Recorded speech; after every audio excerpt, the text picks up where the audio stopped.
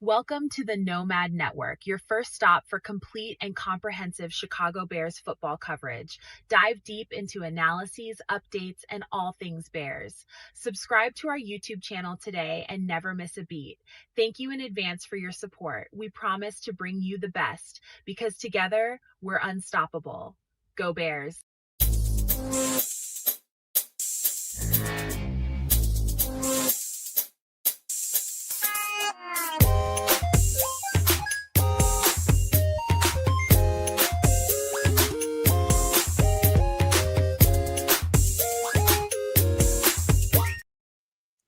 Yo, no maniacs. Welcome to another edition of Some Extra Sauce. We do our thing over here. We about to have a good time tonight. You know why? Because we promised it, and we need to have a good time, man. This is just one of those days, man. One of those weeks where you need to be in a space where you can have yourself a good damn time, and that's exactly what we plan on doing here tonight. Of course, we're going to get all the way into the Bears conversation. We're going to reminisce about that game a little bit. We're going to probably rant and rave a little bit, just like you all are. But more importantly, we're going to have a good time, man, and be a community like we're supposed to be and cheer for each other, man. We're going to have a real good time tonight, man. Got some football conversation, of course, like we always do every week with the show, and also some other stuff that we got planned for you all. We're going to have some different conversations like we always do on the Nomad Network on this show in particular, man. It's going to be fun. We just telling you guys right now, man, just open your minds and be ready to have a good time, man. That's what we're here for. Crack something open, pour something, get you some snacks, do whatever you need to do, man. But sit down, buckle in, and just have yourself a good time. Looping it over there to Canada with the sticky maple syrup fingers and see what he does with it. It's Wednesday night, and it's Extra Sauce. Thanks for coming through to join us. And, man, been a rough couple of weeks in football, but nonetheless, we're here to get down. We'll chop it up a little bit about it. We'll take a look forward towards them Dallas Cowboys, and hopefully we'll get the hell off of the football conversation today because it's been, like I said, it's been a little bit sore, for lack of a better thing to say. You know what I'm saying? But I'll give y'all a little bit of love for giving us love. Big shout outs to my guy, it's Crimson, out there in the chat. But big shout outs to MVP JD5. He's not feeling Ryan Poles, and I got to give him props for being the first one in the chat. By all means, man, you should be a super no maniac like my guy FFG style is. Shout out to the man, the one, the only FFG. Big shout outs to my guy, the good minister Charles Johnson, and Cloud Chasers Radio. All three are super no maniacs. One more time, you should be too. And guess what, y'all? We're doing some really cool stuff with the whole no maniac, super no maniac world. We're really putting in some extra time, a little extra sauce, if you will. We're adding some extra sauce into what those memberships mean, how they're going to work out and shake out for each one of you guys as we move forward into this NFL season and beyond. And I'm really starting to get excited with what we're doing. One more time, big shout out to It's Crimson out there in the chat, because he kind of pointed us into an interesting direction. And now, the seeds of love are blooming. So I'm seeing some really cool stuff behind the scene, and I can't wait to actually share some of that with you. But I know how to hold my cards close to the vest. Hey, by the way, though, kids, just for the record, so everybody out there that's listening and watching the show knows how hard it is to get you kind of excited about anything. that guy is not very excitable, and he's more excited than I'm used to seeing him, man. I'm just gonna say that. So just if that tells you, if that's any kind of indicator for you all, trust me, we're putting in some work. Shout out to It's Crimson, you dig, man. Everybody tip your hat to him, because little do you know, by this time next week, I believe we'll have some good surprises for you. See, he loves to put timelines on stuff. So we'll get there when we get there. I think next week is probably a good look, but we have some real work ahead of us to give you guys the type of experience that I think you all deserve. And like I say, I think we're on to something here. Yeah, Crimson saying it's coming, and it is no Diddy, as my man underneath me would probably say. But there's some really cool stuff that we can do. And like I said, I can't wait to unveil some of that for you folks out there, man, because I think it's really gonna pull this community a little bit closer together and allow you to support us in a few different ways, but more importantly, allow us to provide content to you all that we kind of have been hinting at over the course of the last couple of years, and soft pitching and just sort of testing the waters with. And I think this will really allow us to segment off some of these cool conversations that we've been having, whether that's in respect to music or the end of the damn world, or whether the earth is flat or not, or whether there's aliens or not, or just good old music conversations, or Chicago Bears football, right? Like fantasy football, you name it. Those are the general conversations we've been having, barring good old home cooked meals with my man Triple R and the chef. Food right? treats. We're already a tight ass community. Just know what's about to happen is going, like he said, it's going to tighten us up even. We're going to thread up even tighter now. You just watch. I can't wait to, like I said, can't wait till we were able to really unveil what we've been cooking up, and when we do, we really want all of y'all to be a part of it. So by all means, get your phone out, do the scan thing, and make your selection. Whether you're a no maniac or a super no maniac, there will be levels of additional content available to you, as well as access to some discounting on the website for gear and merchandise. That being said, that's how you become a super no maniac. We try to make things super easy for you, because for the most part, doing it on your phone has been a bit of a challenge.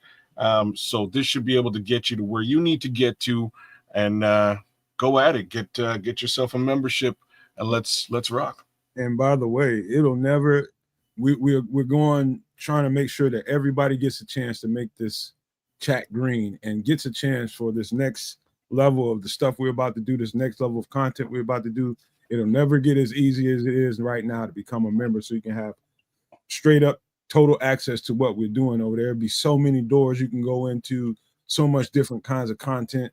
It's going to be content over there that you guys are going to love. So grab yourself a membership. Turn this damn chat room into a green chat room tonight, man. I'm telling you all, I don't talk out of my backside. I'm telling you, he doesn't either. Kez doesn't either. And he's telling you right. Grab a membership now. It's only $1.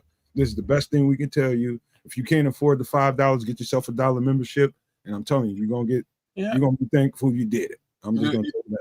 You'll see what you get for it, and then you'll see what the other folks are getting, and you're going to want to spend your $5.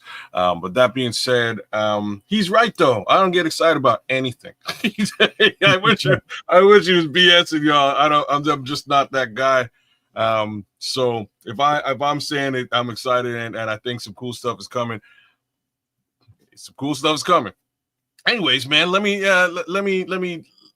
give a shout out to number 2 no maniac Cornelius Squalls out there in the midst. A big shout out to ATF, who's been with us for the last couple of weeks, holding strong. ATF, big ups to you, but bigger big ups to my guy underneath me, Triple R, Sports Chicago style. What it do, my brother? What are you saying, man? What's happening, everyone? Big up to Nomad, to Keds the Canucks, to It's Crimson, you motherfucking dig, and all of the No Maniacs, Super No Maniacs, and potential that are out there watching. Shout out to Coach Trippin, Chef Trips, and the man himself, Trip, and all of the content that we got going on at Sports Chicago Style. If you have not seen the weekly pregame or previews and the weekly post games, there have been 2 thus far, as we are approaching week 3, the Flus Revenge game. So make sure you are caught up on those. And how's Coach tripping? He must be losing it. You got to check the post game video. I'm gonna have to check it out. I missed it. I'm gonna have to check it out. He had some words to share. I'm sure. I can see you busting a gasket. for everyone on the team. He mentioned something about his breathing exercises and they wasn't working. So yeah, he was mentioning his coping mechanisms and skills that he has learned, but they weren't taken all the way. They weren't working. Yeah. Um, but a shout out to okay, FFG got that Grey Goose and Cran watermelon. Getting a little sip on us a little early. Yeah. Shout out to Chef Happy Trey hour somewhere. who will be doing his thing on the MF in the kitchen, I believe, next week on Extra Sauce, as it is the last Wednesday of the month. And his first video is dropping. It should have been earlier, but there was some kind of hold up or hassle with the editors. I don't know. I ain't in that. But it should be out tonight, and it's a Wendy's chili. A big pot of the franchise restaurant Wendy's, and they make the chili. You know, yeah, you've had that, right, Kez? Y'all got Wendy's up there. We do, and yes, I definitely had it. Say what? You mess with the chili? Come on now, man. I mean, everybody don't mess with Wendy's chili. Everybody don't mess with other people's chili. Period. It's like not like it's like a taboo, man. It's like stuff like that, soups, chilies, and stuff like that. Not everybody goes to a place and gets it. They usually make it at home. So I definitely make a badass chili now. All right, what's in it? First of all, not get it twisted. What's in it? What's in it? What makes it so bad? Beans, man. Beans. You gotta get your beans up in there. You don't just get, you can do your kidney beans, but you can dice it up and get your black beans in there, a little bit of chili beans, a little refried beans. You can just beans it up, but then you get a little bit of beef and pork, a little bit of both. Most importantly to me is then the peppers. I suggest a single Scotch bonnet pepper in that baby. Just one. A whole one? Well, yes, don't chop it up. That's a mistake. You put a single Scotch bonnet pepper in there. You can put banana peppers in there too, but a single Scotch bonnet pepper, and you have to wait until it bursts. All right. When it bursts, you need to get it the F out of the chili, like within maybe a minute or two. You don't want it sitting in there too long. But when it bursts, absolute heat is coming through. Oh boy, you got yourself some flavorful, spicy chili, y'all. Trust me. You're just watching a boiling pot of chili into a bonnet pepper bust. You better watch it now.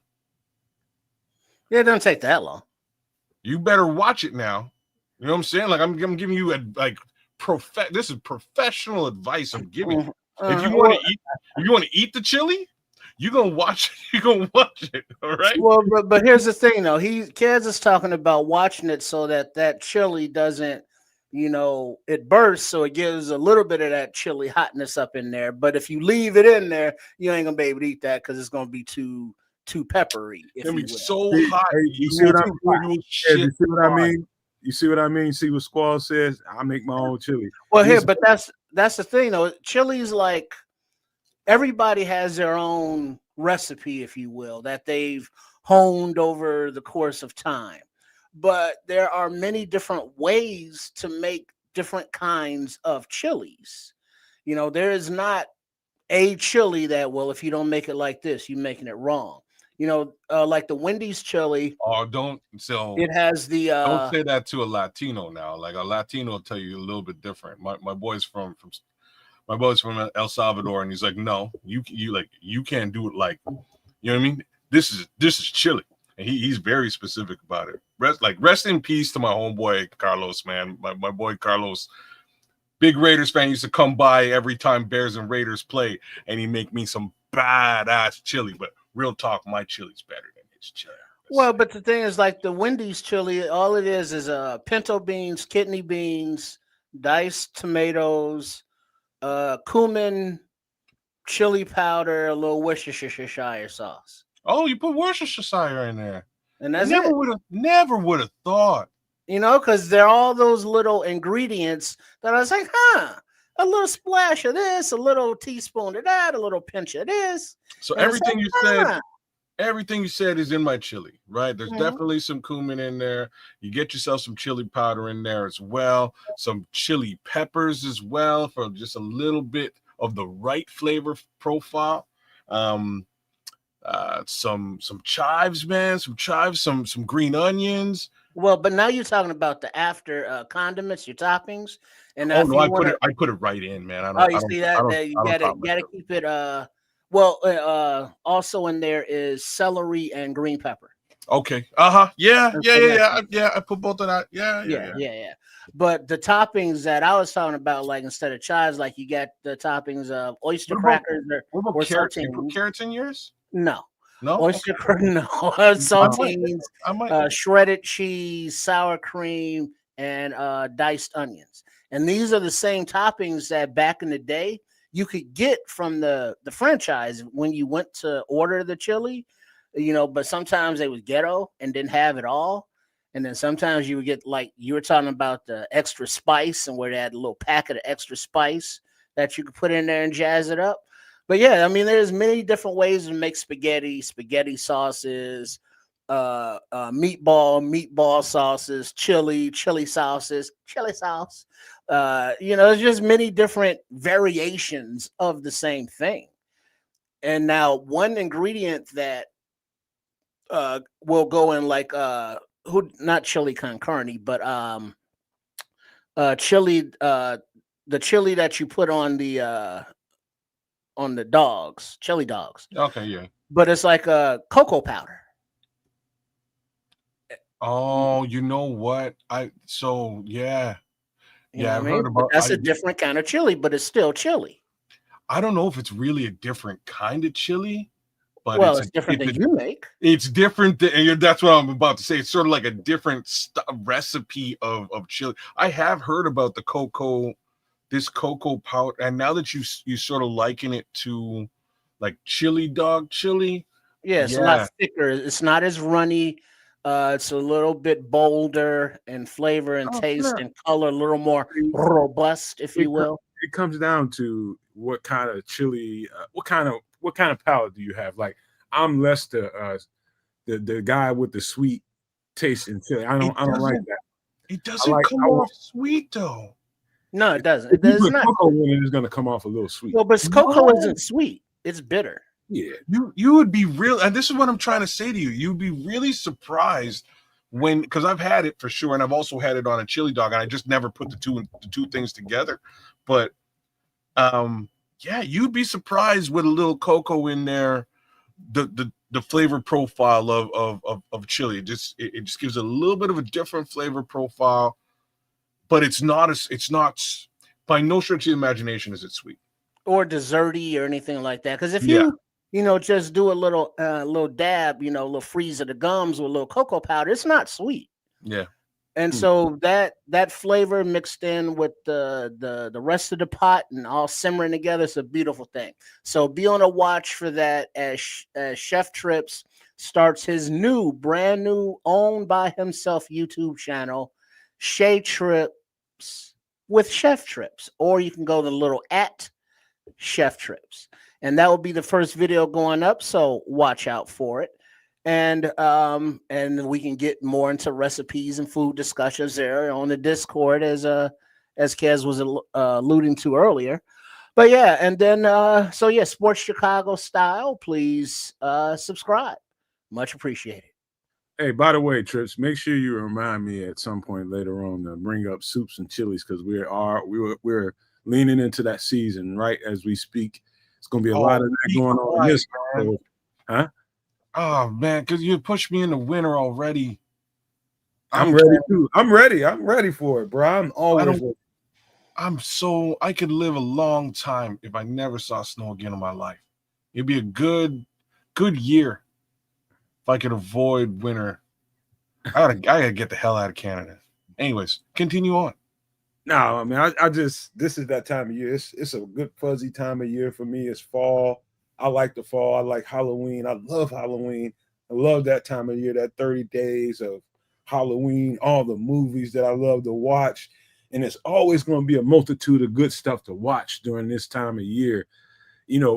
while we got Bears stuff going on, when I want to take a break from everything Bears related and life, man, it's just so much stuff to watch. I just watched the Wolfman movie the other day, and I was just loving it, man. Werewolf of London. Yeah, I'm gonna watch that again. American Werewolf in London, classic. Somebody was just talking about that last week. Saw werewolf of the Chinese food menu in his hand. It's a dope track, bro. I'm sorry. It's a dope ass song, man. I love this. What are y'all talking about? I'm talking about horror movies. We're going into the fall. This is like the best time of year to me. And when the weather is starting to change, it's starting to, get a little that heat's dying off, and you're starting to, you can go strike up your fire pit and just go sit out in the yard and just chill out and be. It's just lovely to me, man. I love the seasons. That's the thing about Illinois that I missed while I was down in Georgia, man. Sometimes the seasons don't change, and you don't really.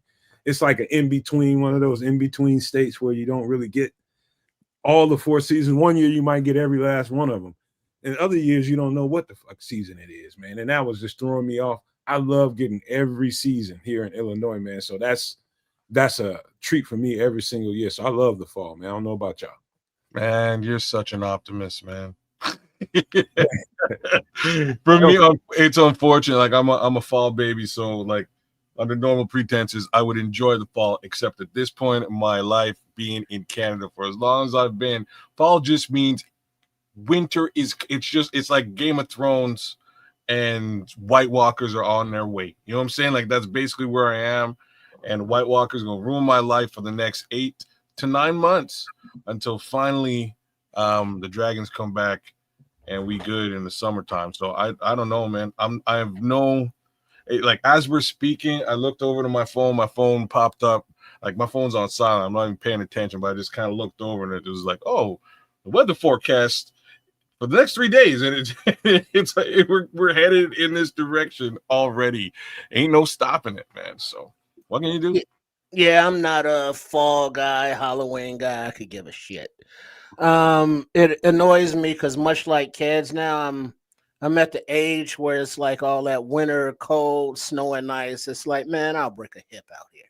You know what I mean? I ain't trying to be out here doing that stuff no more.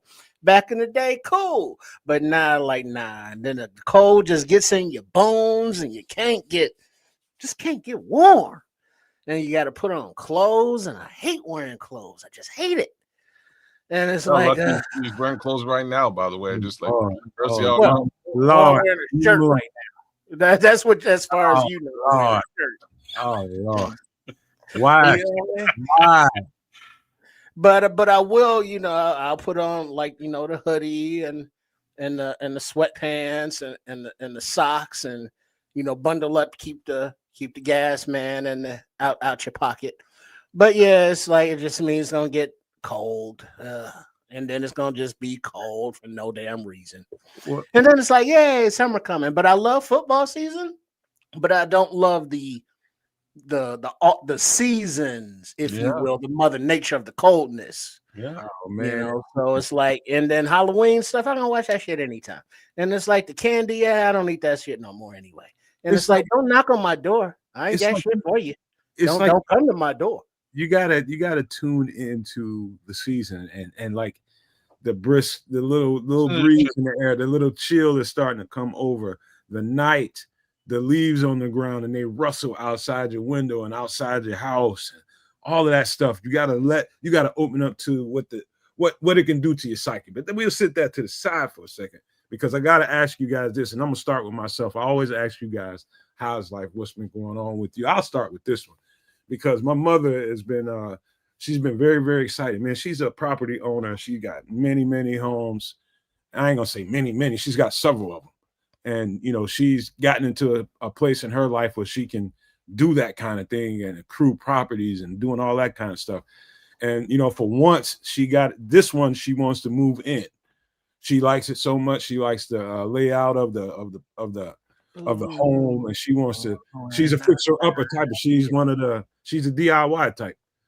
She wants to rehab and renovate and do all. She's too old for that shit, though. Well, yeah, you try to tell her that she'll beat your ass, and I'll tell you, try. She'll try. Hey, She's dangerous. I'm just gonna tell you this. Shit. All I wanted to say is I'm proud of her because she's keeping her spirit going and she's doing what motivates her at this point in her life.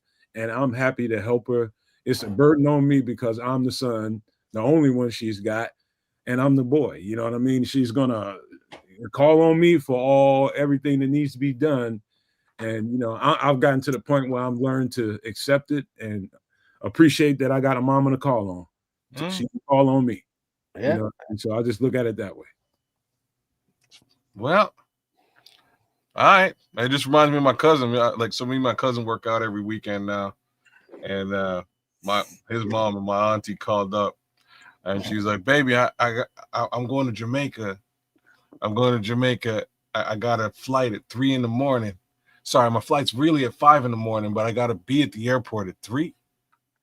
And my cousin stopped and he was like, "So?" I couldn't stop laughing when he said it, man. And she's like, "So, are you going to take me to the airport or not?" And he was like, "Mama, I love you, but if you think I'm waking up at 3 a.m. to drop you to the airport, there's this magical thing called Uber." So he explains Uber. And the whole time I'm laughing, man. I'm like, "Man, dude, you're so mean to your mama, man." Like, I would definitely be waking up and taking my mom to the airport at 3 a.m. regardless as to what it is. Forget about it. But I was like, "Man, you so mean, man. You gotta take your mom, man." Anyways, one of these days she's taking an Uber to the airport this week. That's kind of how that all shook out. But you know, things are right. That's the thing, though. It's very easy to take people for granted. You know, it's incredible that you get to our age and there's still, you know, people who have both of their parents. And it's like, wow.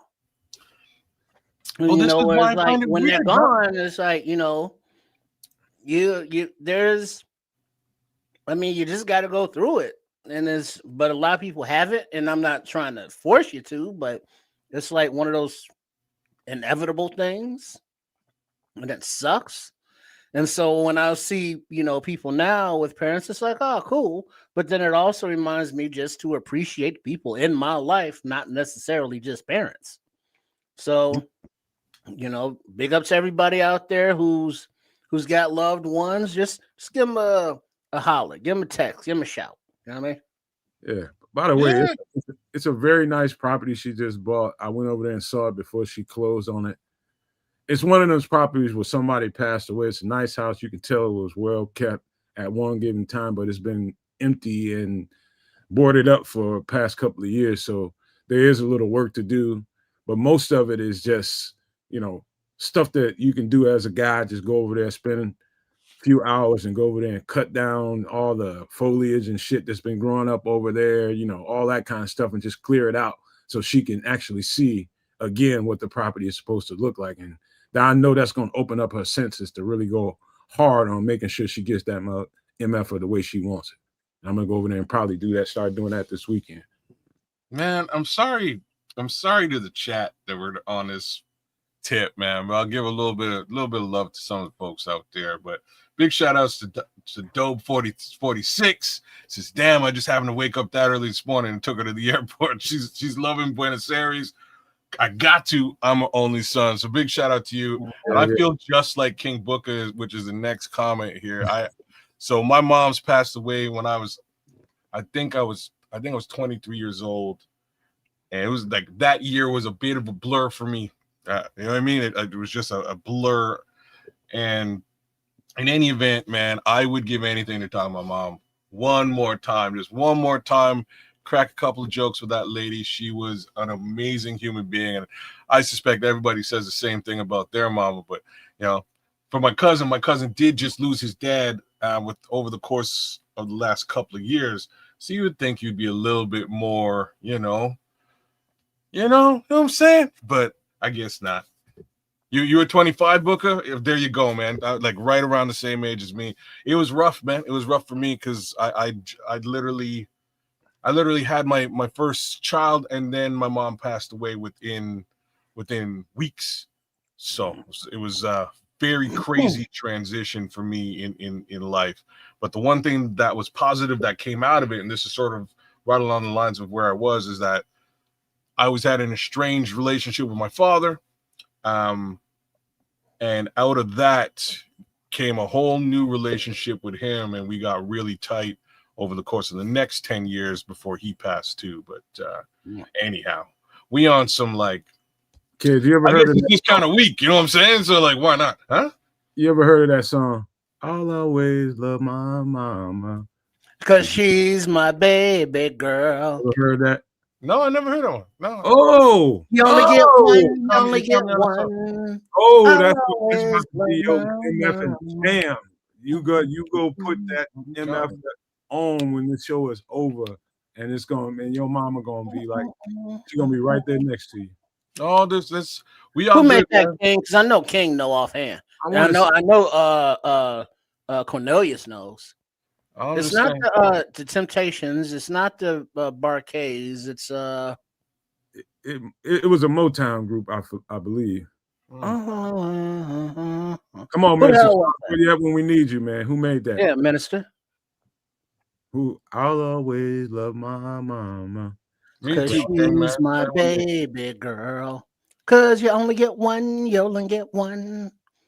Yeah, he got it. If he ain't never heard that, you in for a Wait, treat. they say the Intruders. The Intruders. Shout out The to King. Intruders. Oh, They well say King selected. knows what's up. All right, I'll have to check that out. For me, I don't need something like that. My mom was such a musical human being that there are specific jams that I'm sorry, if I hear these jams, I have to kind of take a little bit of a time out to myself. Ain't nothing wrong with that. That's Or human. emotion. You know what I mean? Like to this day, I gotta like just give me a second, y'all. I'll Hey, You kids, know you that, need but to that make your- music, food, odors, all those things will elicit those long lost emotions. Like oh yeah. like don't be someplace like if you lost your mom's or a relative or any relative, and you're someplace and you smell someone that's wearing their cologne or their perfume or something that reminds you of that person,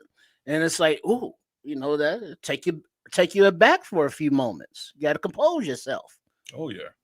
Oh yeah, yeah. man. Hey, embrace them feelings, man. You would Embrace. never guess. I respect you more as a man that's man enough to cry. Oh, I'm not trying to do it in front of other people. Oh, You know no, what I mean? So I'll duck out. You'll see me duck out, but I have cried in front of other men and shit. I've been vulnerable before. I respect men that can that can honor their feelings, man, because we got every range of them, every range of emotions in the world. We got them. It don't make you no punk. You don't make you weak. If you feel a certain way when you hear music and it reminds you of something, I hear all kinds of songs. Like to this day, I hear This Christmas by if I hear This Christmas by Bobby Womack, come on, man, it's not Bobby Womack. This Christmas, Bobby Blue Bland. this Chris, I don't remember who sings that. There's so many Bobbies. Donny Hathaway, bro. Donny Hathaway. Oh, Donny Hathaway. Yeah, okay. Bobby Donny. I don't even know why, but it gets me every year. Well, King's talking about Silent Night by the Temptations. Ooh, okay. You know what I mean? Just those songs that take you back to, when you was on mother's milk and in her lap and or doing whatever it was that you were doing, but music will do that to you every time. You just hear it. Never believe the tracks. Like I couldn't even tell you. I could be like, what? Huh? And it's the craziest stuff, man. But anyways, let's kids. People don't realize sometimes it's the hymn, like the notes that a singer might hit, and sometimes it's the tune or it's the note that whatever key somebody is playing in, whether it's a keyboard or whatever instrument somebody's playing in, it elicits emotions, man. It really does. I'm sometimes producing music by myself and I'll start making some shit and I'm just like, damn, why is that doing that to me? And I got to think about it. I'm just like, yeah, this is why it's this note, these notes that I'm layering together. And yeah, man, that's what music. That's why, to me, that's why music is beautiful, man. It touches every emotion that you may have inside you. You know, anger. So to start out, it's like anything Patti LaBelle. If somehow I'm Hey, Patty. you know what I'm saying? If I'm hit by if there's some Patti LaBelle out there being played, it's over. Because like my mom sounds like Patti LaBelle. Like that was her singing voice. So it just hits me. But then there's other stuff. Like there's some reggae too. But the other stuff that gets me that's just crazy is like the 80s stuff, man. Because she went through a weird phase in the 80s where she was just rocking out and like basically she split up with my dad. She got divorced and was like, I'm just rocking out. I'm gonna lose weight. I'm gonna put a garbage bag on and work out and play rock music. And she would go crazy to like Billy Idol, man. So if I hear Billy Idol and I start crying in my car, it's got to be like the weirdest thing for somebody else to view. But like Rebel Yell Billy Idol, It's a rebel, yeah. You know what I'm saying? More.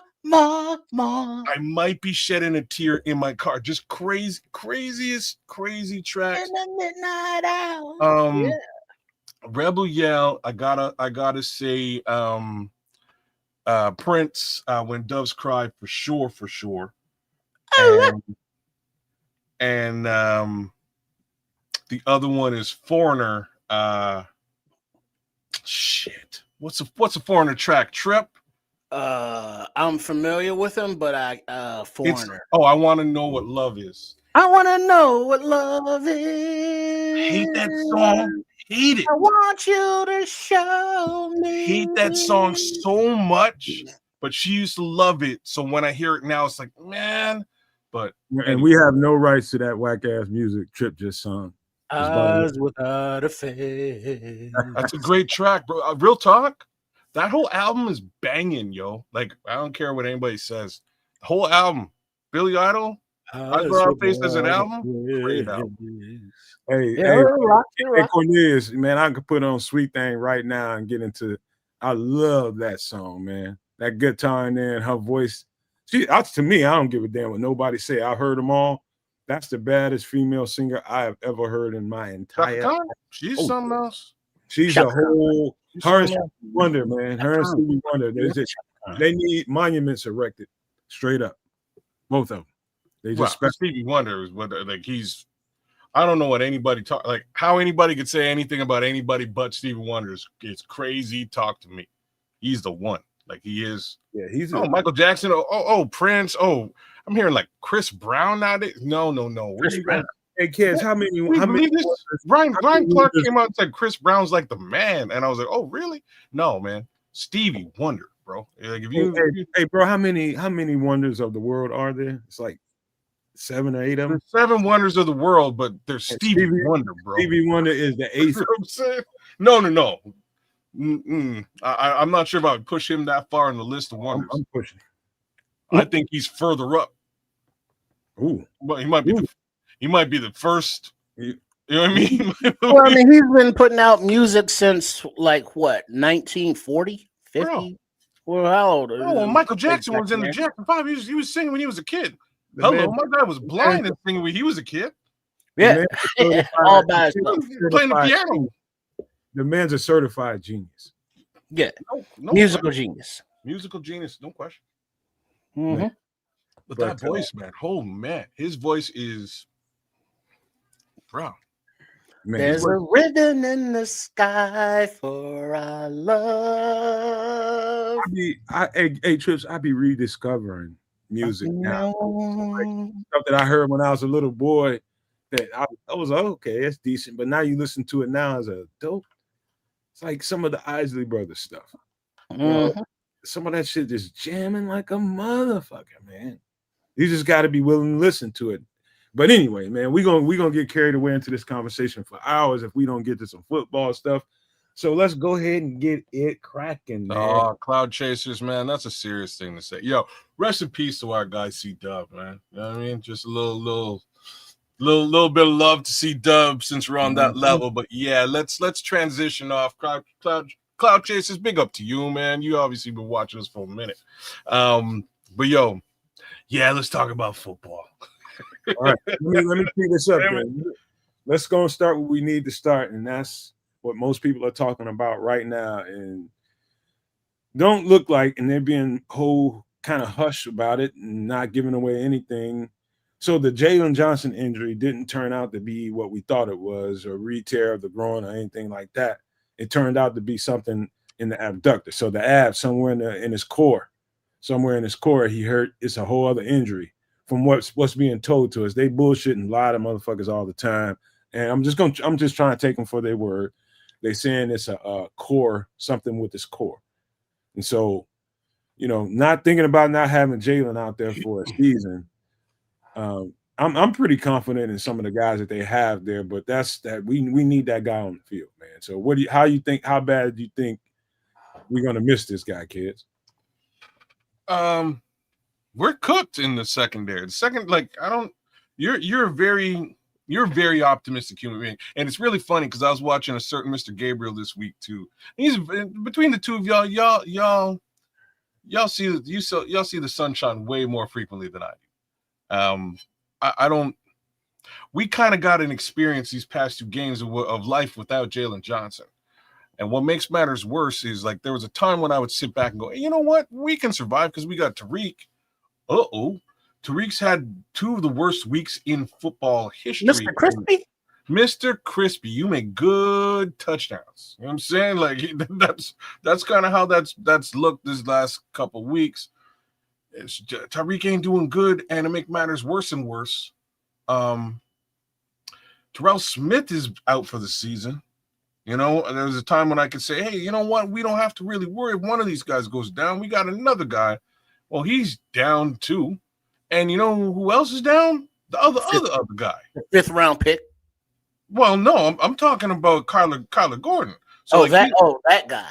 You know what I'm saying? So Kyler man will eventually make his way back. But as it stands today, we are looking at, Tariq, who's not playing very good, and 3rd stringers. Like, I really hope that Jalen Jones finds favor with this new staff. That's the only thing that I can say. I have a little bit of faith in Jalen Jones, but as it stands today, my faith in what Nashawn Wright's bringing to the table is waning. My faith in what your boy McLeod is bringing to the table is waning. I'm worried about that secondary, bro. Here's the thing, though, kids. Now you got to say, is Byard waning too? Well, so here's the thing. That's the thing. It's not. That's a good question. I don't think we can legitimately judge because of the pass rush. But with Jalen out, I mean, he's the number 1 cornerback. That was hands down. And Kyler man, is fighting for number 2, but now he's going to be our number 1 cornerback, and he's still nursing a soft tissue injury. So Jalen being out, I'm sure it was something to do with his groin in the offseason. You ain't gonna tell me no different, because he struggles with the getting freakiness and all that stuff. I knew you were going down there. He was doing something, and he was trying to overcompensate for not being able to do this thrust. So he tried to do that jab, and something went haywire, and now his whole all messed up. So now he can't run. He can't do nothing. Now they're contemplating surgery, and that's never a good thing. So man, you just. I mean, it's like, damn. Just be a monk for 1 off season and let you reach and heal. Let you reach and heal. God, you gotta get your freak on, man. You gotta get your freak on. I don't even blame the guy. So do what you got to do out there, Jalen. But damn, something, man. Get your freak on. Get your freak on. Get freak on. All right. So we started talking about Jalen Johnson. Ended up talking about all the DBs, but this is what I can tell you, man. Now, as far as Tyreek goes, if you guys want to go check out a good breakdown. I'm telling you, in that breakdown, that all 22 breakdown that I just did is out there on the channels. Go watch that video. And if you don't want to watch the whole video, I just put a short out where it's kind of breaking down the part that I was discussing why Tyreek struggled. And I'll just break it down to you here while you're here on the channel. It's basically Tyreek's a South Florida boy. And I used to play, 7-on-7s and 11-on-11s with a lot of them dudes. Used to come up to Tennessee. We just, those traveling groups that play in the summertime and stuff, so you can kind of challenge yourself with other competitions from other parts of the country. Messing around with those Florida boys. I'm telling you, man, those Florida boys, South Florida boys, they got a different kind of persona, man. They different. And Tyreek's, he's got that to him. I'm telling you right now, I looked at the tape and I know exactly what the problem was. He wasn't physical enough at the line of scrimmage. Like when he's man-to-man on St. Brown, giving him a free release, just puppy dog trailing him all the way across the field, and you don't even disrupt the timing. So what it told me was either that's something that's a technique that they're teaching inside the building and different defenses at House Hall. Maybe that's what Dennis Allen is coaching right now. Or he was just entirely giving him way too much respect. I'm going to lean towards that was a technique that was being taught to him. He's just doing it the way the coach is telling him to do it. Because I know it's a different Tyreek inside of him. He wants to be physical in the first fucking place. And him not being physical at the line of scrimmage and giving him free releases to run all over the field on him, that wasn't Tyreek. Now, I'm not sitting here trying to defend him. I'm saying what I saw on film gave me a tell. And that's what I'm reporting to you. That's what I saw. That's what I think. I believe if they go a different way, if they try a different tactic, Tyreek will probably be a lot different this week than he was last week. I don't know, man. And week one, and then you have week two. Week two, from a physicality perspective, he came out playing physical and immediately got penalties. Like very quickly, 2 penalties against Tariq Stevenson. One eventually it was for, it recalled a sack. That was a little bit later in the game. But they're calling penalties on him because he's a bit chippy, and I have a feeling those receivers got in his head or something to that effect. After that, it was just a mismatch between the two of them. And I have to say, in zone capacity, playing against Jameson Williams is a good thing. In zone capacity, playing against both of those guys ain't a good thing. In man capacity, playing against them is a good thing, except we don't have the dogs to do it. And in either capacity, you're getting burned, right? Like you need to have Kyler Gordon on. Like if those two, I'm just gonna say this out loud. If Kyler Gordon was in the mix, it's a long day at the office for Amon-Ra St. Brown. Have to say it out loud.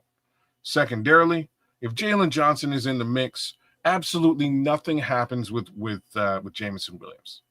Just saying. So it's a huge stark difference without those two particular players on the team. And yeah, we got our asses handed because of it, right? Like it's almost that simple. You put either one of these guys in crossing patterns, and they're simply gonna outrun a Tyreek Stevenson, right? That's just what's gonna happen. At least you kept it football and turn it into something nasty like Trips nasty ass. Somebody need to call the police on his ass. Oh. Pull over. You gotta lock your doors, Trip. Get his nasty ass off the street. Hey man, hey. I ain't in that. But yeah, it doesn't matter with no pass rush and just giving JJ McCarthy Offensive Player of the Week, week 1. Jared Goff, Offensive Player of the Week, week 2. So the previous quarterbacks we have faced this season have been offensive players of the week for that week because of this defense. Oh, okay. Well said. I'm glad you finished it with that. Yeah.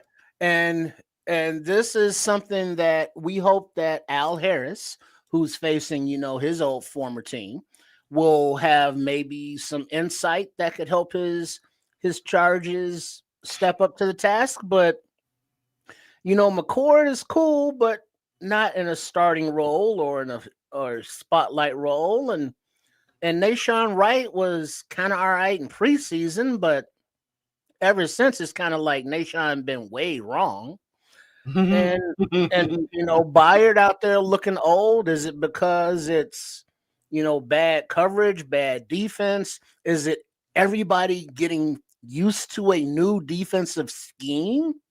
Both sides of the ball. No. And so it's it's like I don't know, and it's like whatever the case may be, they gave up 50 goddamn points, and that cannot happen again. Yes, it is simpler than that. It is they getting used to what they're doing. Yeah, I think people forget what we've been saying all season, leading into the season. Like, man, don't expect this team to come in here and take off. It's new everything everywhere. You know what I mean? They're getting used to what the responsibilities are, man. New play, everything's new. And I'm not getting hyperbolic in game 2 because we lost 2 games. I'm not. I just know when you look at stuff on film, there was some effort shit going on. There was some toughness going on. That is nothing you can teach or coach. But there was some other stuff going on that film that was just, you can tell they were just a step or two slow because they were just miscommunication, all kinds of breakdowns and assignments and all kinds of stuff you see on film. So that should be considered, man. I'm telling you, this is going to get better moving forward. I'm telling you. Yeah, I don't know, man. So this defense is predicated on not necessarily getting home with 4. All right. He's going to bring exotic stuff when he can. He's going to blitz a corner. He's going to blitz a safety. He's going to blitz a linebacker. He's going to blitz a nickel. He's going to do stuff exotic because, again, who knows whether we're going to get any pressure with the front 4. I do. We're probably not. So Somebody was complaining about that week 1. Say what now? Nobody was complaining about that week 1. Don't be a creature of the moment, man. But I have to be because at the moment we are down Jalen Johnson and we're also down Kyler Gordon and Tariq Stevenson is hurting. So it was the upside from week 1 was that we actually were able to sustain a little bit of pass rush. And that was cool. If we can sustain some pass rush, we can get some actual pressure. That takes a lot of the heat off of the secondary. Right now with the hurt in the secondary, we desperately need a pass rush. It's like it's one or the other. Right now we kind of have neither. So I'm this week's going to be rough. Next week when Austin Booker, if Austin Booker comes back next week, I think we might be in a bit of a better situation where at least we can lean. It'll be after the bye. He got to stay out 4 I was just going to say it might not be next week at all. It might be after the bye. But I think when we get Austin Booker back and potentially don't have to simulate pass rush, given the injury in the secondary, things might look a little bit more like a football game as opposed to a bloody massacre. But with injury in the secondary and the pass rush not getting home and getting pressure, I'm not all that super optimistic. And that's me saying it nicely. Ron C asked me a question. He says, Nomad, why is Turner a healthy scratch? If you put whatever he had, whatever injury stuff that he had to the side, I'm just gonna assume that's okay by now. I'm just assuming now when I tell you that maybe he's not assignment, he's not doing what he's supposed to do. They're not trusting him right now. I believe that's a big reason why most of the rookies aren't playing right now. They don't trust him yet. You wonder why a rookie's not getting significant minutes. They don't trust him yet. And that's one of the things I'm complaining about myself, to be honest with you. And that is why aren't these coaches getting these guys ready? Most teams are getting these guys prepared to play and using their rookies in week one. We're not doing a good enough job preparing our guys. That's what I think about it. Shout out to Cloud Chasers Radio with the picking in for us, man. He says that defense needs divine help right now. It does. I think they just need time. That's the divine help, time and some health. So Ron C, I want to touch on what you're saying. I'm of a bit of a different school of thought than Nomad is with respect to these rookies. I think Ryan Poles screwed up the draft. And what I mean by that is that like Shamar Turner is buried in the draft in the depth chart, and that's the issue. He'd be on the field if there wasn't a Grady Jarrett, if Ryan Poles didn't go ahead and spend big money on a DT. He'd probably be playing every week. By the way, kids, we got I got you cut out a whole space to talk about all that, just for the record. He was asking me. Well, all right. Sorry. I'm just telling him, but shout out to Cloud Chasers Radio. We're going to get to that soon enough, kids. Now we need to talk about TJ. And from what I'm hearing it is the same injury. He re-aggravated it. I'll be honest with y'all, man. I've never seen TJ Edwards fall flat on assignments like he did in this game. When I see TJ Edwards miss assignments and lack the basic fundamentals that makes him what he is, and I think he's a stud linebacker in this league, one of the top linebackers in this league. That's how I'm a big TJ Edwards fan, but to see him miss so many assignments and get out of position tells me a few things, man. They are getting used to the scheme and where they're supposed to be, the calls, the checks, everything, assignments. It is all new to everybody. I think TJ is going to be fine once he's healthy, but right now I think everybody's going through a little bit of struggle just with the whole newness of everything. So I just wanted to put that out there. What do y'all think about? I know y'all didn't see a whole lot live in the action, but on the film, it was some different stuff with TJ. Well, there's also the fact that he's still not healthy. And I think his right hammy, that's going to slow you down. Run plays, pass plays, coverage. You're just not going to have that explosion as necessary. Plus, it's a new defense, so there's that added in there, but he's just not healthy. And the way he pulled up, chasing that receiver down the field, when he grabbed his hammy, it's like, yeah, he's going to be down for a couple more weeks. Because if he tries to push that, it's just going to make it worse. Something in that respect should be said about the trainers. How are you going to let both Jalen Johnson and TJ Edwards suit up and tap out? Training squad should be paying a little bit more attention to potential for re-injury as opposed to just letting these guys fight their way in because, hubris. Of course, they're football players. They're going to want to get out there on the field and play. But, maybe you hold them out in a bad situation. It's still a blowout, but at least we have access to them for the remainder of the season and or potentially this coming week. So something like with a coaching change and a bit of a regime change, odds are the trainers also were probably changed out. They may be absolutely new and or green to the way things work at Hallis Hall. And, I kind of have to put a little bit of onus there. Somebody needs to do their job with respect to health and safety and trainer case scenario. They got to step up and, hey man, you ain't playing this week. I know you want to play, but we're not letting you play because it might cost you the season. I want to say this about just to move to the next subject about Kyler.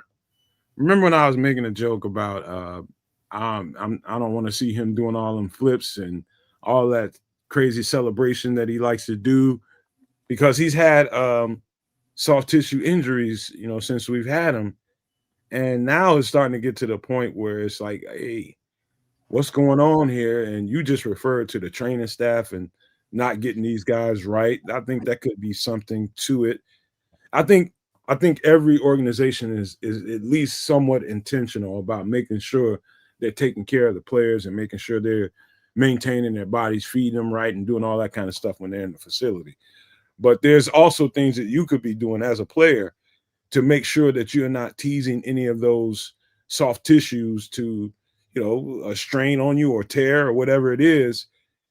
Kyler he's a wild boy. He's a very, very, very hyper young football player, and he loves to move and jump and flip and do all that kind of stuff. And I'm not saying that's the reason why he's suffering through soft tissue injuries. I'm saying if Kyler can hear me now, chill out with some of that shit, man. Chill out with some of that. We need you on the field. We don't, those unnecessary movements like that, man. Save that body, man. Save that body. We need it. I just wanted to speak to that. I can't wait till Kyler gets back on the field. No telling what kind of role he's going to have to play with the injuries in the secondary at this point. We might not be looking at Kyler in the slot.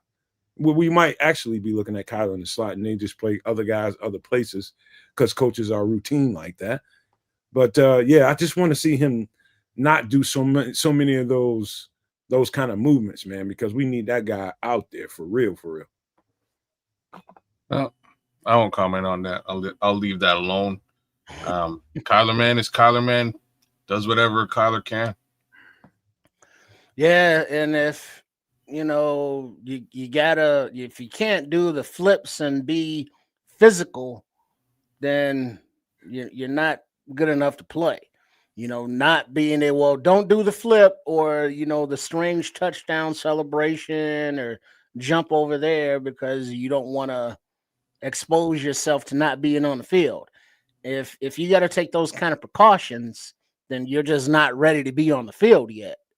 And just fall back and get healthy, because re-injury and re-aggravation is a lot longer of a rehabilitation than just sitting out another week or two. So it's time where the offense is needed to carry the team and outscore other teams because the defense is going through it. But guess what? The offense is going through it too, so we're fucked. I'm going to say something crazy now that you ended it with that. And, just imagine who I am and what I'm about to say. So there's a Super Bowl team, within the last little while that kind of looked a little bit like this. And they were riddled and decimated with injury early into their season, beat up, and wound up winning the Super Bowl against the New England Patriots. Any idea what team I'm talking about? Against the New England Patriots. That's the biggest part of the hint. So there's a New York Giants squad that looked and smelled a little bit like what we're dealing with right now. And and they kind of wound up turning things around once folks came back healthy and ran ruckshot over the league in the playoffs towards the end of the season.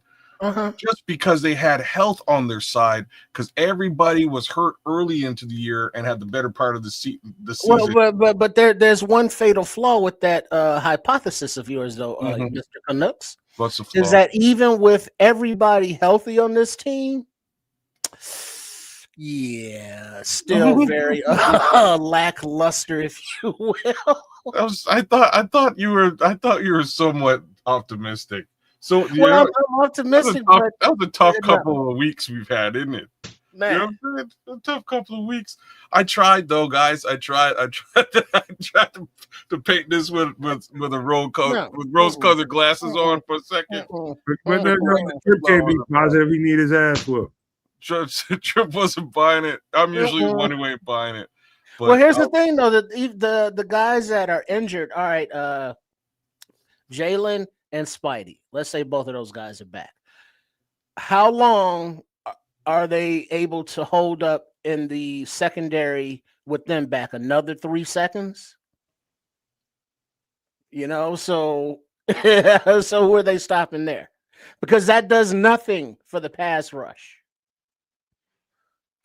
Well, then what happens when Austin Booker comes back and maybe we actually have a pass rush? Well, you're talking an awful lot of hofelys and maybes and That's all I have left, Trip.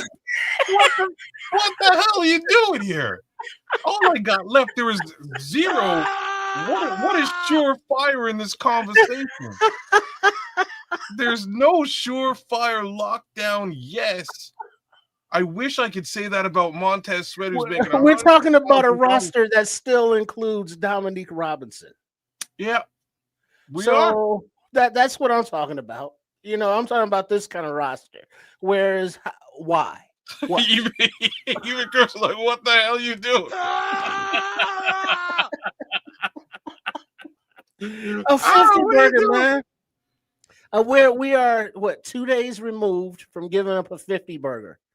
That taste is still. That burgers today, they were delicious. Oh my God! But it's just, I just don't see Austin Booker, Jalen Johnson, and Kyler Gordon being any difference for this defense. I mean, we don't have anyone who stepped up to be a game changer, game wrecker. I'll put the team or the defense on my back. Montez Sweat is not that guy. He's very good at what he does, but he's just not that game wrecker guy. And Grady Jarrett, he was before the game in Detroit. Ryan Poles and the training staff is looking at him going through drills to see if his knee is good enough to go. So, I mean, he's good, but he's on the backside of his career, and he has a bad knee. Just for the record, for y'all listening, there's no such thing as trying to find optimism in this conversation whatsoever. The pessimism is a runaway goddamn train right now. 50 burger. Did you hear what he said? You just said that to run a. Shut up, man. Let me do my thing, man. Why you see him? He got sound effects. He even admitted to it too. Man. He got production. He got to get to, man. I was like, wait a minute. Even you're pessimistic. What's going on? Oh, he got a drop lined up. Look, guys, I'm trying to find some level of silver lining here, and maybe there isn't one, right? Like maybe there isn't. And listen, me and Nomad, we talked until gotta be 1:30. That's the end of the show. Good night, fellas. There's no hope. Good night. Shut the show down right now. We talked till about 1:30 in the morning about just this bloody football team, and it was a rough conversation, man. And as per normal, he was generally optimistic and trying to find some kind of rainbow to fire at me like the Care Bear symbol, and it just I was not having it. It didn't exist. So here I am on the show live, trying to find some type of rainbow for y'all, some type of hope, and this time around it ain't Nomad, it's Trip. And Trip turns into me on the show and just shoots it down, which I didn't see coming. I really didn't see. But boom, I didn't see that coming. But like seriously, y'all, like I'm just gonna throw it back to Nomad. Where are we in the general talk track? Because at some point I have to get to the conversation that I have to have with respect to how we got here. Because I think, good Lord, I think that's the conversation. I guess you done already teed up. So hey, it's all you, sir. You're take the mic. Ryan Poles. That's how we got here, man. There's a laundry list of fuck up. Laundry list. It's long. It's bad. And if you really look at it, I don't know how. Like Trace Armstrong must be a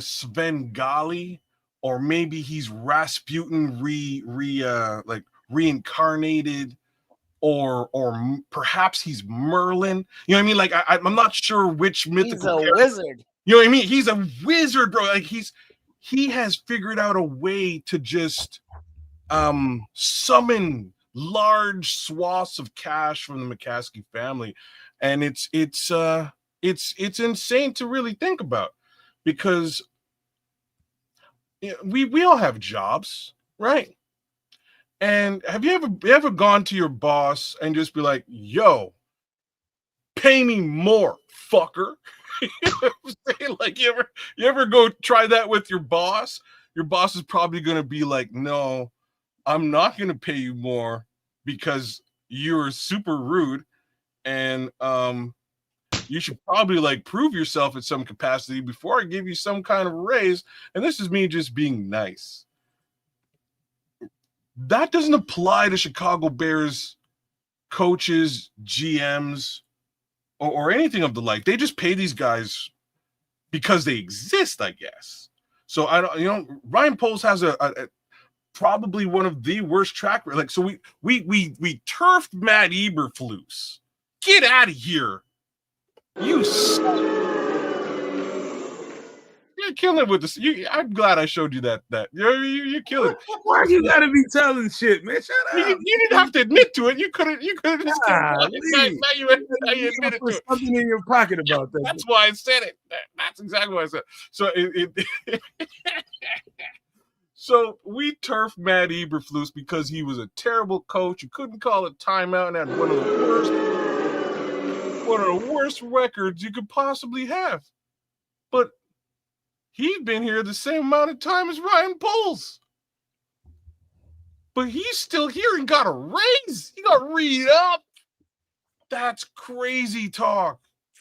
Anybody with half a brain should have stopped and said, wait a minute, but like, this smells like shit and we're flushing it. And this kind of smells like shit, but we're polishing it up and putting roses on it.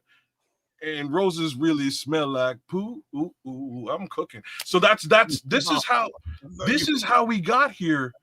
Like, but there's really no explanation as to why he's here or whether he's done the right things with this squad. What does this squad look like 3 years after getting rid of Roquan Smith, who's a fantastic linebacker where he is, getting rid of Khalil Mack? Yes, the books were kind of sideways, but let's be real. That $100 million contract in today's world is like a regular ass contract for everybody. It's a regular contract. They'd push cap money down the road. It would be way cheaper in all reality than what we're paying for certain Mr. Sweat who barely breaks a sweat. Man, set your ass down. But it's the damn truth. We could have kept Khalil Mack. We could have kept Roquan Smith and still been through this rebuild. It would just look a little bit different. Well, here's the thing. The record of Ryan Poles is what, 15-38 or some shit like that. And so he's a first-time GM. He comes in and he's tear it all down to the studs, but he never really said it's a rebuild. He called it a retool or whatever the hell he said. So the expectations were, maintained at a certain level, as opposed to it's like, all right, we're tearing it all down. We're going to redo it. Here we go. And so now he's talking about taking the North and never giving it back. It's like, all right, well, when that shit start? He's been saying this for a while now and it's not happening. So it gets to be just like, what are you talking about, bro? Stop it. If he had come in and gradually come up and then like, all right, year 4, all right, now we taking the North and we're going to battle for it. There's a whole lot. And so he was premature with things. Now he's got a nice supporting players. He's got a lot of those that are okay, good players, but no dogs. Darnell Wright maybe could be a dog. We don't know about anybody else in this recent draft. You know, but he has not brought in his previous drafts those guys that is like, yeah, that whoever drafted this guy, yeah, give him a raise. You know, but capital T, soft. and that crying thing, I'm not one that's against emotions. In fact, I second that emotion. But when he busted out and he said he got to cry before he cut somebody, and then he was also in the car crying with what was the defensive tackle that he first signed when he first got here that got injured, that was injured. I can't even remember. He wasn't even injured. He just didn't pass. His name sounded like Obi-Wan Kenobi. Yeah, him. But he's in the car crying with him. Ogunjobi. Ogunjobi. There we go. Larry Ogunjobi. And so it's like, what is all this crying shit? Let's get some toughness. Maybe that the softness starts at the top. Is that what's going on? Or is that just this new generation where it's like their aura and they're in touch with their emotions and shit? And I don't know, but why you? What matters is the field, and none of this is happening right now, and it's irritating me because they just gave up a 50 burger. But it's only going into game 3 for this new regime. So, but Trip, kids are saying, you know, Poe should be gone, but we cannot just be like, all right, he just hired Ben Johnson, who's got a 4 or 5 year contract or whatever for however much money. They're not firing him. So it's like now now we get rid of Poles, then bring in another GM, and then that other GM is going to say, hey, I didn't hire this head coach. And then, you know, this head coach is saying, well, I didn't draft this quarterback. And now we're in that same damn cycle where nobody's hired the person that's beneath them. But Trip, that's why, like, this is why I'm having this conversation, because again, it goes back to the top, which unfortunately is either McCaskey or at this point it's Kevin Warren. Ryan Poles, like the point of what I was saying with the poop is we should have flushed both piles of poop at the same time simultaneously. They should have both been flushed. If you got a 5-38 record and you have a 5-38 record, and we've determined that you stink, the odds of the other piece of poop not stinking is extremely slim, right? So, yeah, they should have gotten rid of the GM. They should have gotten rid of the head coach and started it all together. Just like I was saying before with Justin Fields, if you're going to get rid of the quarterback, you get rid of the head coach, you get rid of the GM, you start things over clean, right? That's what you do. They retain the wrong guy. And even with respect to retaining him, if I was Kevin Warren and I felt some kind of way about this guy I've been working with for a year, I would have given him this year. And I would have said, cool, you know what? We just hired Ben. Let me see what you're working with. Let me see how you do with the offensive wunderkind, as they say in Germany. You know, what are you going to do with Ben Johnson and this squad underneath you? Oh, snap. You're losing to a rookie QB. It's a problem. You're getting 50 burgered up by the Detroit Lions. The rookies you've drafted aren't making it onto the field because you've drafted depth as opposed to starters. And I'm not saying talent-wise. You know, don't get me wrong. I have faith in Luther Burden. I actually have faith in Colston Loveland. I have faith in Shamar Turner. I think all 3 of those players down the road will be key contributors to the Chicago Bears, as a team.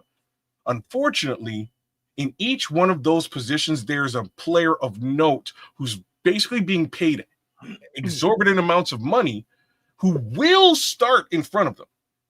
Grady Jarrett, Cole Kmet, DJ Moore. It's just how it is. So these guys are going to sit on a bench. Everybody's asking, like, why don't they get more time to play? There's a guy who's getting paid an exorbitant amount of money in front of them in the depth chart. He's going to be on the field in front of them.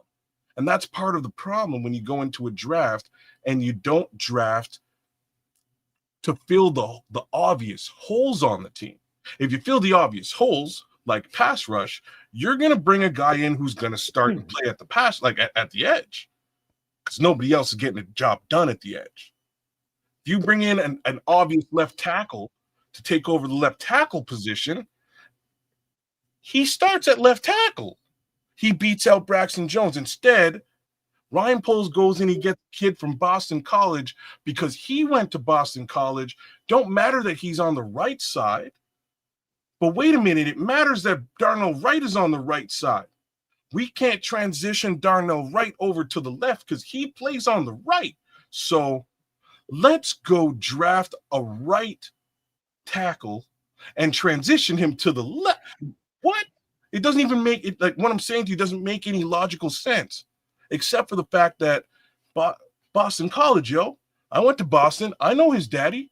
We're old friends, so yeah, okay, you can be on my team. I'm going to overlook Ariante Ursary, who's starting left tackle in Houston. And I ain't sitting here saying that Ariante Ursary is the greatest left tackle in Houston history, but God willing, he's starting at the position, right? I haven't even touched on stuff like running David Montgomery out the city, running Khalil Herbert out the city, screwing up on Nate Davis and Chase Claypool and chucking and bringing in like basically killing Tyler Scott's career. You bring in, you draft him, then you bring in a superstar and you throw a 4th round pick away. You throw a second and a second away. All of that could be actually built into a squad that we would have running with right now. All screwed up. Nobody's starting. It's a major problem, which leaves us here. Well, that's very so Bears. Yeah, it's well, wait for the so Bears now. I'll get to that in a second. So where we are right now is do we have faith in Ryan Poles somehow? Like it's just fast forward a little bit. Do we have faith in Ryan Poles come draft April 2026 to like, is he can get right or is he get right in April 26? Because I have a feeling he's still going to be can get right. Out of Pepe.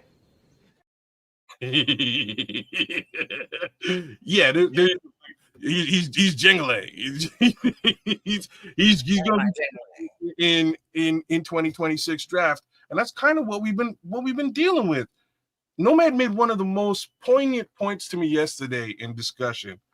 And it was like, because I was saying, like, how do you get Colston Loveland and Luther Burden, who again I think will be key contributors, but how did you get to that point? And he said, well, like, don't you think that Ryan Poles was worried about his job and he kind of had to acquiesce to Ben Johnson? Like, I feel like those are Ben Johnson picks. And I was like, brother, you couldn't be more right. So what you're telling me is he bitched out. He punked out and had to protect his job. He's worried about getting fired. So he said, go ahead, Ben, make your selections. And we're going to ignore the holes that are clear and obvious to anybody with who pays a minute of attention to this team. Trenches need to be fixed. But you go, Ben. I'm just going to sit back here and shut up. Yeah, we're going to get a tight end in the first. That's what we're going to do. It's cool. Well, you know what? We'll get a wide receiver in the second. Considering we just drafted a wide receiver and have 2 other decent, we wide receiver is pretty good, but we'll get another wide receiver anyways. Fuck it. So we get to the Bears part. This week we're getting to. This week we're rolling into the revenge of Matt Eberflus, and man. It's going to hurt me. It's going to hurt me if they win this game. It's going to hurt. I mean, a little bit painful. Hurt me. It's the most Bears thing to happen on the planet Earth. It's for Matt Eberflus to come in here with the Cowboys and run a ruck shot over our team. Pokey ass, punk ass, I don't know how or when to call it timeout ass Matt Eberflus. But here we go. And also, so Bears, somebody in the chat, no maniacs, super no maniacs, whichever the case may be. There was a left tackle, I believe, from the SEC that played at Texas A&M or someplace down there, but he didn't give up any sacks, for like his career. The Bears drafted him, and then instead of letting him play left tackle, which we needed, they moved him to like left guard or something, and he didn't take to it, and that was like basically it. He never heard from him again. But we have a history in this organization of drafting traits for need, not for need. But in this case, we doubled up twice, 3 times. It's not going to be good when the record is what it is. But hey, they turn around and it becomes a winning team. Now it's like, oh, okay, there is the rough spots, ups and downs, mostly downs, but now we're looking up. We're not looking up because we just gave up 50 goddamn points on defense. It could only score 21 with our number one QB and all the weapons that we have after all the investment on the offensive line as well in this offseason. And this is what we're left with. And so there is no optimism. I mean, sure, it's only game 3, and so it's going up from here. So there is that optimism. But until it happens, all we've seen is our team allow the opposing quarterbacks to be players of the week, for the goddamn league. So I'm not feeling very heartened right now. So what you're saying is Dak Well, Prescott on your fantasy football team is a lot. Hold on, man. I done shut up and let you guys. Hey, for the record, sometimes you gotta let your brothers vent. And I knew I just need to shut up and let these guys speak their minds. I got my own take on it all, and I'll give it to you in just a second. But sometimes it's important just sit back and let people have their feelings about everything that's going on so far, about the trajectory of the team and all the decisions that's being made. And let me speak to that right now. I know Kids was going to bring that out to the live audience, but what we were talking about, he was right when I told him that, at that point, you got to think about, when Ryan Poles was signed to that extension. It was somewhere around the draft. What was it? After the draft, Kids? Am I right? So it was after the draft, a little ways after the draft. Yeah, after. Okay, so up until then, I'm giving you a little what I think is going on in the background. I think it was touch and go for Ryan Poles, whether he would have got that extension or not, based on how he might have meshed with Ben Johnson. So imagine being Ryan Poles worrying about job security. He's living plush like an MFer right now, more than he's ever lived in his life. And so he's protecting job security. And so the Kevin Warren, the George McCaskey idea is, let's see how these two gel together. Let's see what Ben thinks of them. If Ben is cool with them and they can work together, we can keep them. If not, we got to go look for somebody else. So you think Ryan Poles doesn't know that these guys are looking to see if we can work together, if these guys can gel? And it came down to draft decisions on who to get at what point in the draft. I'm going to tell you guys from my whole heart and soul, the Colson Loveland pick at number 10 was a bad pick. Not that Colson Loveland is a bad football player. I like Colson Loveland a lot. I don't think he was the pick that we needed at number 10. So, I thought the fourth round punter wasn't a good pick, and everybody got on me for that. Sometimes. I can get on you for it. I was right there with you. Yeah. All I'm saying to you all is Ryan Poles was worried about job security. And at that point, I don't know if I was him. I don't know. I like to say that I'm going to be a stand down, put 10 toes down, like, dog, no, we cannot draft a tight end at 10. Ben Johnson was like, hey, I need another tight end, another really good tight end to run my, 12 personnel offense, which we can't do a whole lot of that right now because Caleb Williams kind of struggles from under center. And so play action is not where it's going to be, what it's going to be later on. But right now we're struggling, and Colson Loveland is going to be a brunt recipient of what that can be, and it's not. Just because of the simple fact that Caleb doesn't play very well yet under center. That's a work in progress. That's why you're not getting production out of the number 10 pick. Yep. Now, I'm going back into that to say that Ryan Poles protecting his job, I guess if you start making that kind of money and those kind of checks hit your bank account, you'll feel a certain way about not seeing those no more. If he doesn't keep this job, he goes back to a scouting coordinator or something like that. And that's probably less than half of what he's making right now. So anybody that's, I guess, ever gotten those kind of checks was gonna feel a certain way. I'm not absolving him from some of the moves that he's made before. He's made good ones before. Like, kids, how did he get the Canadian Eagle? That was a good move. How did we get some of these other guys we have on the team? Some really good decisions were made since he's been here. But overall, I get where the fan base is going when they say that Ryan Poles hasn't done enough to this roster to make us a competitive team. You have 4 years to do it. He's not tearing it down in the trenches. And that's why we're getting our ass pushed around. It's like, and we had we had part of this discussion as well yesterday. The problem is not that he hasn't made some decent selections. He has. So again, Braxton Jones, and this is one of the examples he gave yesterday. Braxton Jones is a good selection. He is. He's a 5th round draft pick who's been playing and starting at left tackle, probably one of the hardest positions to play in the NFL.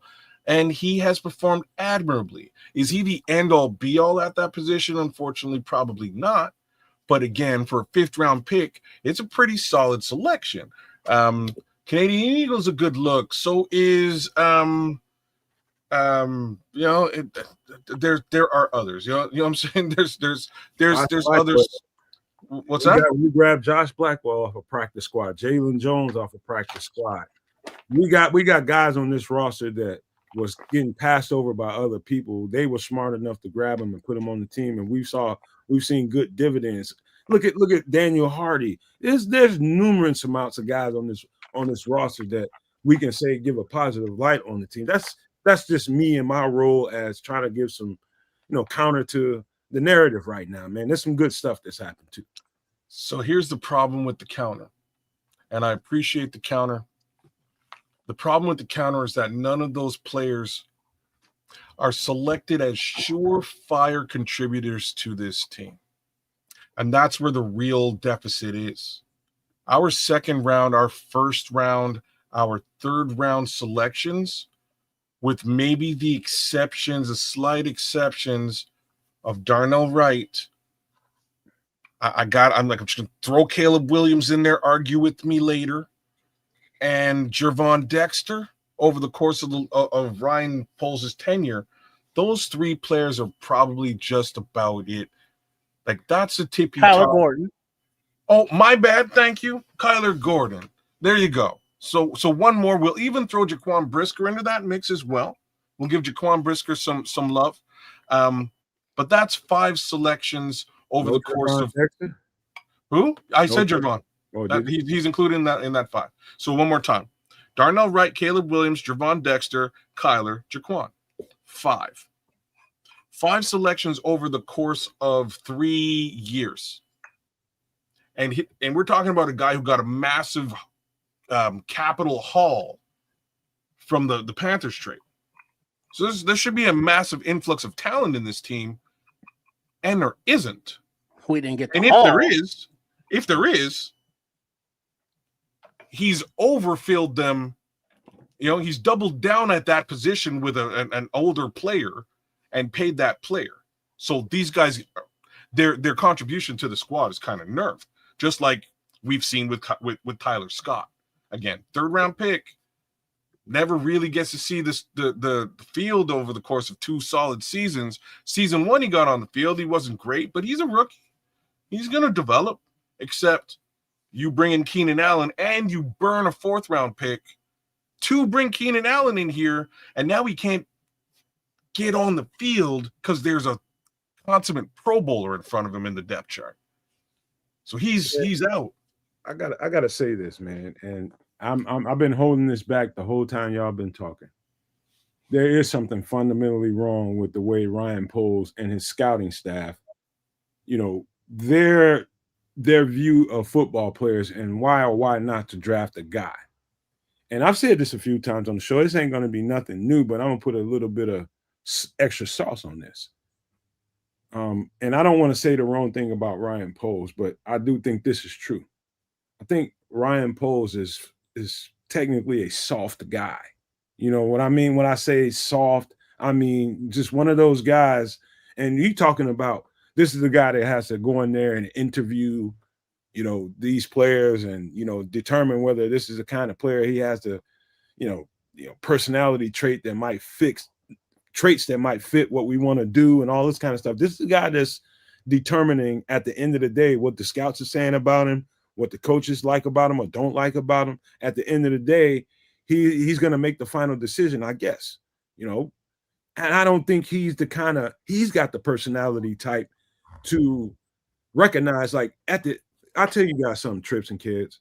When you in that game, when you got to have it plays start to happen, when you need to get off the field, it's at 3rd and 6, 3rd and 5, and you just got to be freaking tough, and you just got to be absolutely determined not to let this team whoop you. In fact, you want to put a whooping on them. Those kinds of football players are there all the time. I've been doing this for a couple years straight.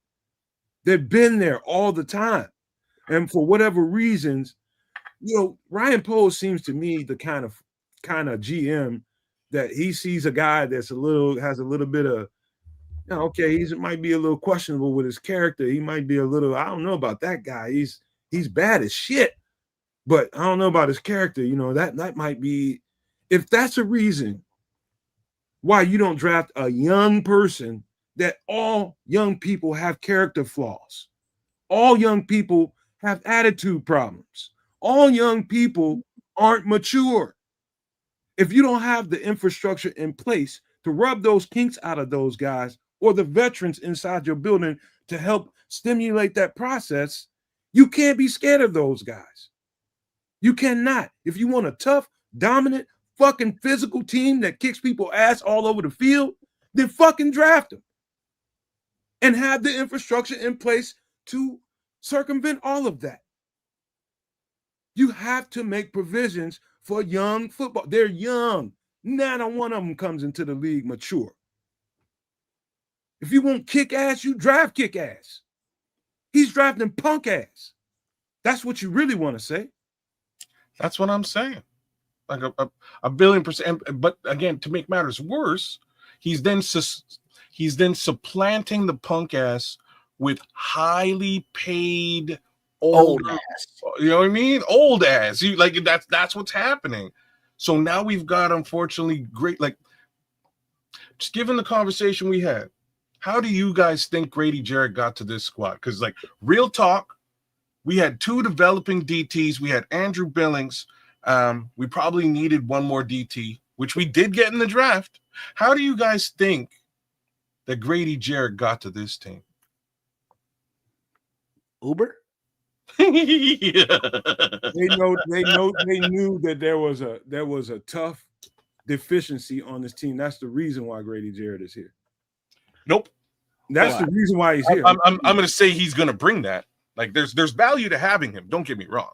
He's tough. I'm going to tell you that he's here because Matt Ryan told him to go and get Grady Jarrett.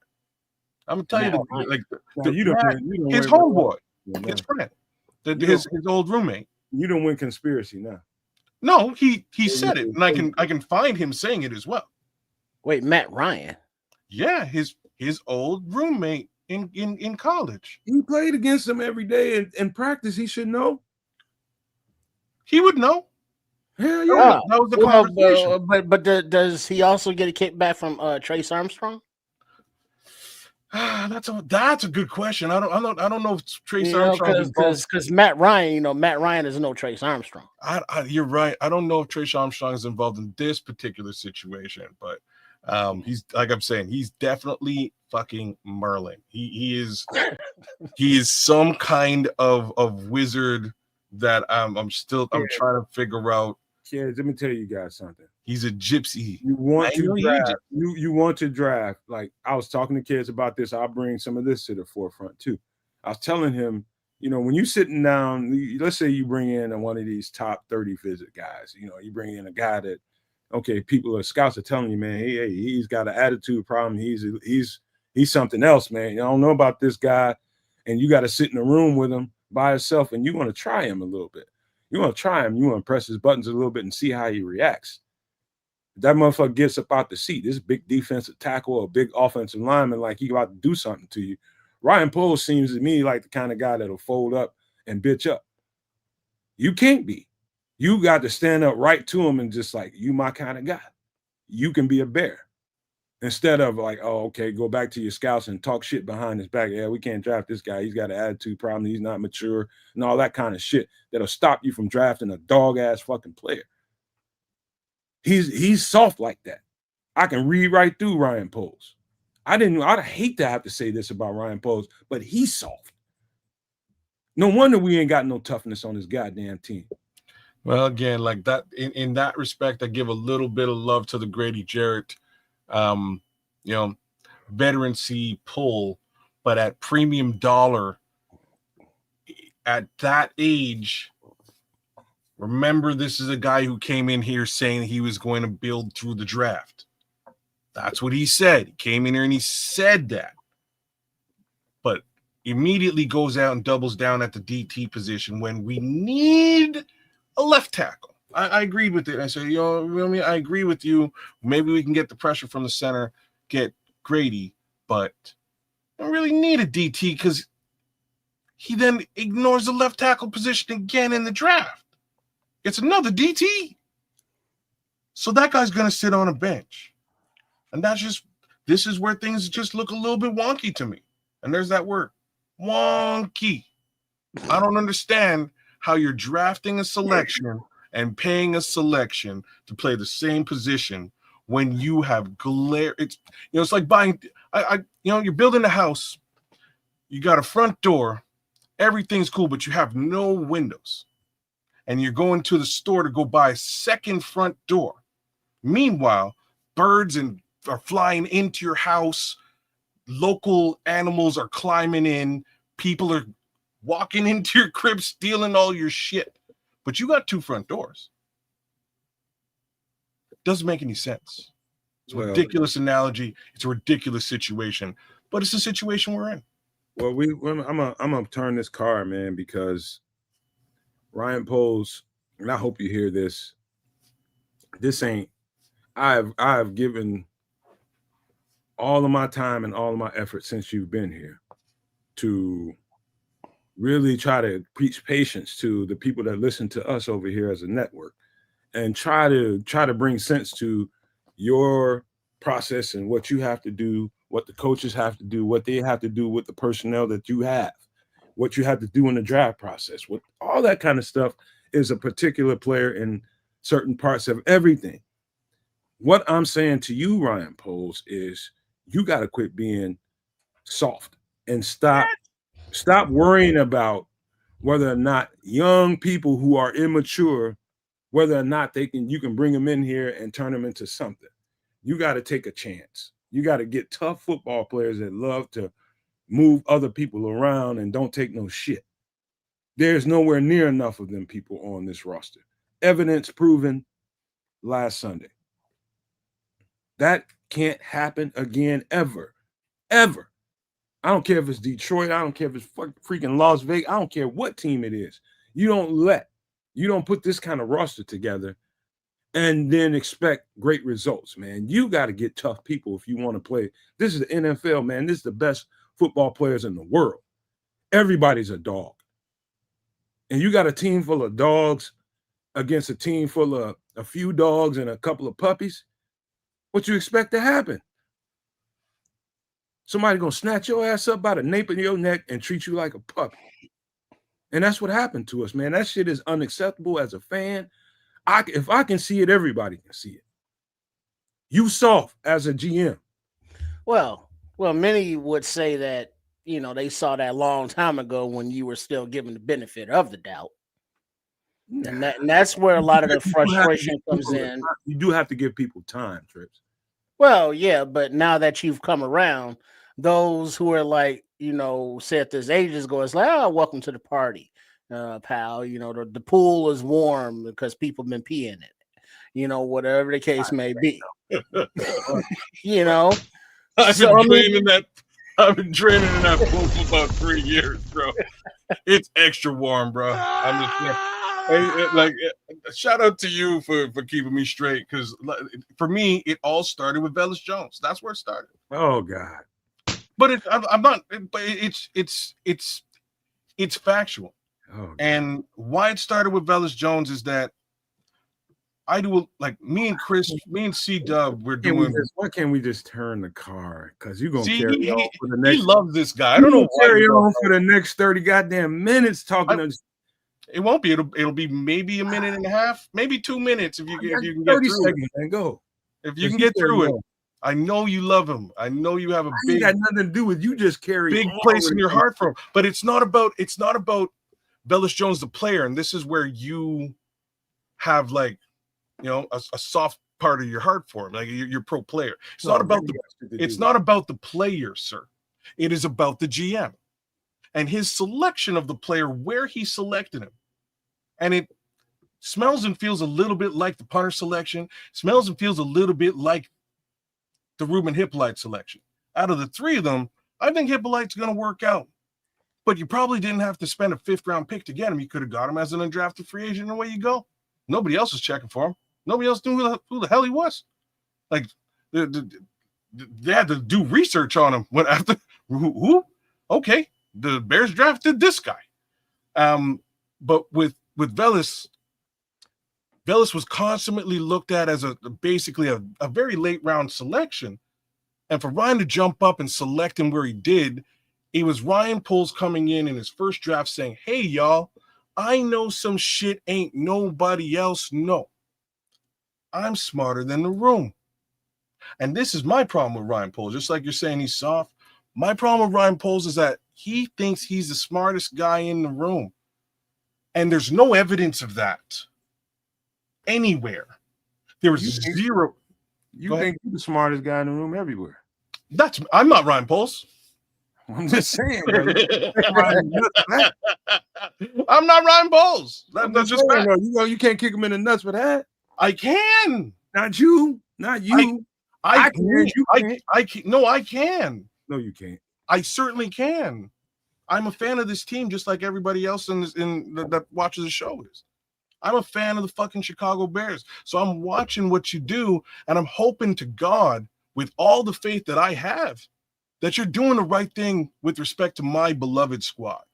And when I see things that are a little bit sideways, I'm gonna look at it and go, like, where's your little kid? I'm gonna give him that face. Yeah. You know what I'm saying? What you talking about, Brian? What you talking about, Ryan Poles? Like, I'm gonna give. Okay, but one more time, I'm not paid for this, so I'm gonna give you the benefit of the doubt. There's my kid right there. There he is. Right. So I'm son of a bitch. I'm gonna stand there and I'm gonna give that face and look at Ryan Poles and be like, how are you drafting an undrafted free agent in the third round when, like, viable wide receivers are out there ready to go? You could be taken, like the kid who wound up in Green Bay. Unfortunately, he's hurt. You could have sort of made a decision on George Pickens, even though he's a head case. I think you wound up getting the right corners, etc., during that period of time, but that's a whole other story. Velus made me stop and think about it.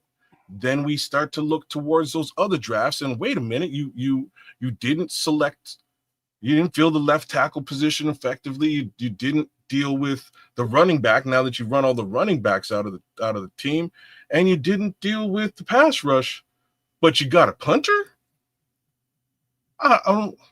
Who drafts a punter? Nobody drafts a fucking punter. Nobody drafts a punter. But Ryan Poles decided to draft one in the 4th round instead of a running back. And now we watch Bucky Irvin running wild out in Tampa Bay. See what I told you? I told you. Once he started there, he was gonna go. Nobody. But I'm not talking about Velus Jones anymore. Like Velus Jones was this much, and I know I that know was you couldn't. Nobody like Poles, baby. Nobody. Well, that's the thing, though. He's gone turn the bus on that. Turn the bus. You see what I'm saying? Listen. All right. So 50 burger. let's get to Gave this topic. Let's get to this topic. And this is also something that me and Kez was talking about behind the scenes. I don't know. I think we talked a little bit about it lightly. I think we should bring this up. And I said something about it earlier. I'm gonna reiterate what I was saying, and I'll give it to you all to talk about it. When I see rookies not playing, and I know a lot of people are concerned, like, what'd you draft these guys for? What'd you draft Colson Loveland for? What'd you draft Ruben Hippolyte for? What'd you draft Luther Burden for? They're not playing. They're not contributing. All that kind of stuff that everybody's saying all through every chat and every podcast or every radio show host or whatever the fuck these motherfuckers are. You know, I see this way. Obviously, to me, they're not ready. And there's a reason why those players aren't seeing the field. It's things that go on in practices when they're in, the Peyton Center that the media doesn't get to see. When they give these guys assignments and say, hey, man, this is what the play is. This is what your check is. This is all that kind of stuff. And if they can't consistently do what they're supposed to do, guess what? Coaches ain't going to put you on the goddamn field. Now, I do think that's different for Colston Loveland. I'm not saying that he knows everything in the offense and he knows exactly where he's supposed to be. But there's a reason why I don't think Colston Loveland is seeing the kind of workload that we were expecting him to see as a number 10 pick. I think that's partly due to Caleb Williams and them not being able to use 12 personnel the way they want to because he's not comfortable under center yet. I think that's largely due to that. But exactly these other guys, I think it's just assignment stuff. That's like you're bang on, bro. That's exactly what that is. It's an unfortunate situation for Colston Loveland. I think Ben Johnson really wanted to work under center or wanted Caleb to work under center much more frequently, which then brings Colston Loveland into the fray so much more effortlessly. At this point, I'm sorry, Corny. At this point, it's going to be a bit more sparse with respect to Colston Loveland making it onto the field, right? About that simple. More under center, more 12 personnel. Right now, just not going to see that. With respect to the other players, like my problem with the Colston Loveland pick initially was, bro, you already got Cole Kmet. How many tight ends are you going to line up? And the answer to that was 2. We're going to line up 2. We're going to go under center. We're going to do 12 personnel. That's what we're going to do. And I was like, I'm with it. Okay, you go. Except the quarterback ain't ready for that yet. Now, just a little quick touches on that last couple of words. Out of everything that happened last week, this past Sunday, he didn't look terrible. Quarterback didn't look so bad. We talking about the rookies though? Wait, you talking? Sorry, the quarterback. Well, he wasn't horrible, but yeah. I'm just saying he didn't look so like he looked okay. It was all right. It was cool. He wasn't the issue. He was not the issue this week, man. And I kind of want to put that out there because I do think we're going to figure out who he is as we go. And I'm hoping he will adhere to what he needs to, and he'll come around. And if that's the learnings we get from this season, it may well be worth all of this turmoil. But as far as the rookies are concerned, I'm back to where it was. Everybody's buried behind a very heavily paid individual. You know what, Kez? I think most people are thinking about, okay, we just drafted Colston Loveland at number 10, and we right behind him we got Luther Burden. I think, Ruben Hip. I'm not saying that people ain't thinking about Ruben Hippolyte, but I think he's like a side story to the main 2 ingredients, and that is Colston Loveland and Luther Burden. Why ain't they on the field? And I was just giving context most to that, and Shamar Turner as well too. But I think you're missing Shamar and Ozzie, who are like, if you just look at those first 4 selections. Ozzy won't make it onto the field because he's not ready, and they're trying to transition him from right to left, which was not something they wanted to do with Darnell. They won't be able to do it with him either, at least not this season. They had a come to Jesus moment in camp with him. That's all that happened. They were expecting him to translate to the left side, and it's not happening as fast as they thought it would. And they got comfortable with putting him. Dan Rochard told him, man, look, I know y'all like him. I know we thought highly of him, but right now it ain't translating. Put him on the right side. That's where it's comfortable. Let's keep moving. And that's why you're getting no usage out of him. Of course. But again, that's a missed draft, right? You drafted a right tackle and thought you could make him a left when you have a right tackle that you might have actually been able to make a left, but you refused to do it. It's a lot of left tackles that were drafted and ended up being on the right because they wasn't good NFL left tackles so far. It's a lot of them. It's a lot of them right now that I can speak to. And so that happens, man. They get to the next level and everybody's a fucking superstar and you can't hold up as well. You need some time. That's what's happening. This is it. So he's going to develop, right? We're not going to see him as a contributor on this line this year. He's going to develop. It is what it is, unfortunately. As far as Shamar is concerned, if he wasn't hurt right now, it'd be a great time, great opportunity to get his ass on the field because I believe Grady Jarrett might be hurting a little bit still. He was definitely a little bit slow this week, right? How about this? To Cloud Chasers Radio's point, and this is just we'll get a chance to go around and about this. He says how none of the first 4 players drafted having no impact. Like, come on, dog, it ain't no way. I would just ask you guys, and I'm gonna just leave it to you guys to talk about it. Is there any one of those first 4 guys that were drafted that you're apprehensive about them as a player? Like, do you think that they were bad draft picks? I'm talking about them as a player. I ain't talking about where they drafted them. I'm just talking about, do you think they'll turn out? Is what I'm basically getting at. Do you like their potential? Do you have any questions about any one of them? If you do, say what it is. I have questions about Ozzy, and I have questions about Shamar. We've seen virtually nothing of Shamar. He's been hurt more or less the entire offseason. You know, the preseason case scenario, didn't get much practice in, didn't get to see him. I think we got to see him a couple of snaps in preseason. That's about it. So a little bit of worry with Shamar, or maybe a lot of worry with Shamar.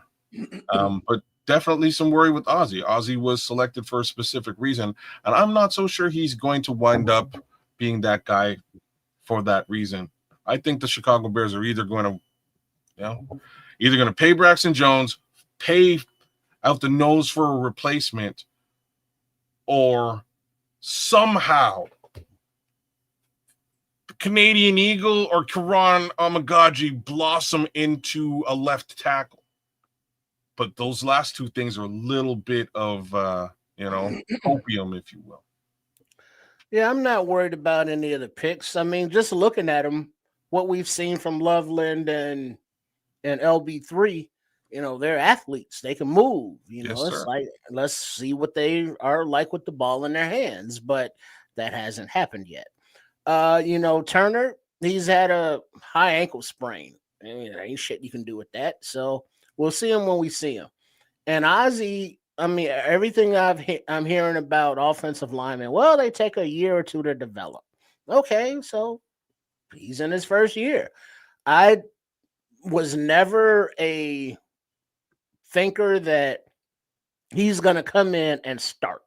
I mean, sure, he can battle for it, he can compete for it, but obviously they was like, nah, not only are you not starting, you going to take your ass back to the other side of the line.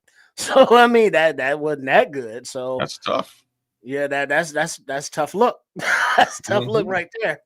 So it's still early. I mean, it's game 2 of their careers, and there are, professionals on this team to where Ben Johnson, head coach, has to come out and say this team is not practicing like a championship team yet. So that ain't got shit to do with the rookies. That's everybody else. So the rookies are the last thing I'm really concerned about right now. We'll get Because to that. it's not the rookies' fault that they gave up 50 goddamn points last week. We'll get to that. About the rookies, I was just trying to gauge y'all's barometer to see if y'all thought that any one of these guys was like, oh man, I wish we didn't draft this guy. I don't think he's capable. I don't think he's up to snuff.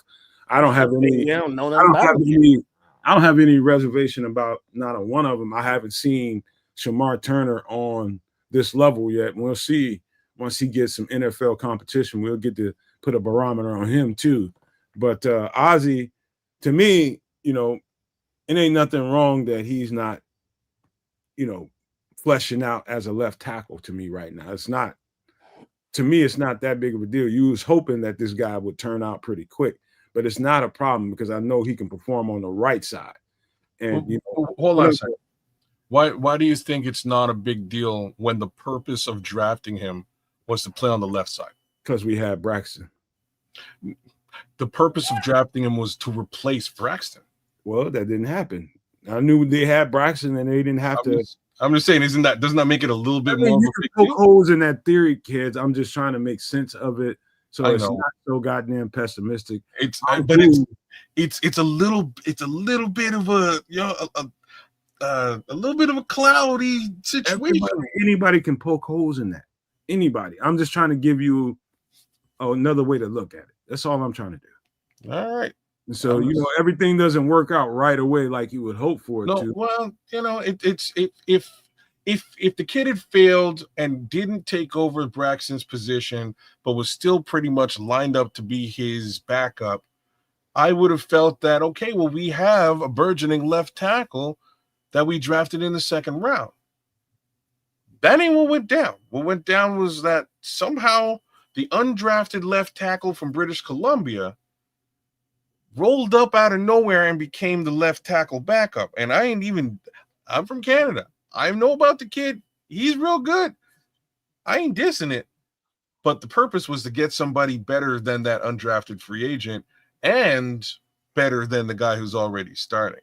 And I have to consider that a failure if that guy's not lining up on the left-hand side. Do we need a swing tackle? Do we need a backup right? Yes. So it isn't the end of the world. Mind you, it's definitely a failed pick in my opinion. The way that I understood the process by them telling us what it was we're bringing in competition at the left tackle position. Guess what? The competition didn't beat Braxton Jones. You're darn straight. This is where we are, man. This is why you have an open competition when you're in a camp. Hey, let's see who can be the most dog consistently. And guess who was the most dog consistently? Braxton Jones. Mm-hmm. Not surprising to me. I think Braxton Jones has got plenty of dog in him. He just still has a problem anchoring at times. I think this is good for Braxton Jones. However this turns out for him here in Chicago, whether we, do away with him at the end of the season or whether we keep him, I know this is good for Braxton Jones because this competition has raised his game. He still is leaking a little bit, but I do think this is good for him.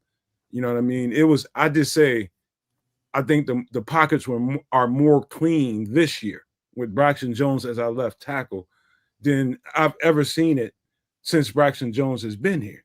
He's playing more clean football, more consistent football. He's still going to have his shortcomings like he always will until his base gets stronger, if it ever will.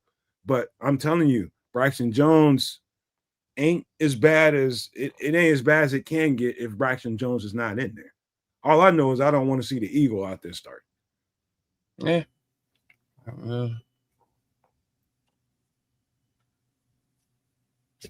6 and one half dozen of the other for me at this point. It's almost worth a shot just to see what we got in the rest of it. Like I would, and I have to say this out loud too. Like I wouldn't be mad if Luke Newman makes an appearance either.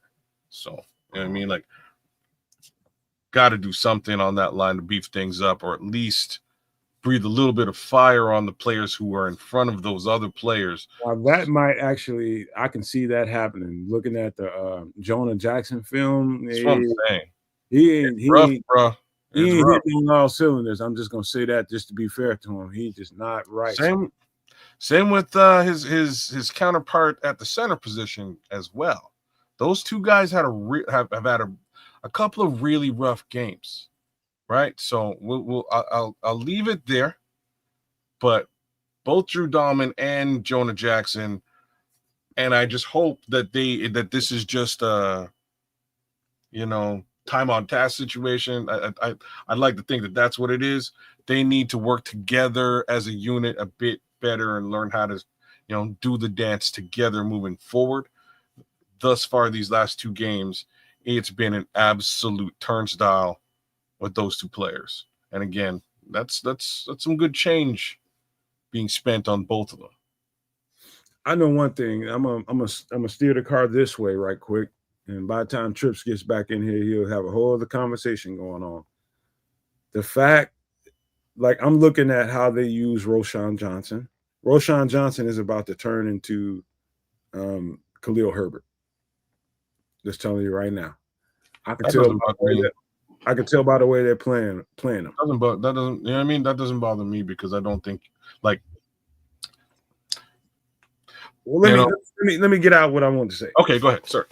That he's about to turn into Khalil Herbert, and I think them still not making a move on some running back out there on somebody's practice squad. There's a few good ones out there, or somebody in trade scenario, free, whatever it is. Them not moving on a running back is still a monumental mistake at this point. And I've been saying it too long.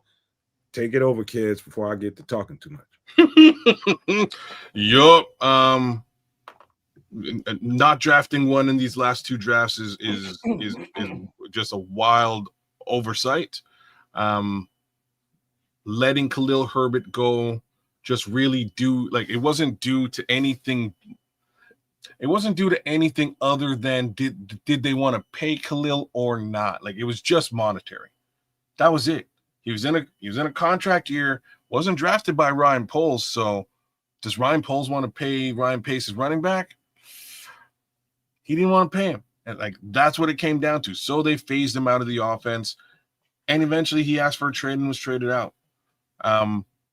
We all know what Khalil Herbert can do. I like Khalil Herbert. I'm definitely a fan of Khalil Herbert. And that's why when you bring up Roschon Johnson, you sort of say he's going to Khalil Herbert, he's going the way of Khalil Herbert. I understand what you're saying. I just feel like one of these two running backs might be advantageous on this squad. You know what I mean? And I lean towards Khalil much more so than Roschon Johnson. However, you should probably still play the kid. Like, in a situation where you're doubling down on, QB sneaks when the first one ain't work, we're gonna do it again. And you know what I mean? Sometimes I'm of that mind to just do it. But in this case scenario, you actually have just giving the devil his due. He's a solid north-south back. Pretty good for 2 yards. Can't really say much more than that, though. You need a single yard.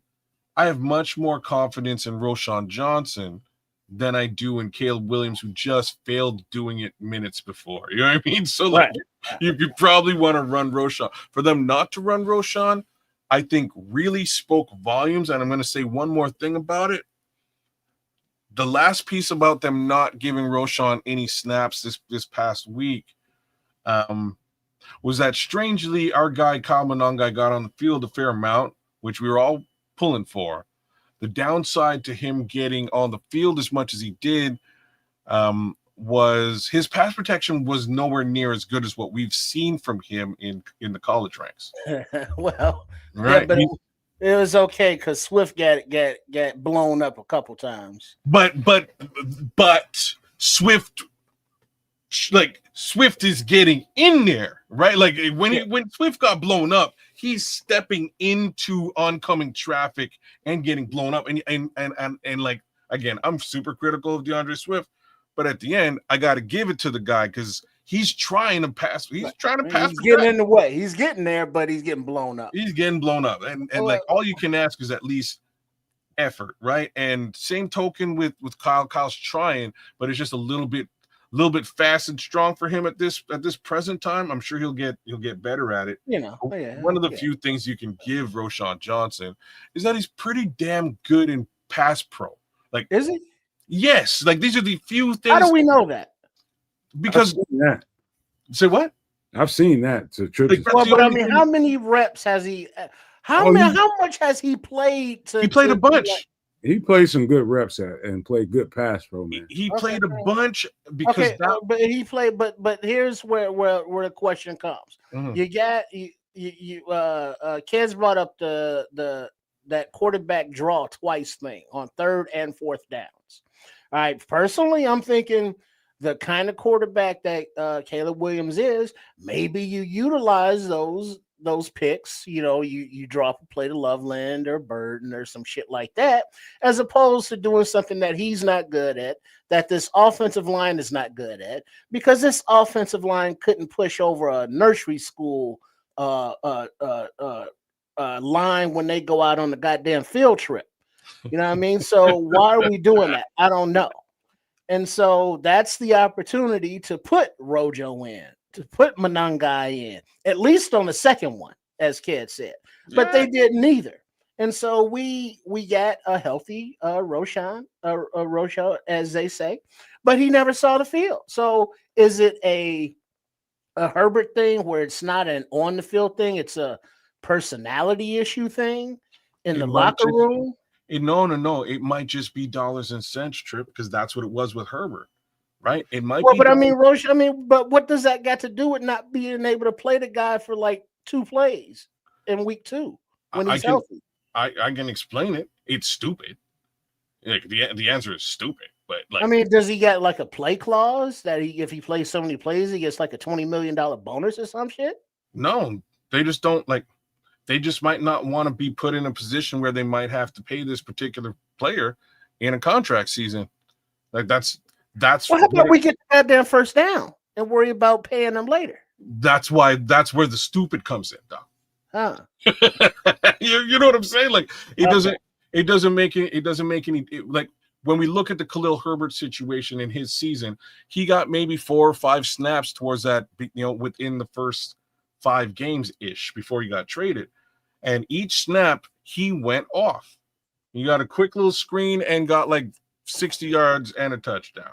Him taking off and getting that alone speaks to you might get a couple of bucks for this player. You might get some value for this player. Again, not playing Roschon Johnson in the same pretense means you also can't trade the player for anything or get any capital for him. Right? Weird little situation, weird flex, like the kids say. Weird flex not to play Roschon Johnson. So you got to put him out there. You got to at least give him some run. You can utilize him in pass pro situations. That's basically what he's good at. He's good at pass pro. He might get you 2 yards.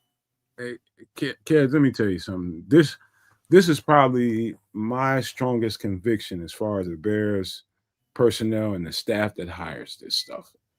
I'm talking about the coaches. I'm talking about the GMs. I am thoroughly convinced, 110%, they don't know how to draft a damn running back. They don't know what the fuck. They ain't drafted a good running back since we've been here. Since they've been, I'm talking about since Poles has been. Now I don't want. Well, he's only drafted 1, right? It's only 1. Treston Ebner? Talking about Treston Ebner, Roschon Johnson. No, Calvin guy. I'm just talking about on my list of guys who I thought was Treston Ebner a Poles draft. Yeah, he was. Okay. Calvin guy on my list of guys that I thought that can come in here and make an immediate impact. He was on the very lower tier of that. There's a reason why that guy got drafted at 7. I'm not saying he can't come in here and produce at some point. I just want to say to people, maybe he just ain't as good as we thought he would be. Wait, who's that? Calvin guy. Wait, before you go there, though, I think Leo Factor's comment is more relevant before we can make that even statement. Is Ben being overwhelmed with being a head coach where he's lacking clarity with his situational play calling. Let me put a star by that, because we were talking about the running back. We'll come right back to Well, yeah, it. but that has to do with the running back, because we haven't seen Manangai really get the ball and the opportunity to do anything. I mean, a couple garbage time handoffs don't really say anything. So, but I think it's just way too early to make that assessment that, you know, he's not the guy or he's over his head or anything, because he hasn't played enough yet. And he is a rookie. So when does that development process take time after he plays? He ain't that good. But with Ben Johnson, point being, he's a first-time head coach. You know, this is his second game. And he's like, you know, he's new to all this. So how long he has to have a growing curve too as well. And is that going to affect his play calling? And to the point where it's like he said, we was going to see the run game, whether it be Swift, Manangai, or Rojo, but we saw nothing. Was that him like blowing smoke, misdirection? Or did he get into the game and was like, oh shit, I forgot about the run game? Or we're down so far now I can't run the run game. So I mean, they gave up 50 points and lost to the damn Kitties. Well, man, listen, man. Whatever. Manangai is regular. I'm just telling you right now, he's just regular, and I'll stand by that.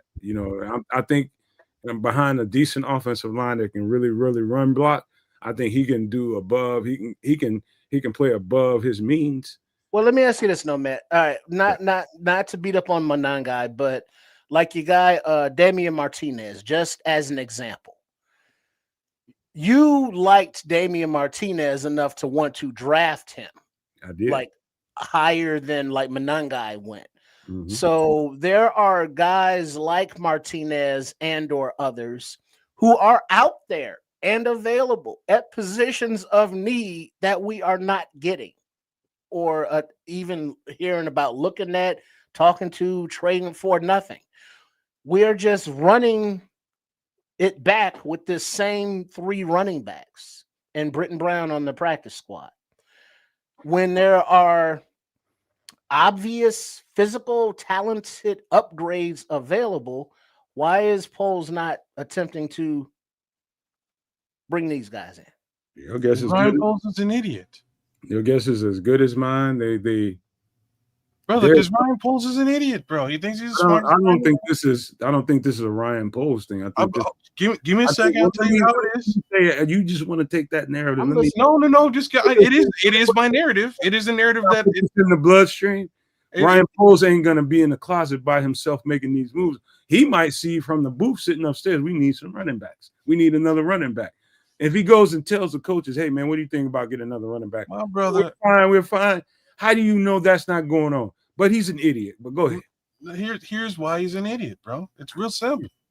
He jumped up and got an undrafted linebacker, undrafted potential free agent linebacker nobody knew in the 5th round. In the deepest running back group that there could possibly be that I've ever seen. He could have got a Bracial Tootin. He could have got a Damian Martinez. He could have got a Cam Scatterbo. There were guys there he could have got, and he was like, you know what? I need another linebacker who's not even going to start on the team, but I need another linebacker because potentially maybe he might play sometimes. You done? Oh, I'm not arguing. It's not an argument with you. I'm pointing out the obvious statements here. There were backs there. We know there were. And he decided to go with the running back in the 7th round. I'm not going to sit here and besmirch a 7th round draft pick for being what he is, but I am going to talk about the undrafted free agent that he probably could have actually got in the 7th round and maybe got a viable running back in the 5th. I just got a question for you kids. And we have this conversation all the time. And when I try to impress upon you that it ain't just a singular thing when it comes to the drafting process, it ain't just one person deciding overall this is what we're about to do. Do you understand that the coach in conjunction with the coaches are heavily influencing what to do.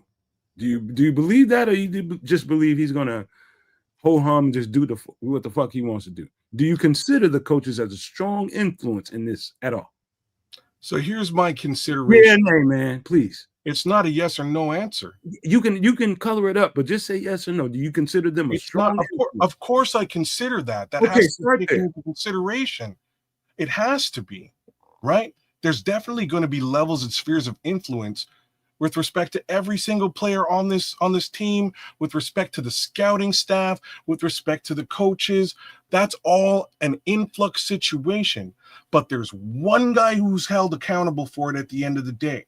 When all of that shit doesn't fly, Of course, man. but that's his job. That's his title. That's of course, man. You're beating a dead horse, kids. You're I'm beating a not- dead horse. You've been beating it for too long. And I'm just trying to tell you that it is not a singular thing. It is not. I do remember, Kez. I just told you. It was you. But I think I'm you're just the talking one about dealing. other people. Some of these other podcasters, like on 670 The Score, like what's his name, Silverman.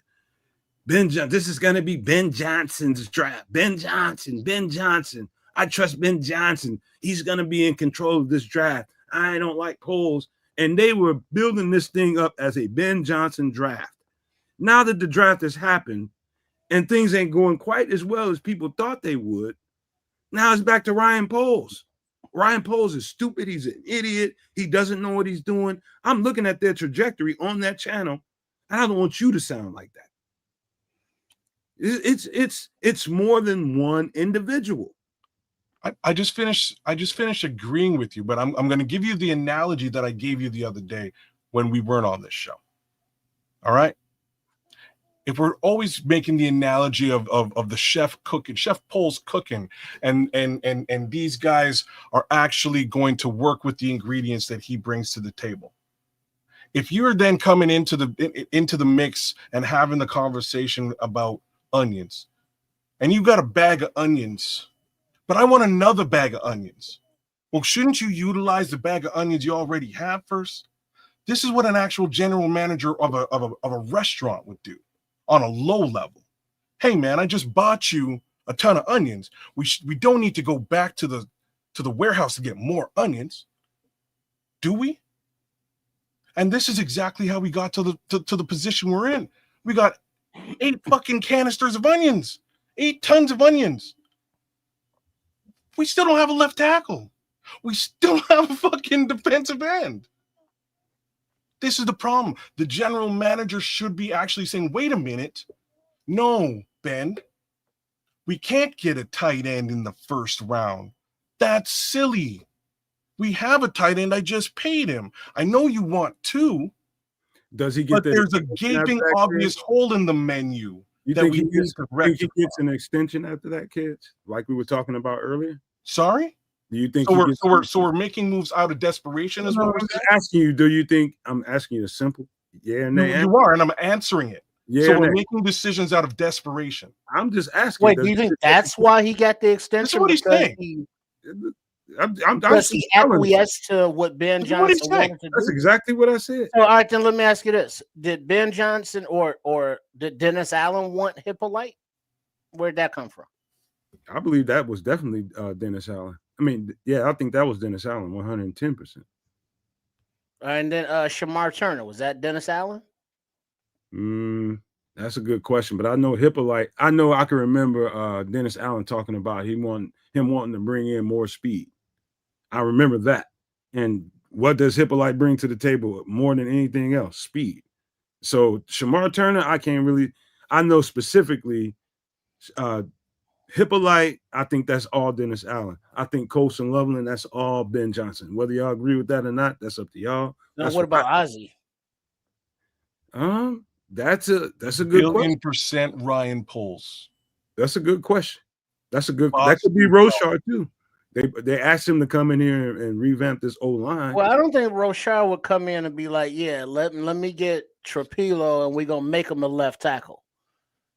And to take him that high, because otherwise it's with Darnell Wright there and balling out, there is no need to take a right tackle.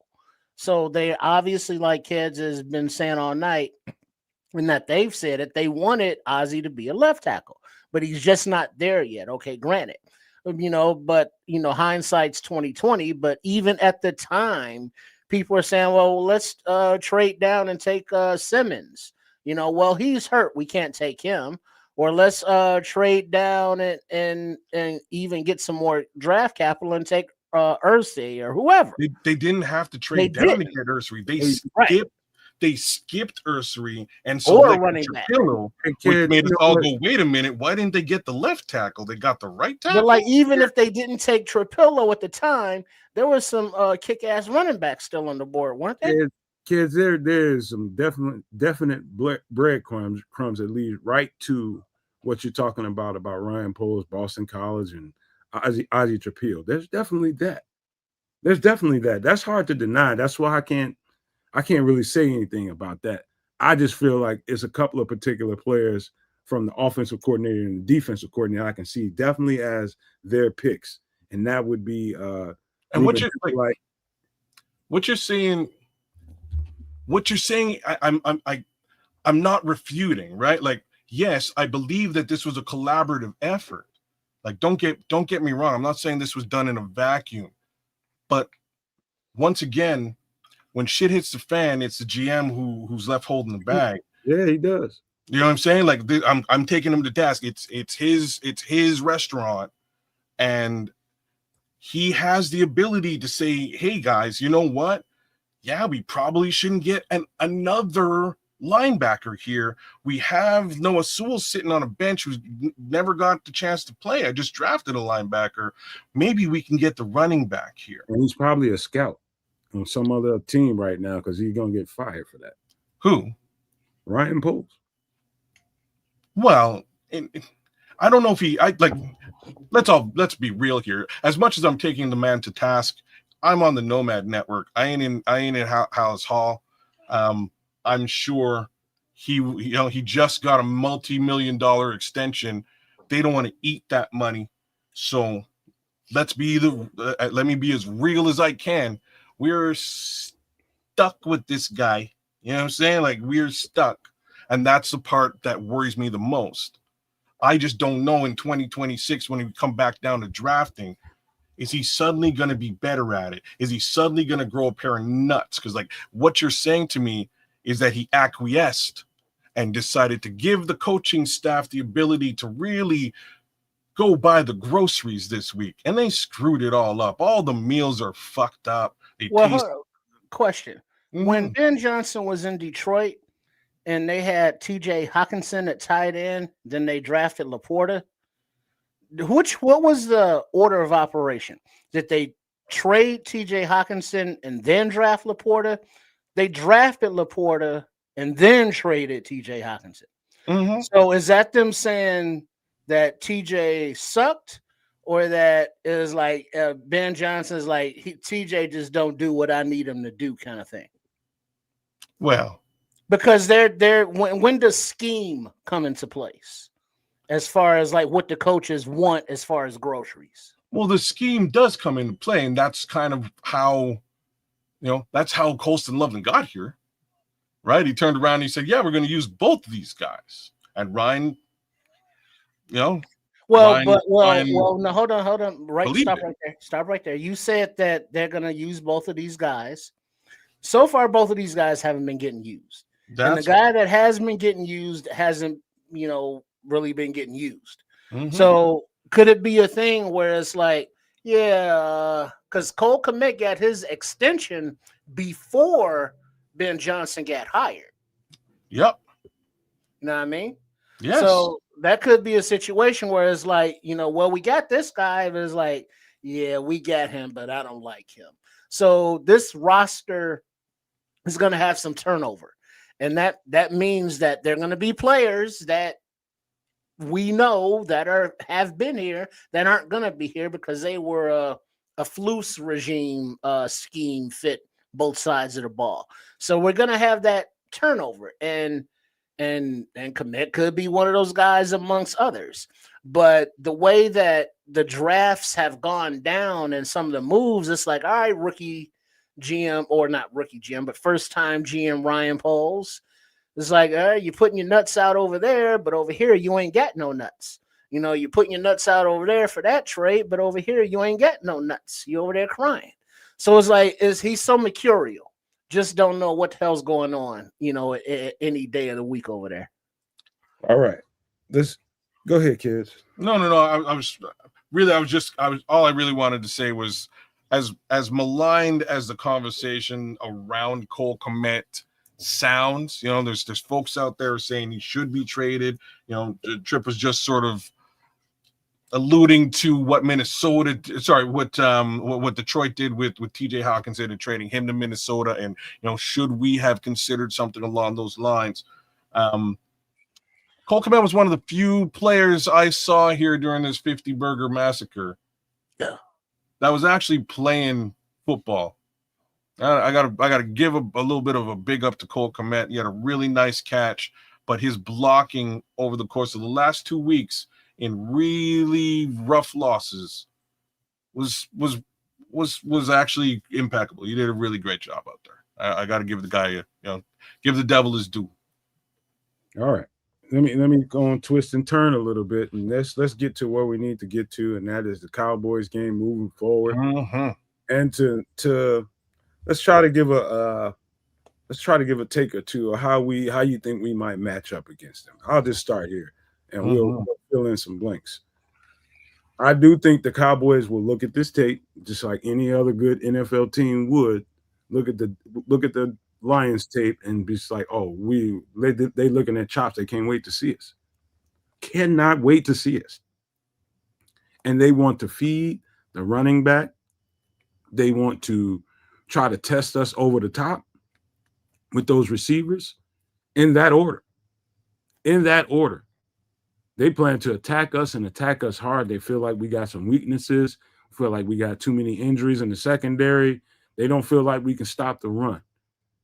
And they're going to take it and bring that to us, man. And let's just say, as bad as that looked on tape in Detroit, I did see some stuff that I felt like, okay, some assignment stuff. The things that worry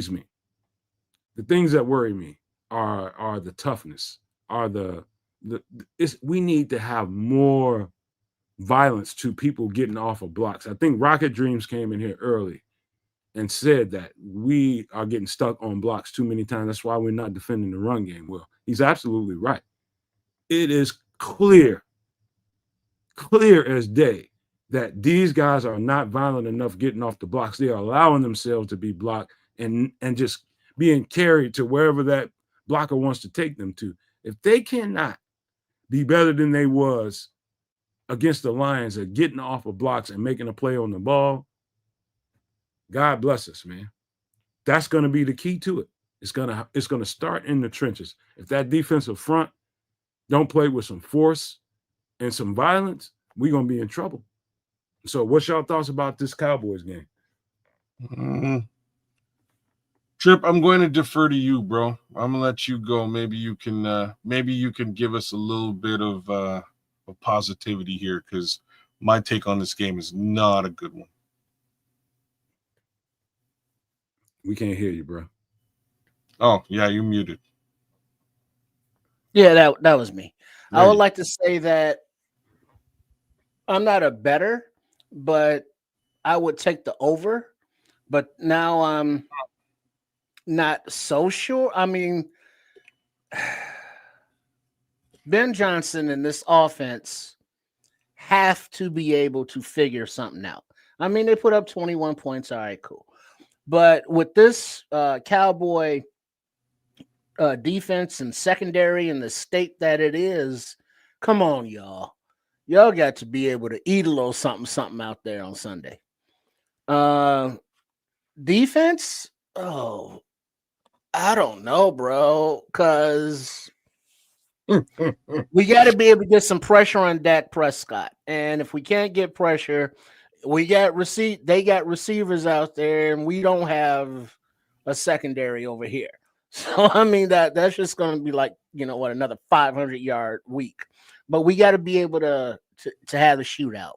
So it's going to be a high scoring affair, I hope. But there will be a turnover on defense because there will be some heart, some soul, some fire, and some goddamn desire on this defense. Let's go. Shout out to Cloud Chasers Radio for making sure he throwing something in the tip glass, man. We appreciate you and love you, Cloud Chasers Radio. Thank you so much. Right God Chaser says thoughts on the Cowboys game is to pray, and I wish I could argue with that sentiment. One more time, thanks for the super chat. We appreciate that. Yeah, I will be in prayer when we're live doing the darn thing for this game. I worry immensely with respect to CeeDee Lamb. I think CeeDee Lamb is going to make Tariq Stevenson look terrible this week. You see that take by Cornelius. We're gonna leave Cloud Chasers tip glass, man. We appreciate that, but just go ahead and read what Squall said in the comments, man. Oh, sorry. Here, I'll put it up there. You just want me to read it? Yeah, just go ahead and read it. Why is Clowney playing for Dallas now when we need a pass rusher probably more than they do? Well, they did just get rid of, you know what I mean? They did just get rid of Micah Parsons and sent him in division, which was awesome. Thanks, Cowboys. But that does not negate the fact that we need desperately a pass rusher. So there is that factor. Man, again, I think the answer to your question, Corny, I think the answer to your question is that Ryan Poles has spent a whole bunch of money on this team, and there may not really be money to tie into a more veteran pass rush player. Right? Like they just had to do a little restructure to maybe pay somebody, and there's still a couple of holes to talk about. So a little bit worried, but yeah, Cloud Chaser, I think if we aren't able to get pressure on Dak Prescott, man, if we're not able to get pressure, I think that CeeDee Lamb and George Pickens have a field day, man. They're going to be out there living it up. And like CeeDee Lamb is a fantastic wide receiver. He really is. And I ain't taking anything away from George Pickens. He's good too. But get him, Leo. He says maybe Clowney's personality Poles doesn't like. Oh, that's possible. Yeah, you got that kind of shit going on, man. Yeah, people say he's a bit of a jerk as well. Yeah. I like some jerks now. I need, especially on the football field. I might not fuck with you when we get out the building and shit. We get ready to go home. Like Clowney talking about, hey man, you want to go out? No, I ain't fucking with you like that.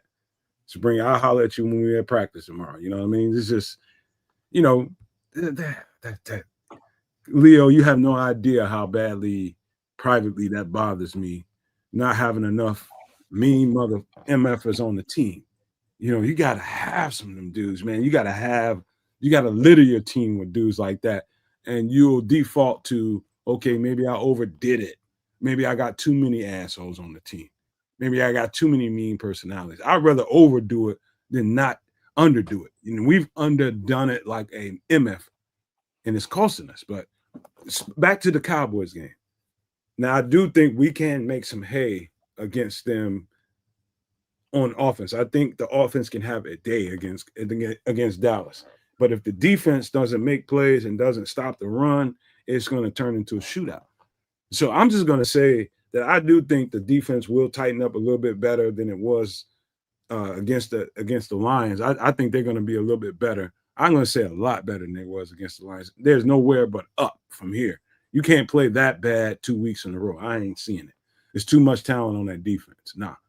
I'm going to say they're going to tighten up and stiffen up a little bit and get after the quarterback a whole lot more. And we're going to see some signs of life because, like I said at the beginning of the show, all this stuff takes time. It's several teams going through what we're going through with new coordinators on both sides of the ball, but you just don't expect it to look this bad. You just don't expect it to look this bad. It shouldn't have looked this bad, but it's what it is. I'm telling you, these are pro football players with heart and determination. They'll be better than they were last week. Well, it's really for me, it's really the secondary that kills everything. You know what I mean? If you've got Jalen Johnson, and this goes for almost any opponent that we would line up with over the course of this season. But if you got Jalen Johnson, that kind of negates the better part of that number one wide receiver on any football team's production. Then you look into the slot and you've got Kyler Gordon, and the slot's a bit of a problem. Long story short, you only got one more corner because the safeties on this team are super solid. So the liability is Tariq Stevenson. And under normal pretenses, if he's not up against the number one wide receiver, he was showing out. He was showing very, very, very good traits. A little bit chippy, a little bit physical, but good traits. Now he has no one else to rely on with the given injury case scenario. And it's rough, man. It's going to be tough sledding for him and for the replacement, the backup secondary, if you will. So that's really my worry in this with respect to this football game. I think we can, I would expect somewhere in and around 21 to maybe even 28 points for the Chicago Bears in this football game. But I think Tripp nailed it. I think you hit the over. If anything else, it's probably going to be an L. So I would bet over L and Caleb Williams for a rushing touchdown. That's my take this weekend. All right. Trips. You know what, man? Let me just wrap this all into one. There's some talk. Well, Ben Johnson's kind of said that he's going to open up some competition at different position spots and all that kind of stuff. And, just because based on performances, he feels like maybe we need to give some other guys some opportunities. And he opened that door to the media, and the media just went wild with it. Yeah. Where they took it is immediately to, I think some of that, there's some runoff, some like beer fuzz with the whole thing that happened with DJ last year. The first thing they did, the fan base and some of the, I ain't gonna say the reporters, I'm gonna say some of the podcasters, some of these guys with channels and some of these, major networks, they went right to DJ Moore and started targeting him. And just like, okay, is he gonna bench DJ Moore? Should we start thinking about trading him and all this kind of stuff? Trips mentioned it to me in a DM on Twitter. I'll just give it to Triple R. Let's see what he's got to say about this here. All right. While I'm breaking it down, Keds, can you pull up the message there on the Twitter, and in there it has the link to the salary cap place? I got you. And share that screen, please. Now, DJ Moore. Let me preface by saying, love the guy. He's a dog of a football player, and we need more players like him. But here's the thing. There's a disconnect between him and Caleb Williams. It looks to be, to me at least, and to everybody else that's been paying attention. Now, we know that we have needs, and we know to get the needs filled, we have to have something to give up, whether that be draft capital or players. Now, let's look at what we need and what we have. We need running back. We need edge. We need maybe left tackle. We need cornerback, possibly. And hopefully we don't need safety. We should be good there. But we have needs. And what do we have ample of? Wide receivers. LB3 is supposedly, a DJ clone kind of player, quote unquote. Not bringing up Cole Kmet right now. We spoke on him earlier, but we can look at those numbers when we look at the numbers. But specifically with DJ, his contract that he and Poles agreed to last year or earlier this year is a bargain now in the wide receiver contract market, so to speak, because every new deal has to be higher than the previous. So what he's making now is a pretty penny, but it's a decent contract that teams will take kindly to salary cap wise. Now, being that DJ is in his prime and has a doable contract in the league, we can get something back for him in a need of a position that we need. We need to give up something or somebody good to get something in return or somebody back good. You know, like when you trade your baseball cards, that's a new thing nowadays. That same Pokemon card generation now back to the baseball and football cards. Well, we're talking about human beings here, but they're still players. So we got an abundance of wide receiver, and we got needs at running back in other places. Now, kids, are you there? He's eating something probably. Or he might have gone to tinkle. I'm All right, here. but when he gets back, we're gonna look at the Why- salary. What was that? Go ahead. Yeah, we're gonna look at the salary cap situation and the main inhibitant of, let's say, trading DJ. We thought was, well, it's going to be a huge salary cap hit. You know, same with Komet because they just signed their deals. So when it comes off the team books, it's, you know, gonna hit all in this year. But now, kids, of course, he's gone when we need to see this stuff. But this is why it's somewhat feasible to discuss, not because of a want, but because of needs. Now, kids, did you hear anything that I said there? He's trying to set the table for a DJ Moore Right, trade. right. and the You muted, kids. You muted. Sorry, my You bad. muted. Sorry, Yeah. my bad. All right. So share this screen and now look at the area of the salary where it says, you know, what the cap hits would be. Because you were saying that they can't trade DJ because of the 23 million or however much the salary cap hit would be, correct? Dead money cap hit somewhere in and around 35 mil here, right? All right, now hit that little arrow under where it says dead cap and savings. The arrow. You see the little drop down arrow menu? Pre-June. Yeah. Now hit click it one time. All right. And then go to trade. Trade pre-June or trade post-June? That's clearly post-June. Pick one. All right. How do those numbers change? They change a little bit. You're looking at sorry, let me do this again. Cut pre-June. $60 million versus Not cut, but trade. I'm with you. Okay. And now we're trade post-June.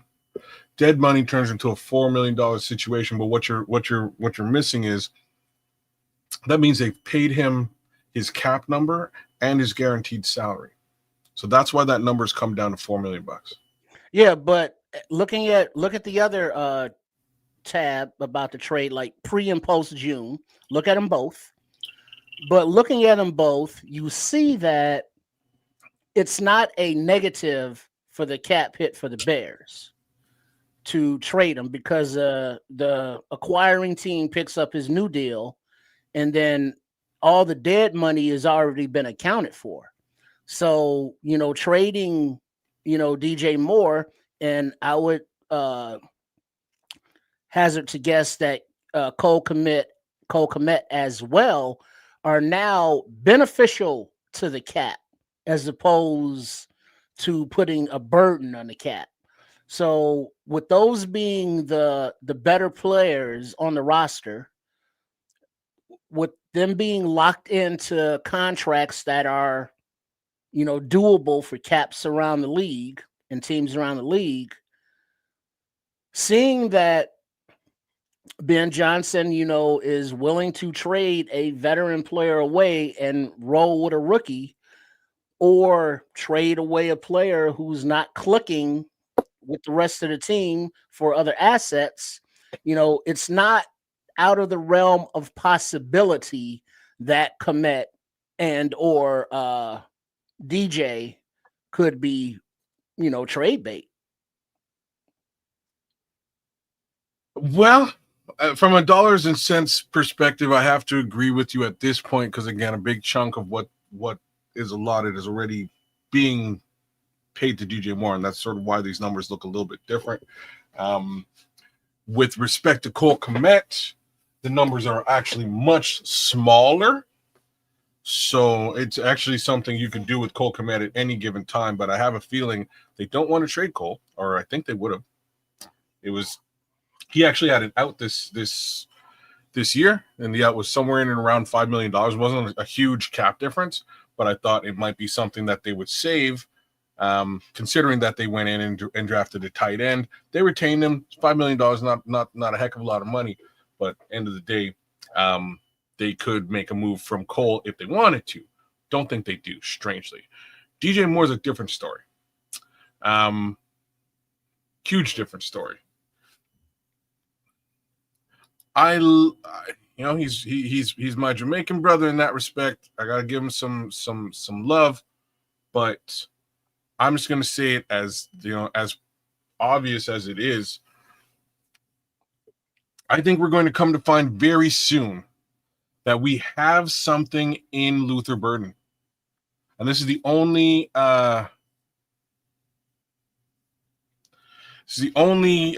shining light that I think will really come out of this particular year's draft.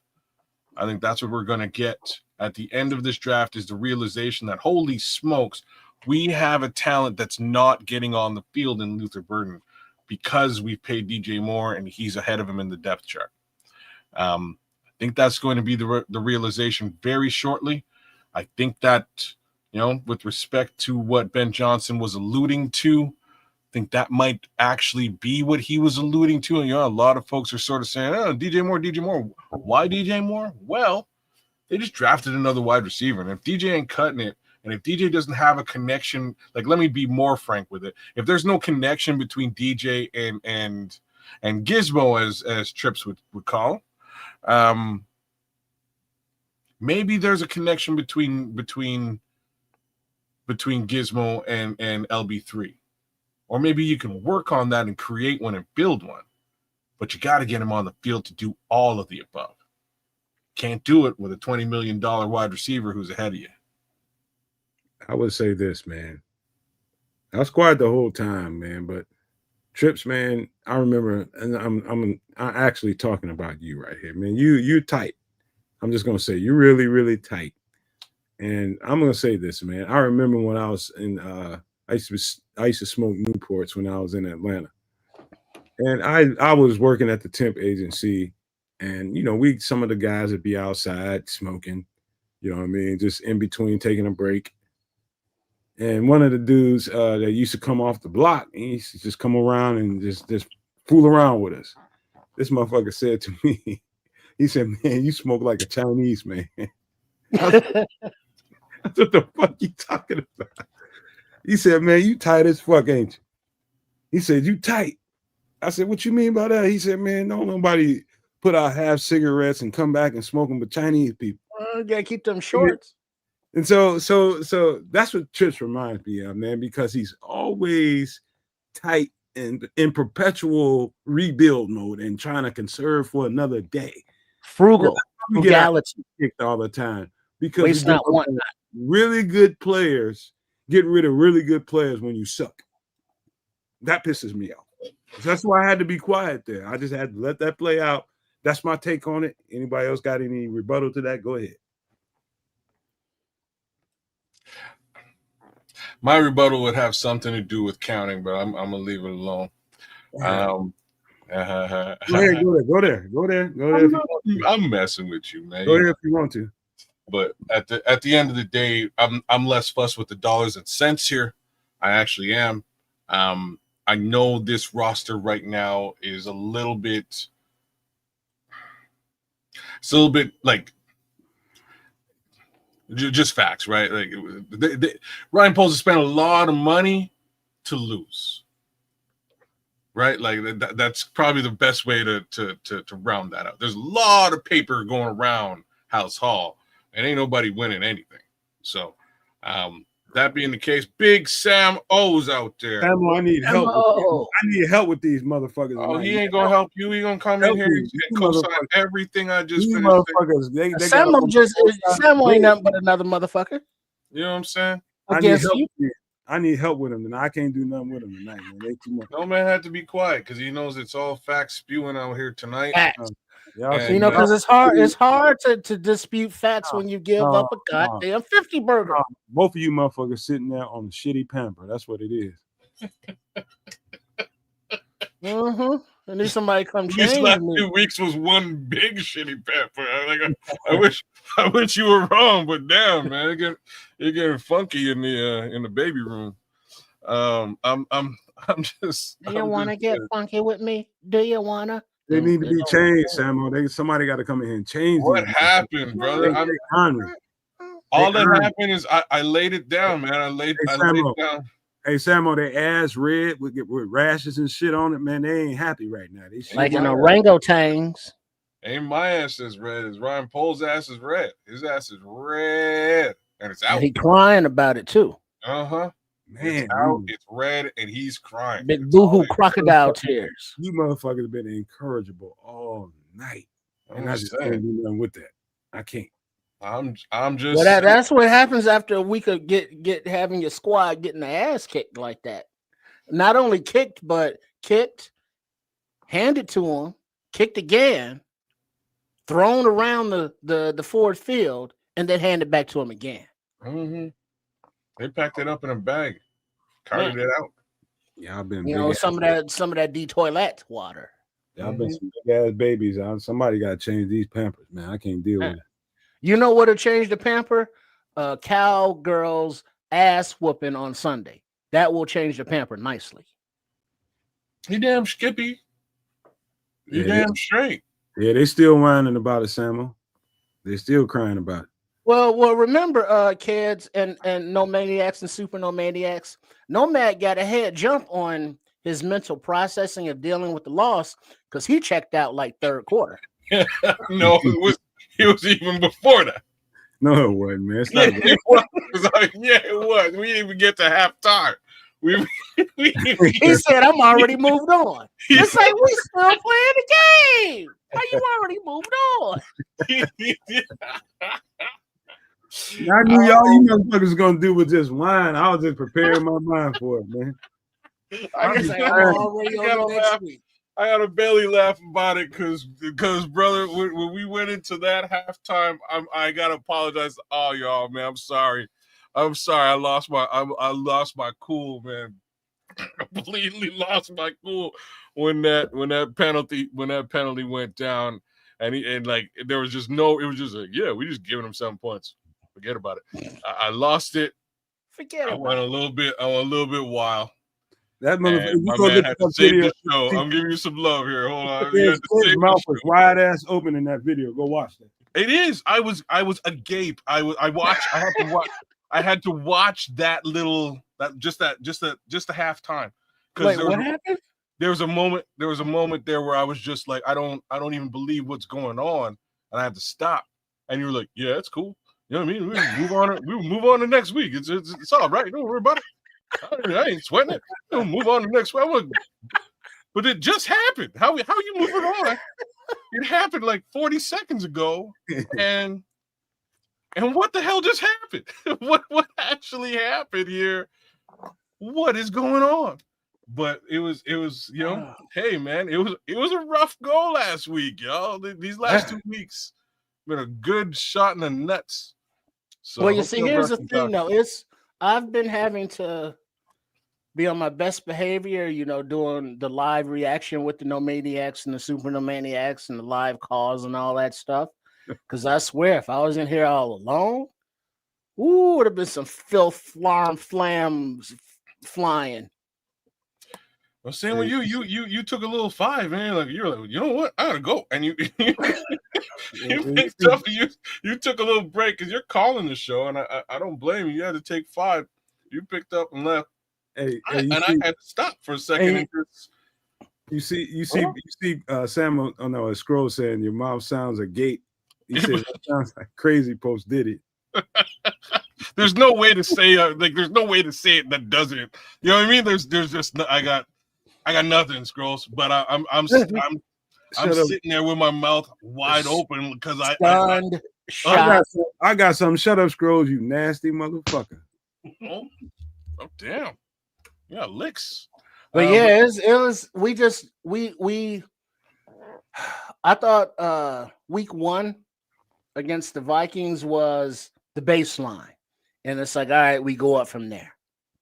And then that happened. Then that happened. It's hard to say that after week 1 and then have what went down right, week 2. Right. Yeah. So that has to be like the bottom, right? This has to be. Oh no! It only gets better from here. So you see what you're doing now? Well, I'm asking. I'm right. Okay, good. I'm glad you're asking. Good. No, I'm not saying, but I'm saying right because it's like they have to, do all the cliche things like talk about premonitions, but check out the Sports Chicago style post game wrap up from this past week. And it might have been myself, or it might have been Coach or Chef or Trip. I don't know. But somebody said, it might have been me, that we're going to hear, we got to look ourselves in the mirror, look each other in the eye, have pride, respect the football gods, yada, yada, yada, woo, woo, woo. And that's what we heard this week from out of Hallis Hall. So this is a gut check, nut check, whatever check it is. Now they are in the spotlight under the magnifying glass, and it's like, all right, Dallas, y'all are coming in and y'all suck, but the Bears, it's like this team. Are we gonna suck? Or are we gonna fight? Or are we going to fight the suck? I don't think we're going to be sucking now. With your trifling ass. I was looking at you, Scrolls. Oh man, I don't know, y'all. I don't know what happens now. We're like I said, we came out of week 1 and you said, you know what I mean, like that's like rock bottom. We can only go up from here, and then we got slapped up, slapped up, Mollywop for a couple hours on Sunday. The following Sunday, slapped up, and now it's week 3, and we've taken a stock and we said, wait a minute now, we can only go up from here again. I'm so worried, man. I'm so worried that it's gonna Man, we're gonna be all right. Don't be scared. Karma's gonna be a chameleon again. Don't be scared. I'm just saying. Karma's a chameleon. We're gonna be all right, man. Listen. Okay. The football stuff is it's like I think I put myself in a place when I detect. I'm gonna tell you guys, my weakness is listening to people complain and bitch and moan and grope. I'm not built like that. I'm a solution finding motherfucker. That's what I am. And listening to people complain and just point finger, I just can't stand it. So you understand why I get quiet and I start compartmentalizing and I start just letting people have it because I can't be a part of all that. I'm just not me and not the way I'm built. So I just shut the fuck up and let you motherfuckers vent. That's just what I do. No, and I appreciate you doing that this time around. I am gonna ask you something though. If that's what you do, what's the fix? How do you solve all this? I just told you. Just watch the All 22, man. If you guys want to see exactly what I think the solutions are to the problem, just watch that All 22. It'll tell you everything you need to know, man. It was some of the stuff was system related, and that's just because they're new to it. It's all kinds of new car smell to everything. And they are a step or two behind everything. And that's misassignments, just miscommunication, all kinds of stuff going on. People not being in place where they're supposed to be, people jumping off sides. That all has new car smell to it, to me. And I think they're a step behind or two behind everything right now. And that's just gonna get better. They'll get accustomed to it.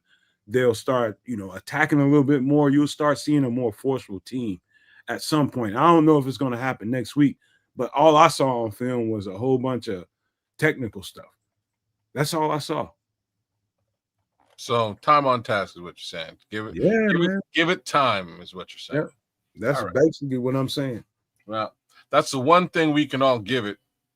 That's got another 15 games to go through. So we'll see how this thing. We'll see how this thing works its kinks out as we go through the season, and hopefully towards the end of the season we start to see some more. Look at it this way: with all the talent that we have on both sides of the ball, what else would you give to that? What else would you say to that? Other than they're too talented, man, to play that bad. What else would be your conclusion to that after what you saw? They talented as fuck on both sides of the ball. What I would say to it is just the most obvious thing to say. What are they? And are we maybe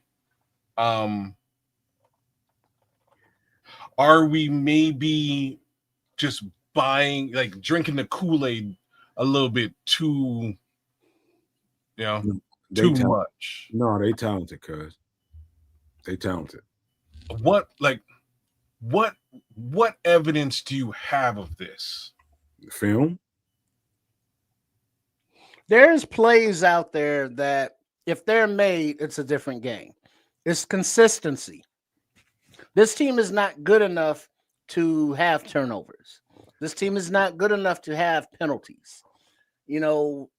There's plays out there, from, misses from the quarterback, misses from the running back, offensive line, defense, all the way go around.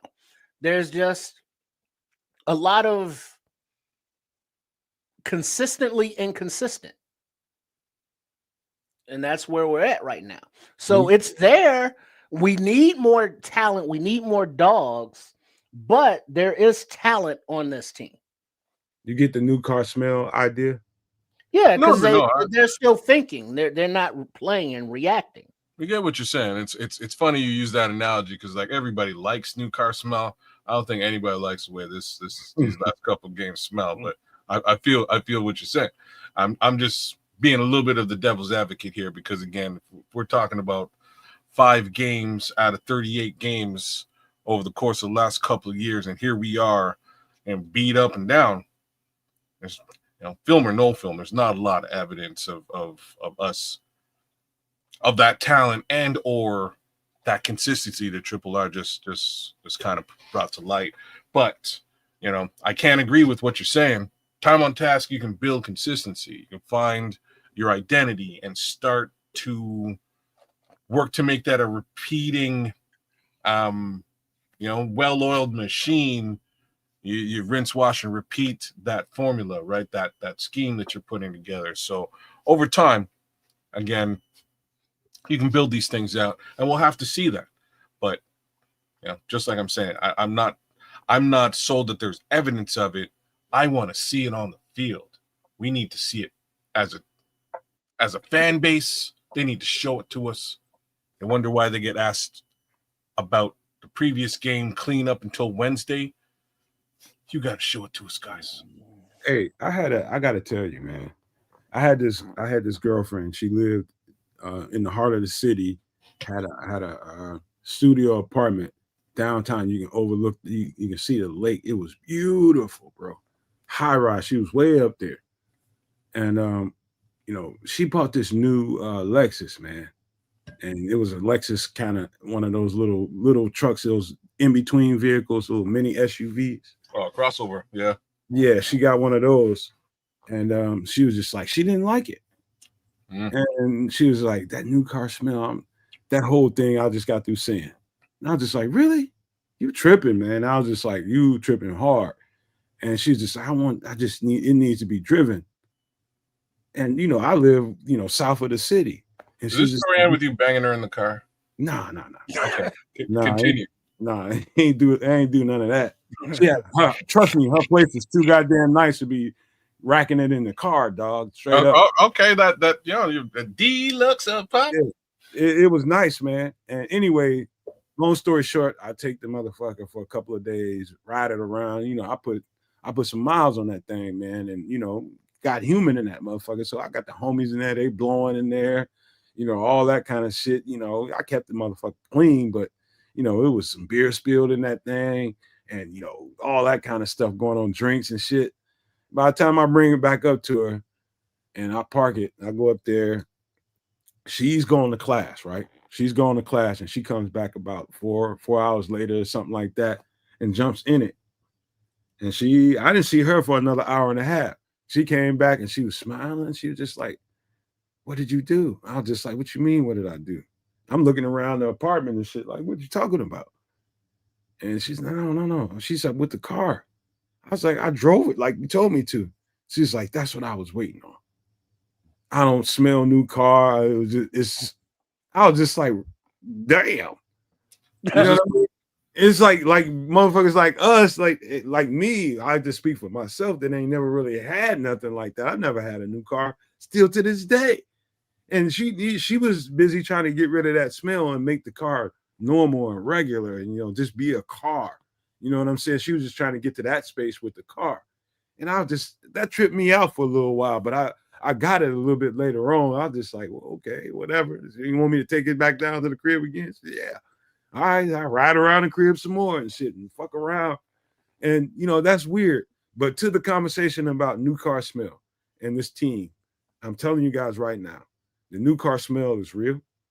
This team ain't been broke. It hasn't been broken in yet.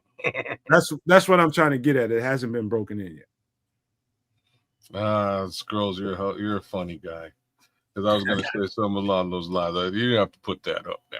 Yeah. Say something along those lines. Hey, dog. Hey, Scrolls. If you'd have saw how good she was to me and how much she was into some me, and there's no way I could have at that point in my life been exactly what Scrolls is talking about, but I was absolutely opposite. I was just like, yeah, she was right, man. She was right, and I treated her right. I had female. I'm just telling you, I had female. She just didn't know about it. It was back at the crib.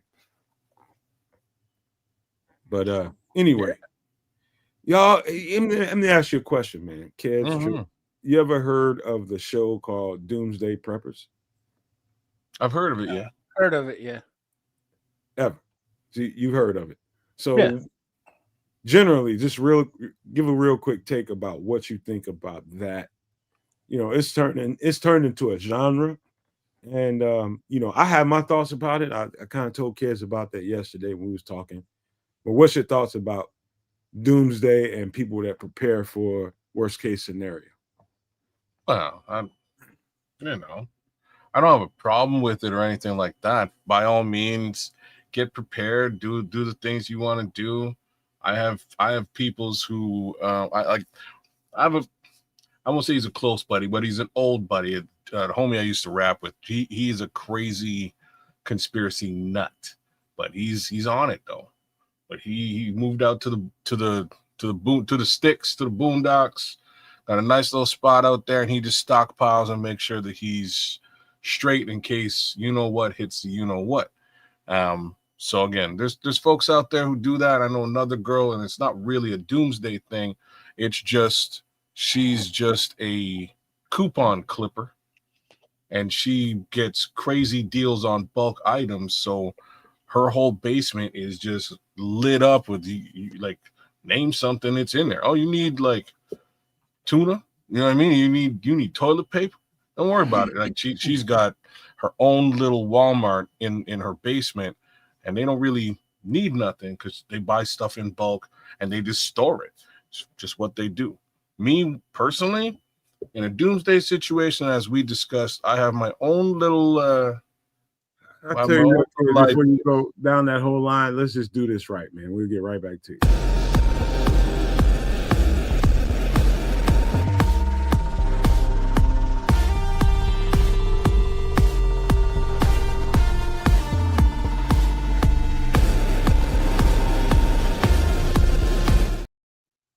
when disaster strikes, You got a whole thing. Damn. Be Okay. ready. Be ready. Okay, When carry the on. shit Carry goes down, you better be ready. when the shit goes down. First of all, what y'all think about the music there, man? It's pretty cool. It was definitely it sounded like Metal Gear Solid on Super Nintendo. I'm sorry, not Super Nintendo, but on NES. Metal Gear, the original. I'll have to look that up, man. Nah, you ain't missing nothing. This is like a 40-year-old game. I'm old. Some of that shit sounds good, though, man. For samples, yeah, it does sound good. It's like a little bit MIDI, just a little bit MIDI, but it's cool stuff, man. But yeah, like I say, I have my own little. These prepper types are usually nut jobs. Doomsday means doomsday. Even if you initially survive, you're just delaying the inevitable. Yo, Scrolly, that's kind of where my brain is, right? Let me just tell my story. This would be easier so that everybody can follow up. My story goes like this. I was just like Scrolls at one point. I was like, these motherfuckers are tripping. I was like, they tripping, man. And then I start living life and living more life and more life. And I get to a place in my life where I'm down in Atlanta, Georgia, and I take a job doing emergency response, which I've told that story. It's not ambulance chasing. No, this is you respond to disasters. And part of that job, through that job and preparing for the opportunities and situations that we will be poured into, you have to prepare trailers and things like that. Like you like what's the agency that goes around trips and responds to disaster here in the United States? FEMA. So you basically setting up private FEMA trailers to go to each place to respond to those disasters. And through those, I learned how to do a whole lot of stuff. And, again, I told kids this privately, you stock a trailer and you got to put certain things in it so you prepare for every scenario. Even as stocked as those trailers were, you don't prepare for everything. There's always going to be something missing. And so you prepare like that. You're constantly trying to fill in blanks. And, the guy that owned that company, that guy fell in love with me, man. I mean, not physically. I'm just talking about personality. My personality, he just loved me, man. And he's a very, very wealthy guy. He lived in the hills of Tennessee. And he was a very good guy.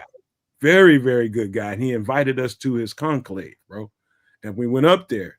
And this guy's got, I'm talking about a sprawling hills complex. I'm talking about like shit you see on TV. It's just like, holy shit. Holy shit. This motherfucker's got wine cellars with hundreds of fucking bottles of wine down there. And it's legit. It's like cobblestone floor, cobblestone wall. And he's got this big vaulted door. Shout out to Samuel. Thank you for that, man. He's like, it's like intro to a score for a Doomsday movie. That's exactly what I was going for, bro. But anyway, we down here in this guy's cellar, and the cellar turns into and I guess an underground vault container, which I'll get into in a minute. But he opens this thing, it was just like click, click, click. It had like if you could look at an old sailboat with that kind of wooden wheel on it, that's what this steel wheel on this door looked like, and it sounded like click, click, click, click, and it was just like he's trying to get to some combination on it, and then boom, it hit it, and it just opened up. And inside there, he's got everything, kids. I'm talking about food, rations, medicine, living quarters. He's got it all in there. And later on, after I, ventured through that whole thing and saw how nicely he had that shit set up for him and his family, had a couple of kids. We ended up later on after drinking some of that rich ass wine. Ain't nothing like the taste of some old ass wine. If you haven't had a chance to taste it, that is different. Different when you talking about like some 80, 90-year-old wine. It's different. Anyway, we're out on his balcony, out on his patio, and he struck up a fire on this big, huge ass fire pit. And now I'm just sitting out there with him, and he's telling me how much he appreciates me. And, you know, he was telling me some things about rich people. And he told me, he said, let me tell you something. Long as you live, just remember this. No matter how well you do in this life, just remember there's always people with a whole lot of money and a whole lot of power trying to tear this motherfucker apart for their own selfish reason. And so don't ever overlook or just thumb your nose to people that are trying to prepare for a day that might happen. And that was at least a decade ago when he told me that, about somewhere around a decade. And this sticks to me to this day. And I told kids about a story that I went through. I'll wait to tell that story later if you want to hear it. But it sat in with me, and I started to move differently. I started to at least make some provisions for myself in case some things start to happen. And so that's where my story with prepping started. Let me show you guys something.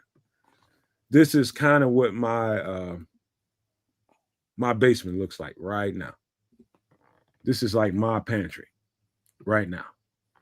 This is what my pantry looks like right now. The exact same kind of shelving that's going on down there. You see those little black shelves? That's exactly what I got in my basement. Mine is way bigger. The only difference in my basement and this one is there's a door right there in front of you.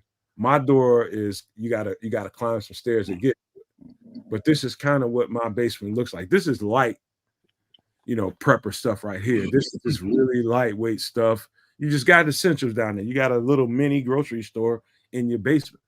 And so I started to do this, and I think it's prudent to do that and make sure you spend a little bit of money to make sure you got supplies in your own home so you can at least, you know, make provisions for yourself in crisis situations. Well, you know, I agree with that sentiment in general. You know, you plan for a long holiday weekend when the stores are closed by going shopping, you know, because you know if you don't go shopping before Friday and the stores closed, you ass out till Tuesday, and you don't want to be ass out. No diddy. You know, when you know there's a blizzard coming, you stock up on, you know, your staples in the house because you won't be able to get out, you know, or you know the trucks with the supplies won't be able to get in. But that's just, you know, a few days.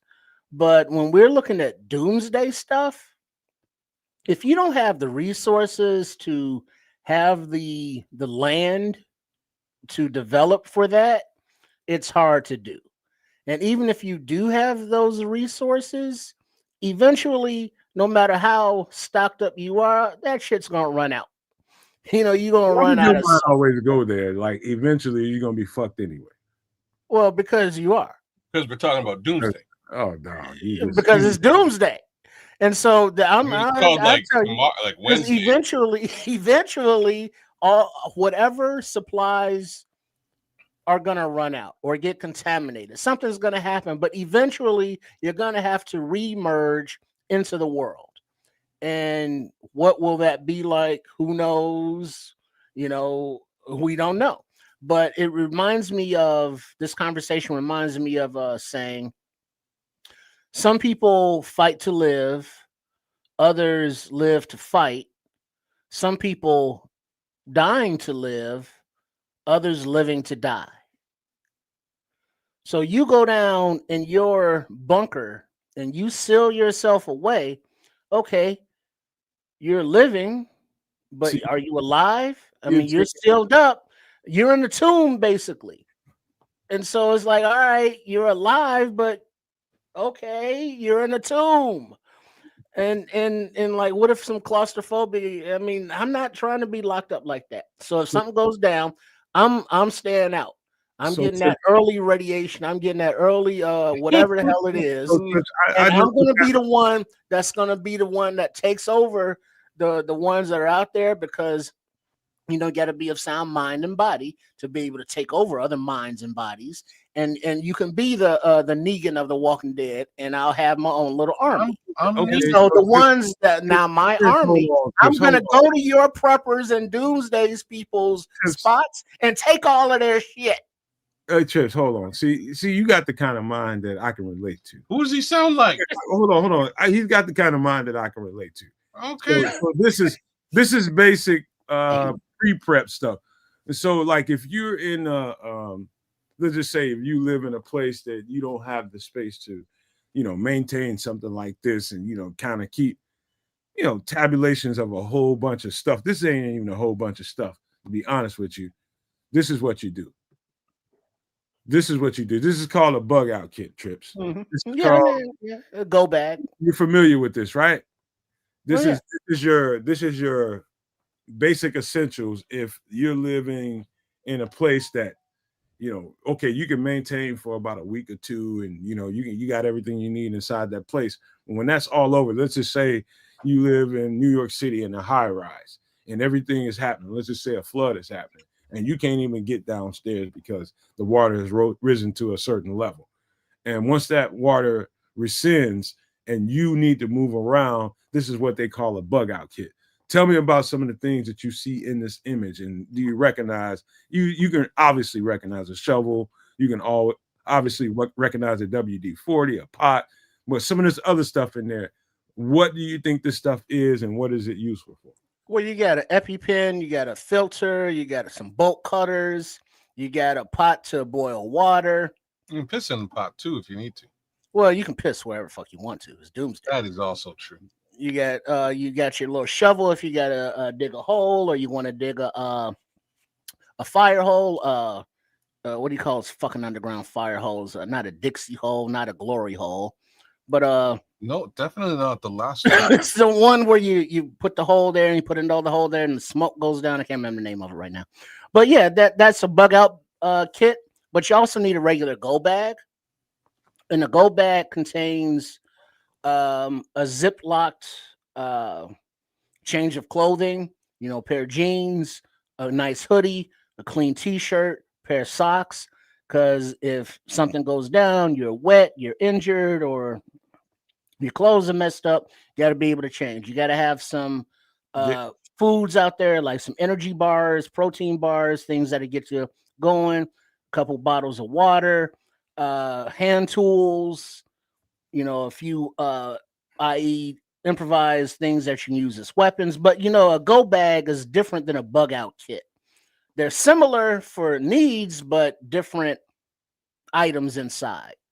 So this I guarantee you all the stuff you said about food and other little stuff is inside this bag. They're just showing you the surface of it. Okay, yeah. All right. I'll go through a couple all that. things on here that you probably didn't notice. You see that paracord down there twisted up by the shovel? Yeah.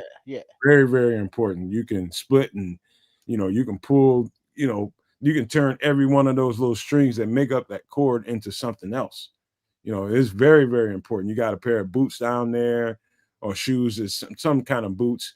You got what you see up top at the right is, of course, a gas mask with a filter, but next to it to the left, that's a what you call, it's the same thing. That's a sipper. They call that a I forget what they call that, but it's something like it filters your water for you. Yeah, it filters your water. That's a water filter situation right there. Same thing down at the bottom, at the very bottom underneath the bug out bag, that blue thing down there, that light blue, same thing. They call that a life something. A life something. They call that, you put that right in water and it's got custom built-in filtration to it. So you go right to a river and put that right in the river. And by the time that thing goes through your straw, you got clean water going through there. It ain't gonna hurt you. Mm-hmm. Yeah. You also have, bolt cutters up there at the top. You have flashlight. Thought I seen a wire cutter somewhere. And you got, of course, down there, it looks like some bullshit, but that's probably the most important thing in this bag outside of medicine, and that's duct tape next to that pop. Pop. That is good for all kinds of different reasons, man. Things that I can tell y'all about over and over. There's a filter up there to the top left, right up under what looks like a tennis racket with a bunch of batteries and shit in it. Mm-hmm. That's used as a filter for all kinds of different, you can sift stuff out of whatever. You want doing some water filtration, you want to get some of the sediment out of it, you can use that for that. And of course, the shovel down there you can use for all kinds of different reasons. But that pot, you ain't gonna go wrong with that. And so there's all kinds Gotta of make sure you gotta have a flint and steel to start a fire and or some waterproof matches. that's all in that bag. Where's somewhere. the pistol? He says. Hey, it's in there too. This is Right. a clean, YouTube sanitized version of a bug out kit. Trust me, that's in there. Man, because like you can't see it now, but I'll show you in a minute. But yeah, everything that is in that kit, people should just have around their house, just for everyday use or every month use or whenever the hell you need it. And at least have a bag available that you can put the stuff in. But yeah, it's more desirable to have a dedicated bag that you just have in the back of a closet someplace, accessible, but not in the way or that's gonna, be destroyed any kind of way, that you can just pick up and bug the hell out. You know what, Trips? I just deconstructed my bug out bag. I'm not a serious prepper whatsoever. I'm one of those motherfuckers that's prepper light, as they would call me. I had a kit because I was living in an apartment before I moved back here and got this house, and so I kept me something around me so I can, just in case some shit really did happen, I had everything I needed in a bag or so, and I can just move and get on about my business. But I deconstructed that since I came to the house, and so if you think this is a bit much, y'all think that's a bit much? Am I going overboard, man? No, you good. I mean, it's you good. All right, so this is a big time preppers. This is just a corner version of what they might have in their place. This looks like some grocery store aisle, doesn't it? Well, yeah, but that's the thing though. Also, they can't be like your man that showed you his spot. That was a mistake, because now you know where his spot is. No, he trusted me. Well, that was a mistake. That was his first. Anybody else but me. It's not a mistake. Because when you get hungry, when you get thirsty, it's like, hey, I'm hungry, I'm thirsty. You got some Count Dracula, you got some Frankenberries, you got some. I need some of those graham crackers. And it's like, no, and it's like, oh, well, now I'm gonna bring my army, and we gonna burn you out. We gonna smoke you out, or we gonna however we getting you out. But we getting you out, and we taking all your stuff, and we eat all your stuff, and then we gonna eat you. Oh, so you why you go to such damn extreme with? Because I've seen the movies, man. Doomsday, brother. It's a little bit of an extreme situation, don't you think? This man talking about eating people and shit. What kind of crazy? Hey, meat is meat, baby. When you get hungry, You don't watch. didn't you see that movie with the soccer team that crashed up in the mountains, and they had to eat their teammates and shit? Man, I mean, you do what you got to do when you hungry and you want to survive. Hey, Trip, I legit think you capable of that, man. I really do. Well, I mean, I'm not saying I'm not.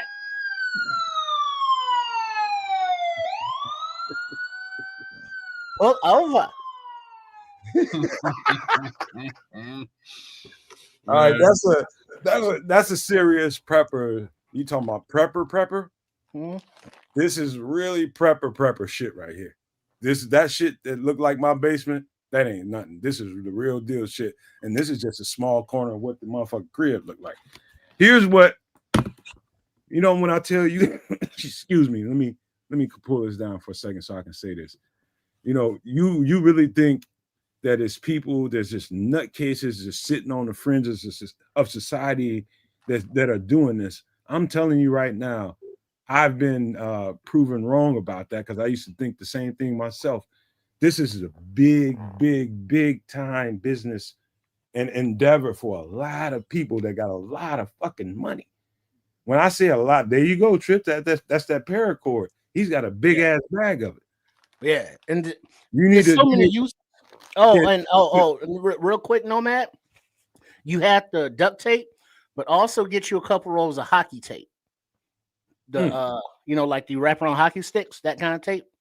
Because you can wrap it around a lot of different things and it can get wet. Unlike duct tape, it won't slip. I'm gonna have to write that down. I'm putting that on in my. Got to get it. Yeah, Mm, and it's very versatile. yeah, hey dog, that's real. I like that. But that paracord, if I was you, Trip, cut that bitch up and put it in separate bags.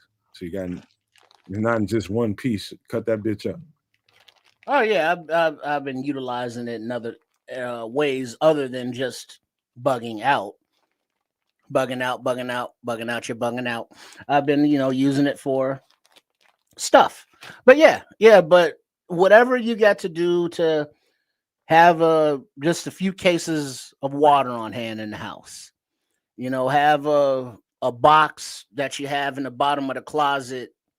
That has foods in it, canned goods that you can open up and eat that you don't need a fire for. Just to have those things in case something goes amiss with the energy grid, the power grid. And it's nothing, doomsday-ish, but it's out long enough to be more than an inconvenience or an annoyance. Now it's a health safety hazard issue. And you want to be able to survive long enough for the cavalry to get there. So you got to have a few things in the house, but in certain basements, you got more than a few things. Or some places you got a whole goddamn Costco that you're basically living in. So See, like, let me no, man, does he not sound exactly like what I was saying last night? He What's wants that? to knock off a big chain store. Yeah, Brother, I have a whole, and like that's why I'm a little bit quiet, because I well, have a plan. let me get to what you can go You ahead gonna and finish hijack your a plan. Costco. Let me speak to what Crimson said, because this is very, very important what he just said. Pro tip, and I'm gonna ask you some questions about this a little bit later on. This is something that I'm gonna read what he says first. He says, pro tip: learn what mushrooms are edible and what is poison. And which Mushrooms ones have psilocybin in them? mushrooms are very, very important in this ecosystem, and you can really get by for a long time if you do know exactly what Crimson is saying. What I would tell you is that the only cheat that you can have if you don't know anything about foliage and what's in the forest and in and around you, get a goddamn book.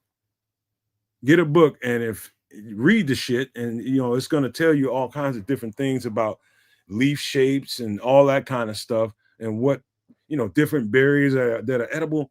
That shit is invaluable. I got one down there somewhere. It's in one of these kits I got put together, but that shit I don't even know very well, and I need to know it better. To be honest with you, I just defer not to even mess with none of that stuff until I know the stuff cold. You know what I mean? So that's real right there. So shout out to Crimson for that. That's gold he just gave you guys. What if you don't like mushrooms particularly? I love mushrooms. Do you? Yeah. On pizza. Hey, you don't have to like them if you're starving. I guess not. I guess like is a little bit secondary in that scenario. But yeah, no, like I say, I don't. I'm not really in a position to prep. I'm doing other things.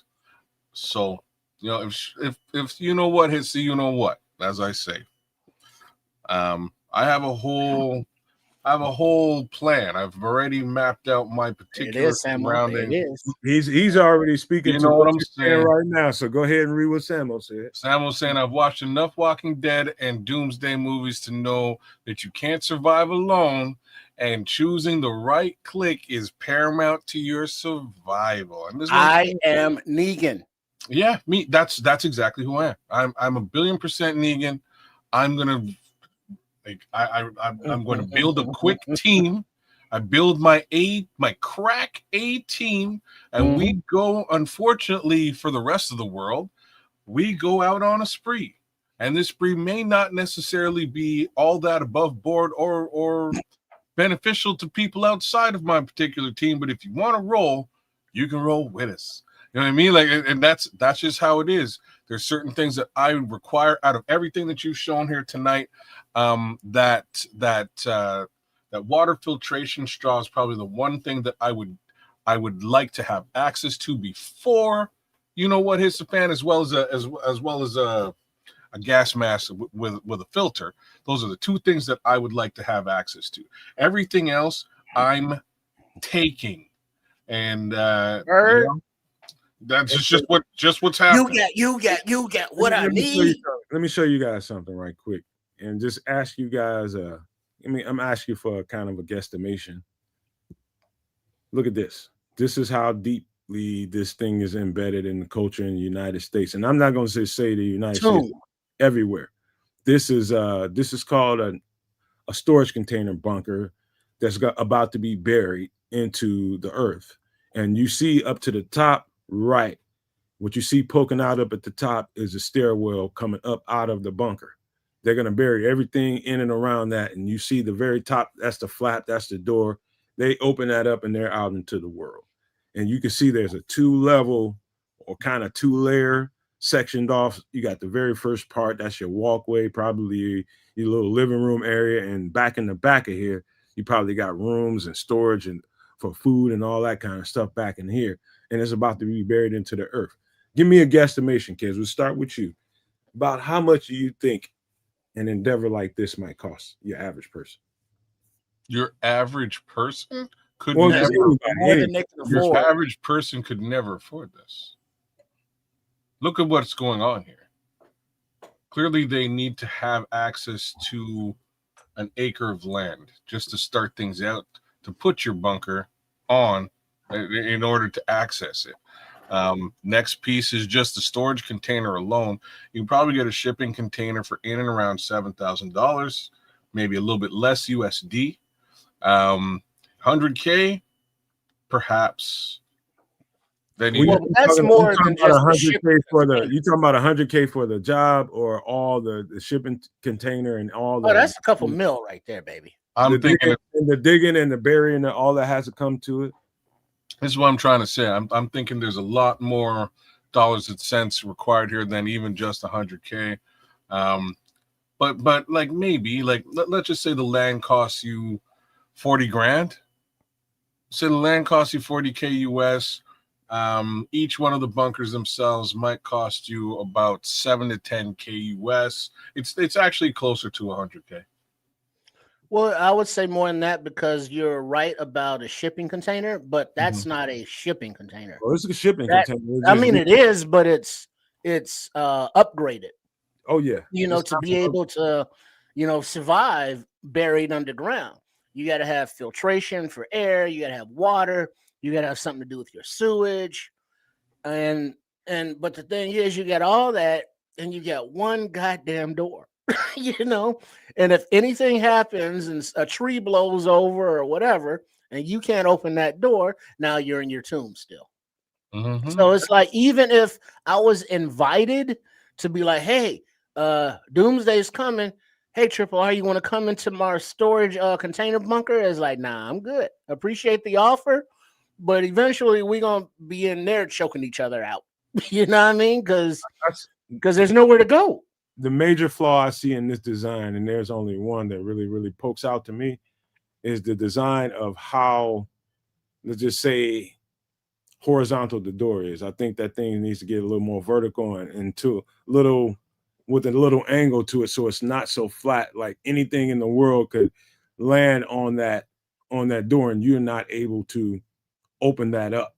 I think if it's at an angle, you stand a better chance. You going up against gravity. You're going straight up out of the earth against gravity. Just try to get yourself out of that thing, versus you at an angle where you can use a little bit of leverage and kind of force your way out of that thing. I think that thing, they build it up a little bit more and kind of tilt it forward, so the door is kind of almost, sitting parallel to the land or something. I don't know, but that's the only design flaw I see in that. I see a bunch of design flaws because there's no way that you know how, like, what the Doomsday or extinction level event is going to be. So if it's something that, we'll just say is an airborne virus, you're cooked. This doesn't help you at all. I think what Samuel is trying to say, he's talking about the air filtration Because if that's basically what I just said without saying it. If the Ultimate. air is compromised, then you suffocate regardless, right? So if it's like an airborne disease or the poison gas, it's just gonna seep through the air that you're trying to breathe, and you're in a bad situation. I'm just looking. I'm looking. Where's your alternate? And I'm starting to see it towards the front of that thing. There's some piping and shit coming out of there. I don't know if it's fireplace related or I don't know, but there's probably some shit going on underneath this build with some. It's probably some other shit going on under here we can't see. It's a good foundation, well dug out. You know, this is how deeply entrenched people are in this. Here's kind of what they look like when they get done. This kind of build. This is what it looks like on the outside, like a bunker. This is. I ain't got the scratch for that. Yeah, I think we're a little bit light. You know what I mean? Like personally, along these lines, if I had this kind of paper, I would do it so much differently than what they have. But you would do it. No, I wouldn't. Well, hold on. I'm a bit of a different cat. So at the end of the day, I'm not really into like this type of stuff, but I would go and buy my way into a safe location that is, you know, not easily accessible and stockpile in that regard. Like I've always told my kids, like if I had the loot, I would go and buy a nice little spot on the thighs. Well, no, just not far from here, Thousand Island. Yeah, go ahead. Yeah, but I'm rolling with Samo, and he said, "Me and my clique, I'm down. I'm coming to take that bunker." You know what I mean? It's like, oh, y'all got a nice bunker. That looks like my bunker. What y'all doing in my bunker? It does. And First that's of all, what things. It's too noticeable. It's right out there in the open, and like. But any prepper is has to have some sort of exhaust. Okay, cool. You got chimneys and charcoal and sand and all this other stuff to filter and all this, but there's gonna be exhaust waste. You can't just keep flushing the toilet and overflowing the septic tank. You got to have water. You got to have air. There's just too many 98-cent parts that fail. All right, so I'm trying to worry about you. Will mess everything out. You're always worrying about some gay shit, man. Well, but you gotta have ammo. The potential for that to go down in a doomsday situation is real. It's funny, but it's real. Look, for me, no. You quit trying to cut. Hey, scroll. Man, sit your ass down. There's a whole show called The Last Man on Earth, and that's kind of how it looked from. That's a hilarious fucking show. I like watch that show. It's a great show, man. It's so funny. I wish they kept it on. Oh yeah, that was I remember that show. I wish they kept it on. It was just getting good, and they canceled it. But the best thing is like he finally finds a girl, and he's like, "Oh, she ugly," and he doesn't want to really deal with her. And then he kind of realized, "All right, fine," it's just me and her. We're the last people on the earth, I guess. I guess we'll do it. And then then Boris Kodjoe come out of nowhere. You know what I'm saying? It's like, oh snap, now I'm ugly. It's a problem. Anyways, great show, funny show. Me personally, if we're looking at all of this stuff, if I had unlimited funds or the type of funds in like to do something like what we're talking about here, I would build it underwater. That's what I would do. Well, you talking about millions, tens of millions. I'm talking about what? Tens of millions of dollars. Bro. Well, here's the thing though. Underwater in a bunker, in a shipping container. The thing is, when you go in there and you seal those doors behind you, you are cognizantly aware of the fact that you may not open them again, or you may not go out those doors again. You're damn straight. You got some kind of claustrophobia, don't you? Yeah. Okay, that's understandable. Now I get it. Yeah, I ain't trying to be all sealed up in there forever.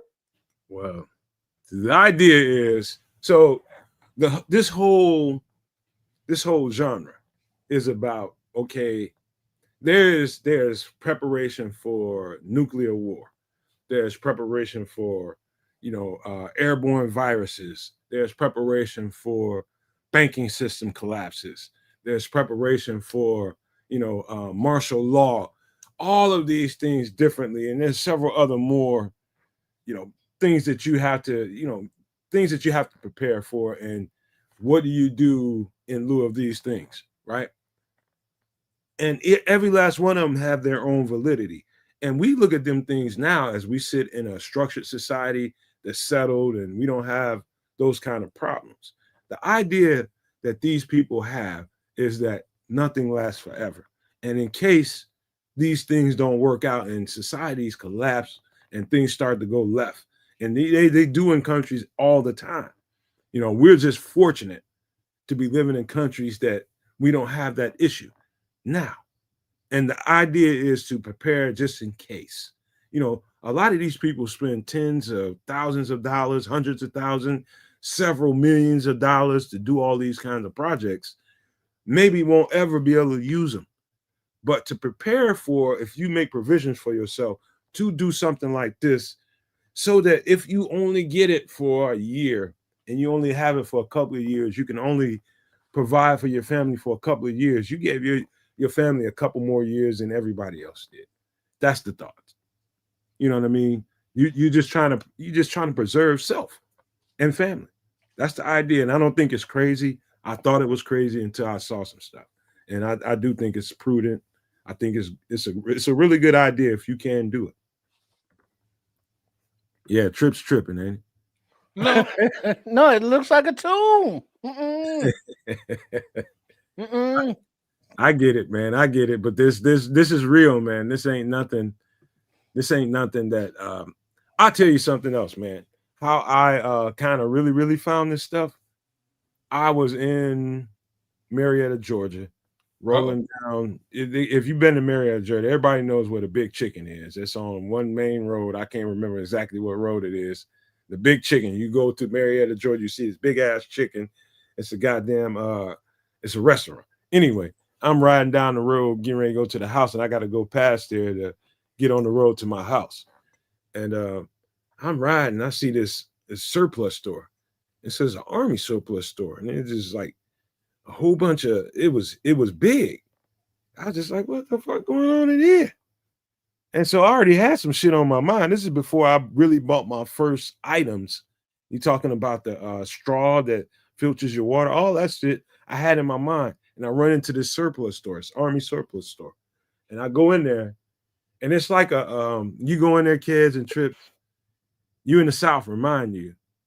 I'm just reminding you guys, I'm in the South. And it's like a recruiting ground for militia. Uh-huh. Checking you out.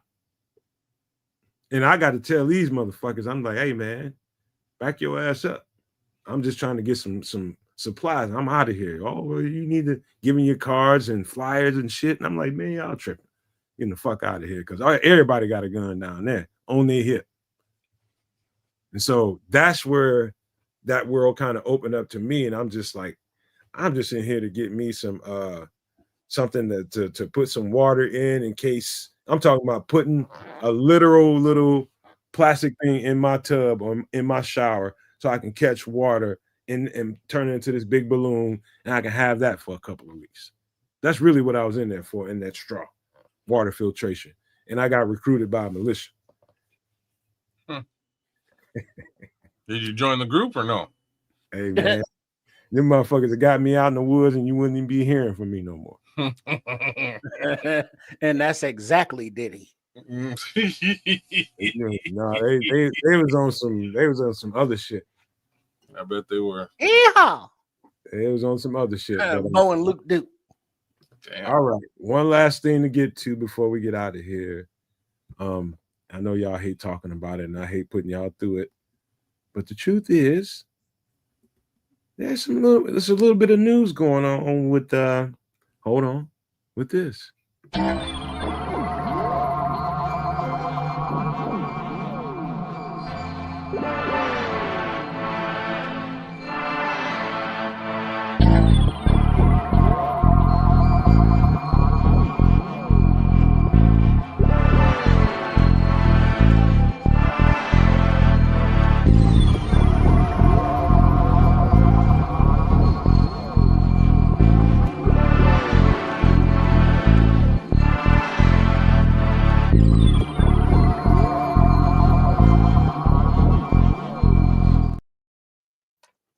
Shout out to the big homie Quatu, to Beldar Conehead, and to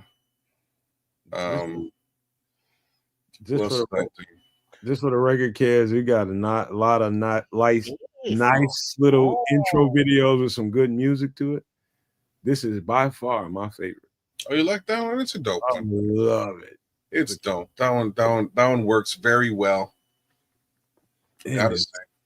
It gets me every time I listen to it. I get to a place. Yeah, but all right. So the whole thing, I'm not gonna go get carried away because we do need to get out of here. But there is some news. Okay. And so I'm just going to describe it before I show it to you.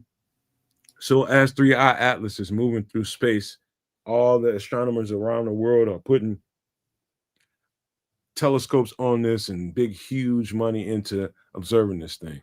And it's starting to do some things that is, I guess, not normal to people in that community. And let me just show you what it looks like.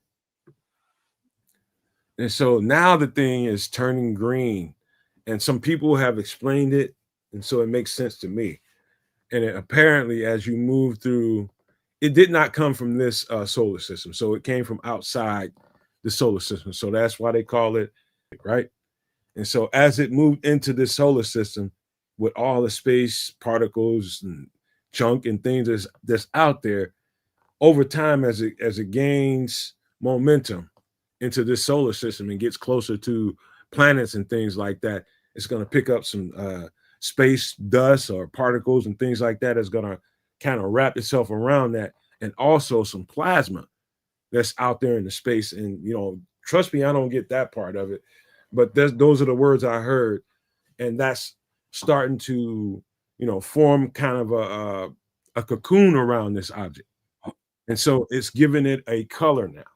And so that's really got a lot of people kind of paying a whole lot of closer attention. It's colorful now, and people are just like, ooh, wow, all that kind of stuff. And there's also another object that just came into the solar system, even bigger than this thing, called, I think they call it Swan. Oh, for fuck's sake. Comet Swan. I'm just saying. Is that coming toward us too? Yeah. Oh, damn. I'm just saying, man. There's a lot going on out there, bro. And I'm gonna shut up for a second and let y'all talk. Well, all you doomsday preppers, when the thief on Holmes get here and they hungry, they know exactly where y'all at. They like, oh, y'all in that little sardine can. Look at them all down there, all canned up for us, and they just dig right into the earth and pick y'all up like just worms. Because I don't know what the hell's going on with the turning green, and is it slowing down from its space journey, and now it's just who the fuck knows? But it's like, hey, is it getting closer? Because we got to have patience with our football team for we win some Super Bowls, so it can't get here before that, right? Is cool. You worried about something happening before we can see success with the Bears, and you don't want to have wasted all your years of your life supporting this team before the aliens get us and start. Well, whether it be a doomsday scenario, aliens, or just natural causes, I ain't, or you ain't, or ain't nobody gonna be here forever, and we hope that we have tomorrow and next week and next month and next season, but ain't none of that shit guaranteed. So a lot of frustration is like, hey, this team has sucked for so many years. It's like, well, can we win? Why am I rooting for this team? Can my team win? Let's go. And that's like, you got aliens coming, and then you got the doomsday preppers, and it's like, oh shit, we got maybe another 2-3 games left in ever. You know what I mean? Before Cueto gets here and sends all our asses to Mars. Oh, he's here. Open your mind. Yeah, I mean. So I mean, it's like I was like, oh damn! Now there's another thing in the galaxy bigger, and it's like, why is it bigger? Why has it got to be bigger? Why would it be bigger? What's in it so big? Is it a lot of stuff that they carrying in it, or is it a lot of stuff that they hope to put in it and take back with them? I don't like none of those scenarios. Not one. I don't like none of them. Mm-mm. So let me tell you something. How I got interested in this. There was some, and it's a janky ass. I don't want to call it janky because he did have some. It was some good content on there. It's an old website. It's been there for a long time. And I don't even know if they got updated stuff. I haven't seen this website in probably 7-8 years. It's called Sightings. And it was the author of that website is called Jeff Rentz. And I used to, late at night when you just surfing, you're getting ready to go to bed and you just don't want to go to bed because you're busy with your mind and your mind don't want you to go to bed because you're looking at shit, right? And I'm looking at this and he's got all kinds of people, credible people, military people.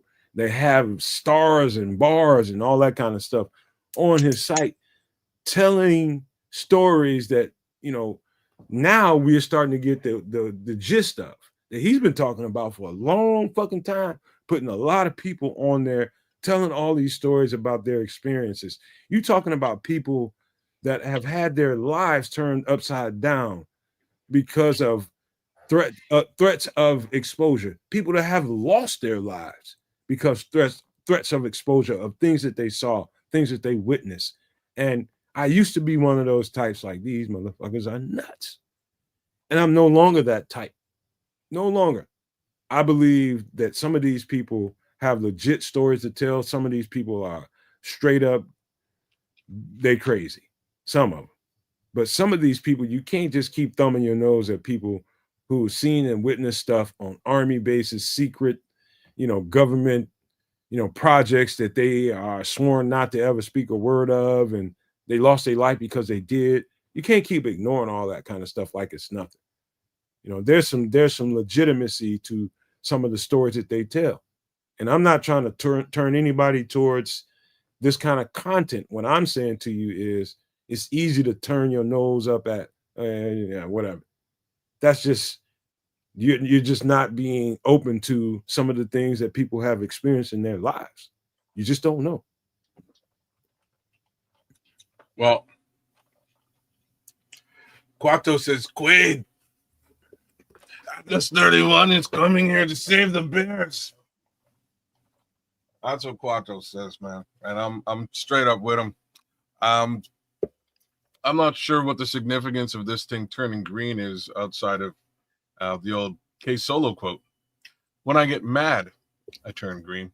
It could also be attributed to the Incredible Hulk as well. Besides that, I feel like it's moving really slowly. I don't know if anybody else has similar comments. Like something that is potentially a spaceship. Don't you think it's moving a little bit slow? Oh, no. Cruise control, chilling. This thing is moving slow. Well, I mean, 137,000 miles per hour. Yeah, but I watch Star Trek and shit. Like it should move. Warp speed. What's up with that? 137,000. Hey, Archangel Garrus Valkyrian's in the mix. Can you even have magnesium asteroids that can turn color? That makes sense. Because magnesium is burning off the asteroid, so that would actually turn the color. That actually makes so much sense, and that's like straight out of Star Trek for me. A great show. Straight out of Star Trek. Fascinating, Captain. Yeah, just for the record, Crimson upped it a little bit. He says 140k miles per hour. You might not realize just how ridiculously big the universe is. Well, I'm still not impressed. I think that it's I'm not impressed. I'm not. Can't say yeah, fuck all that. That's exactly what I'm saying in the nicest possible way. All right. While we have these conversations in a different community, in a different platform, on a different apparatus about these things, watch us blow up. I'll find some other conversationalists about this. How about that? Oh no, I'm not, because I'm not denying that watch us blow up. There would be other life forms or something out there. It's just I don't know how to prepare myself for it. It's like, hey, That could Start be doing a, some a homework, bring some alien alien thing coming toward us. Well, what do we do? Well, do we prep and get bunkers? It's like, well, no, because that's not a doomsday thing unless it is. What do you do? I'm too busy in my everyday life to not to alter, but not to know what to alter to prepare for their coming. There's no Other preparation. than it's like, hey, look at that shit. Oh, they coming. All right, y'all ready? All right, knuckle up, guard your grill. Let's see if they friendly or not. What if, what if I told you, Kez? Kez and Trips. What if I told you that people are looking outwardly for, some kind of alien life, and it's already here? What if I told you it's already here and amongst you? I wouldn't be surprised. And so again, Trips, because Earth girls are easy. Everybody knows that in the universe. it's a whole thing, man. I'm just telling you, bro. And it's a big, big, big, huge community that people are marginalized because people think outside the box, and they don't like being marginalized, so they gang up and get together. Just saying, they have a community out there, just like we have a Bears community.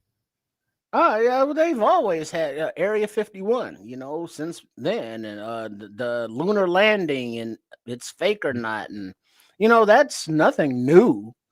It's just more prevalent now because of the internet and the reach of it, as opposed to just back in the day when they were just clustering in huts or wherever the hell they met.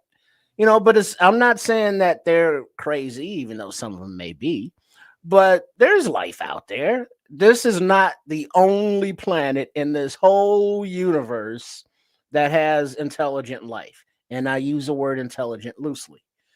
And now our young civilization Build our coneheads in the mix. Shout out.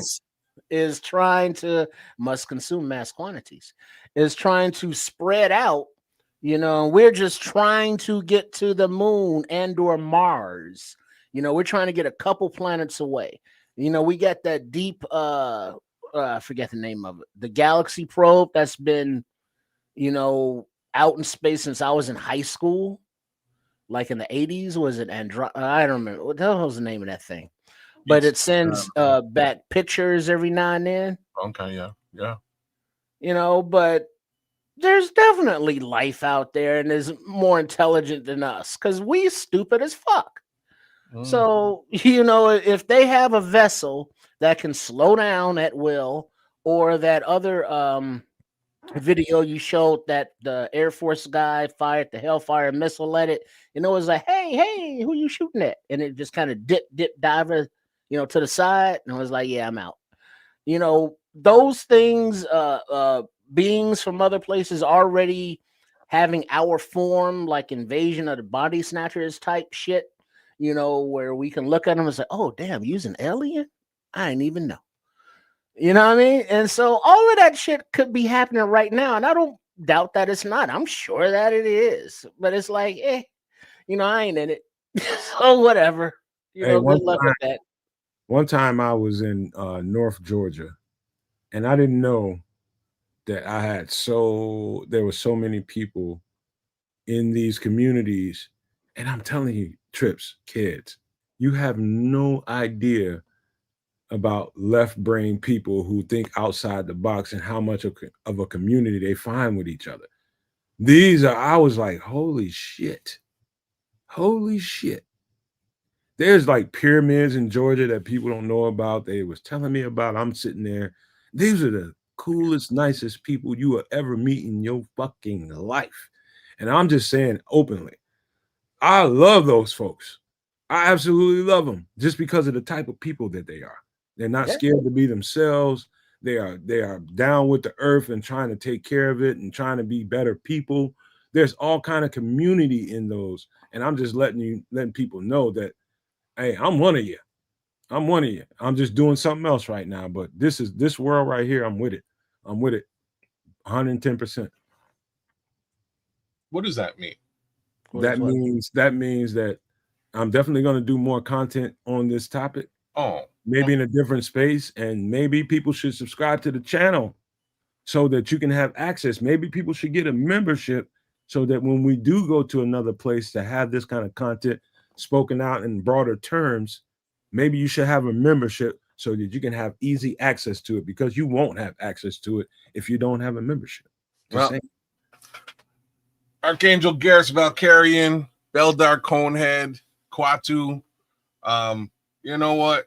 You guys should all become Super No Maniacs so we can deliver this type of content to you. Whether the Atlas 31 turns green, red, you know, it's like Red Hulk, or blue, like Blue Hulk, or any other potential colors of the rainbow. It would be good to deliver that information to you in a conscientious manner. So stay tuned for new developments, A, with Atlas 31, and B, with the Nomad Network. All right.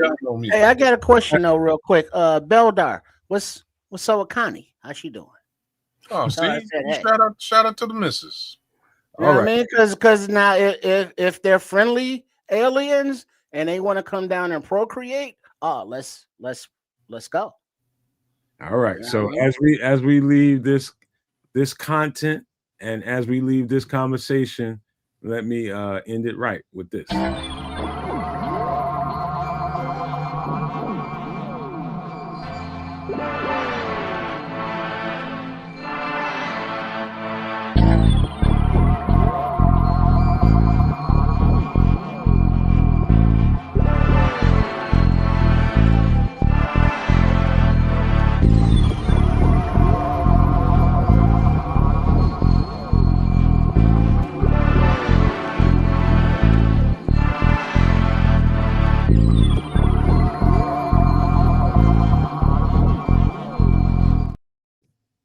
And just so you guys know that I was dead ass serious when I tell you, grab you a membership for only $8 if that's what you have, man. It only costs you 99 cents per month. It's going to be worth it if you like that content that we just did about that kind of subject and all other subjects. There's going to be doors for you to go into in this space. And you can talk about bears, you can talk about aliens, you can talk about doomsday preppers. We will have that available to you. Grab that membership now. I'm telling you, grab it now, because it ain't gonna be 99 cents forever. I'm just telling you right now. Grab it now while it's available. Grab it. And so you can have these conversations. And I'm telling you right now, I'm going to go after some qualified people to talk about these things so that people can open their minds to conversations that aren't, rigmarole, normal stuff. So just letting you know, man, you grab your membership right now. It's easy. Go to the channel, scan this code right here, and take you right where you need to be. Go to membership and just join. And you're going to have easy access to it. And we'll be probably debuting that within about a week or so. I'm telling you now. Go ahead, Kez. Any final thoughts before we get out of here? I really want to read this Scrolls comment, but I'm not going to. It's hilarious. So I do want to give a little shout out to Chris Foster for showing up at the very tail end and catching the aliens piece, which is perfectly timed. You missed my poignant discussion as to why Ryan Poles should be ran out of town, but hey, that's me. Kind of been on that particular riot for about 3 years running here now, but here we are, and all we can hope is that somehow, now that he's been extended, that he can also be expected to fix it. And what's funny to me is I think he's been pretty quiet this last little while, but you think you might want to come out and say something if after a 50 burger. But yeah, so we've all got our fill of 50 burger. Hopefully we don't have to eat that particular meal moving forward. Big shout outs to everybody in the chat for spending y'all Wednesday night with us. Clean up until 1:15 on the East Coast. I gotta go get myself some sleep. Hey, that's baby kids, man. Y'all get the baby kids, Herberts. Yeah, he needs work with the feet, but he's a cute guy. So don't judge his feet. He's a cute kid. But he's also got a channel, so by all means, go check out his channel at Keds the Canuck. We are triple streaming, y'all. This is beautiful with Trips, Keds, and Nomad rocking the show all together. 3 ways to rock. Give us a little bit of love and give us hey, what? Hey, you got them wipes yet, man? What? Not for what? What am I wiping? I can't just like you using that just every day when you go to the toilet. I'm just saying, yes, sir, every time, For real? every freaking time, cuz. Damn, that's Every time, man. Would you get this through his head, Trips? Because I cannot. You wipe every time. What happened to toilet paper? What's wrong with you, man? What's wrong with toilet paper? You live in a cave? I ain't used toilet paper in years. Don't cook toilet paper in the cave. Tell him something. Would you tell him something, Trips, man? Golly. You haven't used toilet paper in years. Nah, I got a bidet. When everybody when COVID hit and everybody went to the store and there was riots and fights over toilet paper. Nah, before I had a bidet, and like when I don't use a bidet, I use wipes. You French. Wipes. You know, not baby wipes or adult wipes, whatever the fuck you want to call them, but those moisture shits that you can wipe your shit with. Because toilet paper, all that's doing is smearing the situation. There's a Cameron song about this. Damn. Anyways, I don't understand at this point, after this kind of shit right here, where people joking on you, why you still that's criminal, man. it certainly is. So Criminal. you think that peer pressure? Well, over. If I gave in to peer pressure, I would be a drug addict.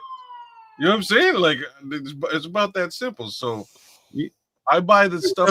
I'm just telling you what toilet paper. That's what I used to wipe my ass. With your girlfriend, I don't know what you need. This is your girlfriend when she go in the bathroom after you. That's all right. That's not my problem. That's not my problem. I done my business. If she wants to have her own problems in the bathroom, that's her business to manage. She can manage that. There's no like you need to be locked up some fucking where, man. I certainly don't. I don't know what happened to you or why toilet paper isn't good enough for you. I don't understand. You must, like I say, you must have stock in the Johnson & Johnson's organization. All I can tell you is that it's not enough. Can't you get it? It's not enough, man. I don't. Why isn't it enough for you? What's going on in your drawers? When's the last time you looked at your underwear when you took them out? Oh Lord. Why wouldn't I look at my underwear? That should be every day, every time. Every time I get out the toilet, I look at my underwear. Are you streaking every time you come out? You take. I'm trying to make sure that I'm not. So you need wet wipes to determine whether you streak or not. Well, no, wet wipes determine that you don't streak because ain't nothing there to streak. Because I use toilet paper and I wipe my ass effectively. I don't go around streaking. What's wrong with you? Do you have diarrhea all the time? Kids don't. Are you squirting? Are you squirting when you fart all the time? Well, Hershey squirts. I mean, sometimes Hershey squirts come out. Are you Hershey squirting, brother? Like I don't understand. You can't always project how you gonna squirt or not gonna squirt. You don't. Well, yeah, you can. You can like not squirt, or you can squirt. If you're no, you don't just not squirt. But so like in that situation, that's an accident. So you have your little accident and you take care of your business. You wash yourself up. You do what you got to do. Like if you have an accident, wet wipes ain't like, you know what I'm saying? Wet wipes ain't saving you from shitting your pants if you Hershey squirt. You're squirting. That's what's in your drawers. Dog, I'm just telling you, kids, you need your ass whooped at this point. There's no way I'm buying into the fucking bullshit you're selling. There's no way. I've been wiping my ass for 40 plus years with toilet paper, and that it's somehow you're a grown ass man out here with no baby wipes. The word baby is in the product. They got other ones wipes for babies, not for grown ass men. They got other ones would be called grown ass men wipes.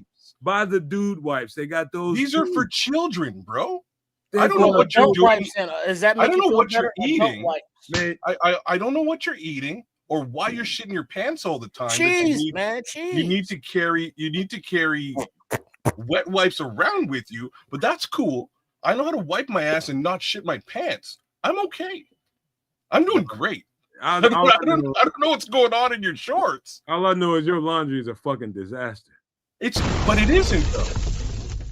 I don't require wipes. You clearly do, so we know that your laundry is definitely a disaster.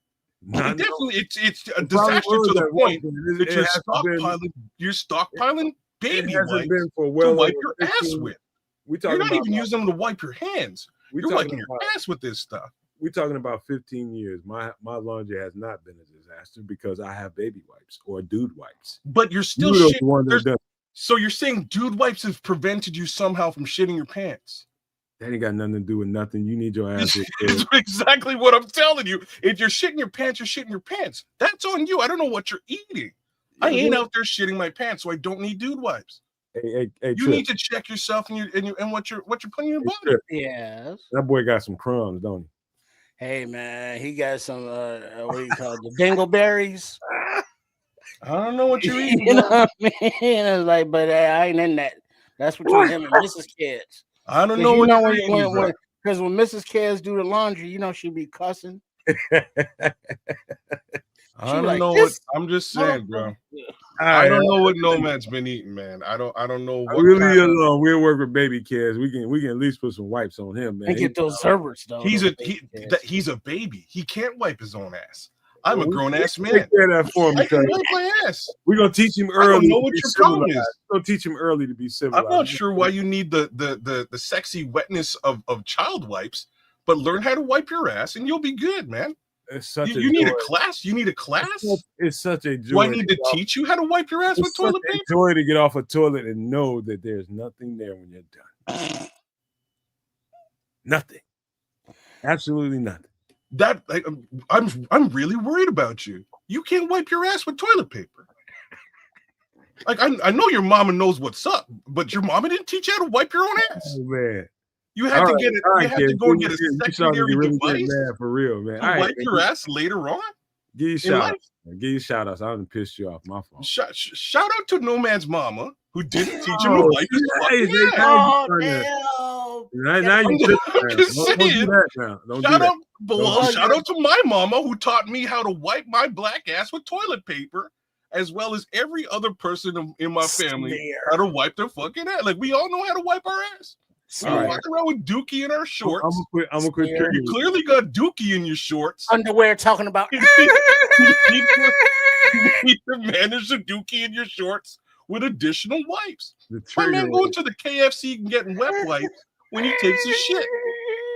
Oh, he did. You gotta go to the KFC and ask him for fucking finger licking good wet wipes to wipe his butt. He hot. I don't get it. He slapped your mama's sauce hot right now, y'all. I don't get it. Drag races in his drawers. My drawers are good though. This is the funny part about it. My drawers. Are you talking to me? Tripp's trying to tell you the same goddamn thing. Get you some damn wipes, man. I don't know why both y'all shit in your pants all the time that you need wipes for. No, not shit. You got your shit. So you're telling me in your house neither one of you have toilet paper? I do not own a roll of toilet paper. If you have a bidet, that's okay. Well, I have a bidet, and on the back of the tank of the toilet, I have a pack of I guess you call them baby wipes, but they're big ass. You know, it looks like a thing of Kleenex, but they're wipes. But they just chill back there next to a box of Kleenex. You know, but they just chill there because I have a bidet. Are you just telling me like nobody in the United States of America uses toilet paper anymore? Oh, I'm sure they do, but I'm worried just about you my two ass. You don't use toilet paper. How about kids? Have you ever considered you the fucked up one? No, but you definitely have. Wiping your ass with baby wipes from the KFC. Stop resisting, KFC wipes wipe your ass. Well, yeah, because you got to unfold them like 100 times. But once you get them open, you know, you can get a couple wipes in there. You get enough where it's like, all right, I'm clean. And so how frequently do you wind up fingering your asshole with the slickness? Oh, Lord. Well, I mean, it's not like it's unheard of. Hey, I'm just saying, how frequently does that happen? I would say less than the amount of times you don't put your finger through that thin ass toilet paper when you up in there. Yeah, okay. All right. I guess 6 and 1/2 dozen of the other. Either way, you're washing your fingers. I know what I'm getting you for Christmas, man. Let's just leave it there. Really? Yeah. You know what I'm getting you for Christmas? Don't be mad, man. Stop being like that, kids. Oh, you're doing me a favor. What? I shouldn't be mad. I'm getting you a middle finger for Christmas. Stop doing that, kid. I'm wrapping that shit up. I'm sending it to you in a minute. Your ass. That's what you're getting for Christmas, motherfucker. This fucking guy. Jokes. All right, kids. All right, man, finish your shout out. That's my shout outs. My shout outs is Merry fucking Christmas. That's my fucking shout out. All right, now that kids is done. For those of you still with us, in 4 minutes after we're off of here, go to Shay Trips with Chef Trips or at Chef Trips there on YouTube, because the Wendy's chili video recipe is going live at 12:30 in just a few minutes. So Chef Trips will be in the chat, building with any and everyone. And shout out to all the ladies. Shout out to Young Trip. And to everyone who has become a subscriber at Sports Chicago Style. We're about to break 100. You know what I'm saying? We got 93. Oh, sucky now. So 100 and then 1 million before you know it. So get down there with Chef Trips, with Coach Tripping and Trip. Big up to all of them. And be on the lookout. Our next video will be the pregame for the Dallas Cowboys Chicago Bear matchup this Sunday. So we'll be putting that together for you in the next day or two. And make sure you are subscribed, Sports Chicago Style, so you can be a part of the community, as well as Shay Trips with Chef Trips and Trip Kundo. Much appreciated. And for those of you who have not done so yet, please join in. Hey, kids, don't you say nothing else about my mama here. Uh-oh. Not another word. You see how she is, man. Got a straight razor and a 38. Don't you say nothing else, man. She gonna fuck you up. A Saturday night special. No. Don't you say nothing else. See right there in the pocket on her house coat. She ain't got no problem with jail, man. She used to it. Just been there before. Well, kind of comfortable. Watch your mouth. She won't know how to wipe her ass in there. You better watch your mouth. Toilet paper in there. You said kid better watch his mama. Fuck him up. I'm not saying. They're letting you know, man, about mama. Got toilet paper in there. Mama ain't playing now. Mama ain't playing. Just letting you know. All right, we're gonna get kids some. Mama don't take no mess. We're gonna get kids some whites for Christmas. Mama don't. We're gonna get it right. We cannot continue moving forward like this, man. You cannot live life like that. I'm super worried about why you with the aliens coming. Else's ass though. Yeah, because he's waiting for some probes. Is that what's going on? You're making sure you're ready for probing? No, he's making sure you're ready for probing. Oh, okay. So he wants. Okay, that makes sense. He's already ready for probing. Hey, kids, you keep that up, they definitely gonna leave you, bro. They're gonna leave you. all the better. They're gonna leave you. You want them to take you and probe you? This is the weirdest conversation of all time, bro. You in trouble, man. You're not living right, man. You are not living right. I just want to be probed. Ass probing. He's prepping. I just want to be and he wants probed. me to also be ready for alien ass probing. Hence the Atlas 31 show. Come check us out. Get your memberships. Get yourself primed for probing. Hey, come check it out, man. Hey, last time before we get out of here, grab that membership. Probably the last time I'm gonna tell you. Probably one more time Sunday, and after that, I ain't saying it no more. Grab that membership. Grab the membership. Grab the membership, because we about to open up the door to a whole lot more content, a whole lot more fun content. I think you guys are gonna love it. Kez is trying to tell you guys earlier when he was excited. That's real with him. I know that guy well, and it's real. So he's trying to tell you something. Grab that membership.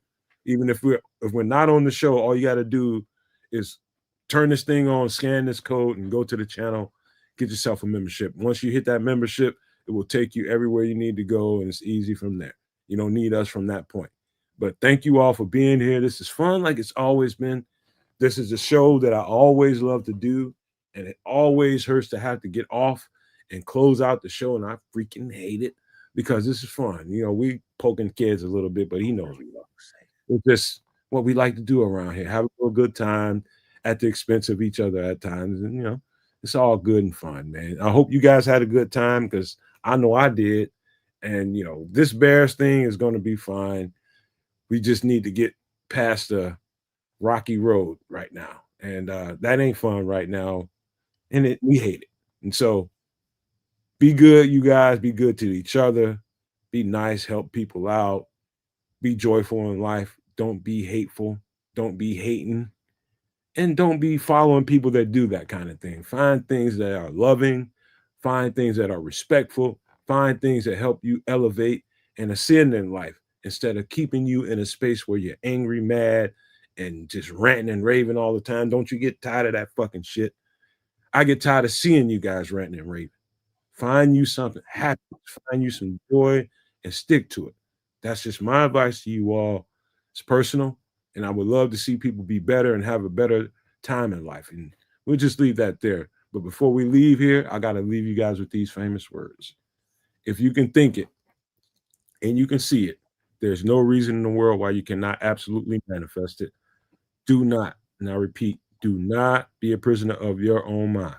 But with that being said, we are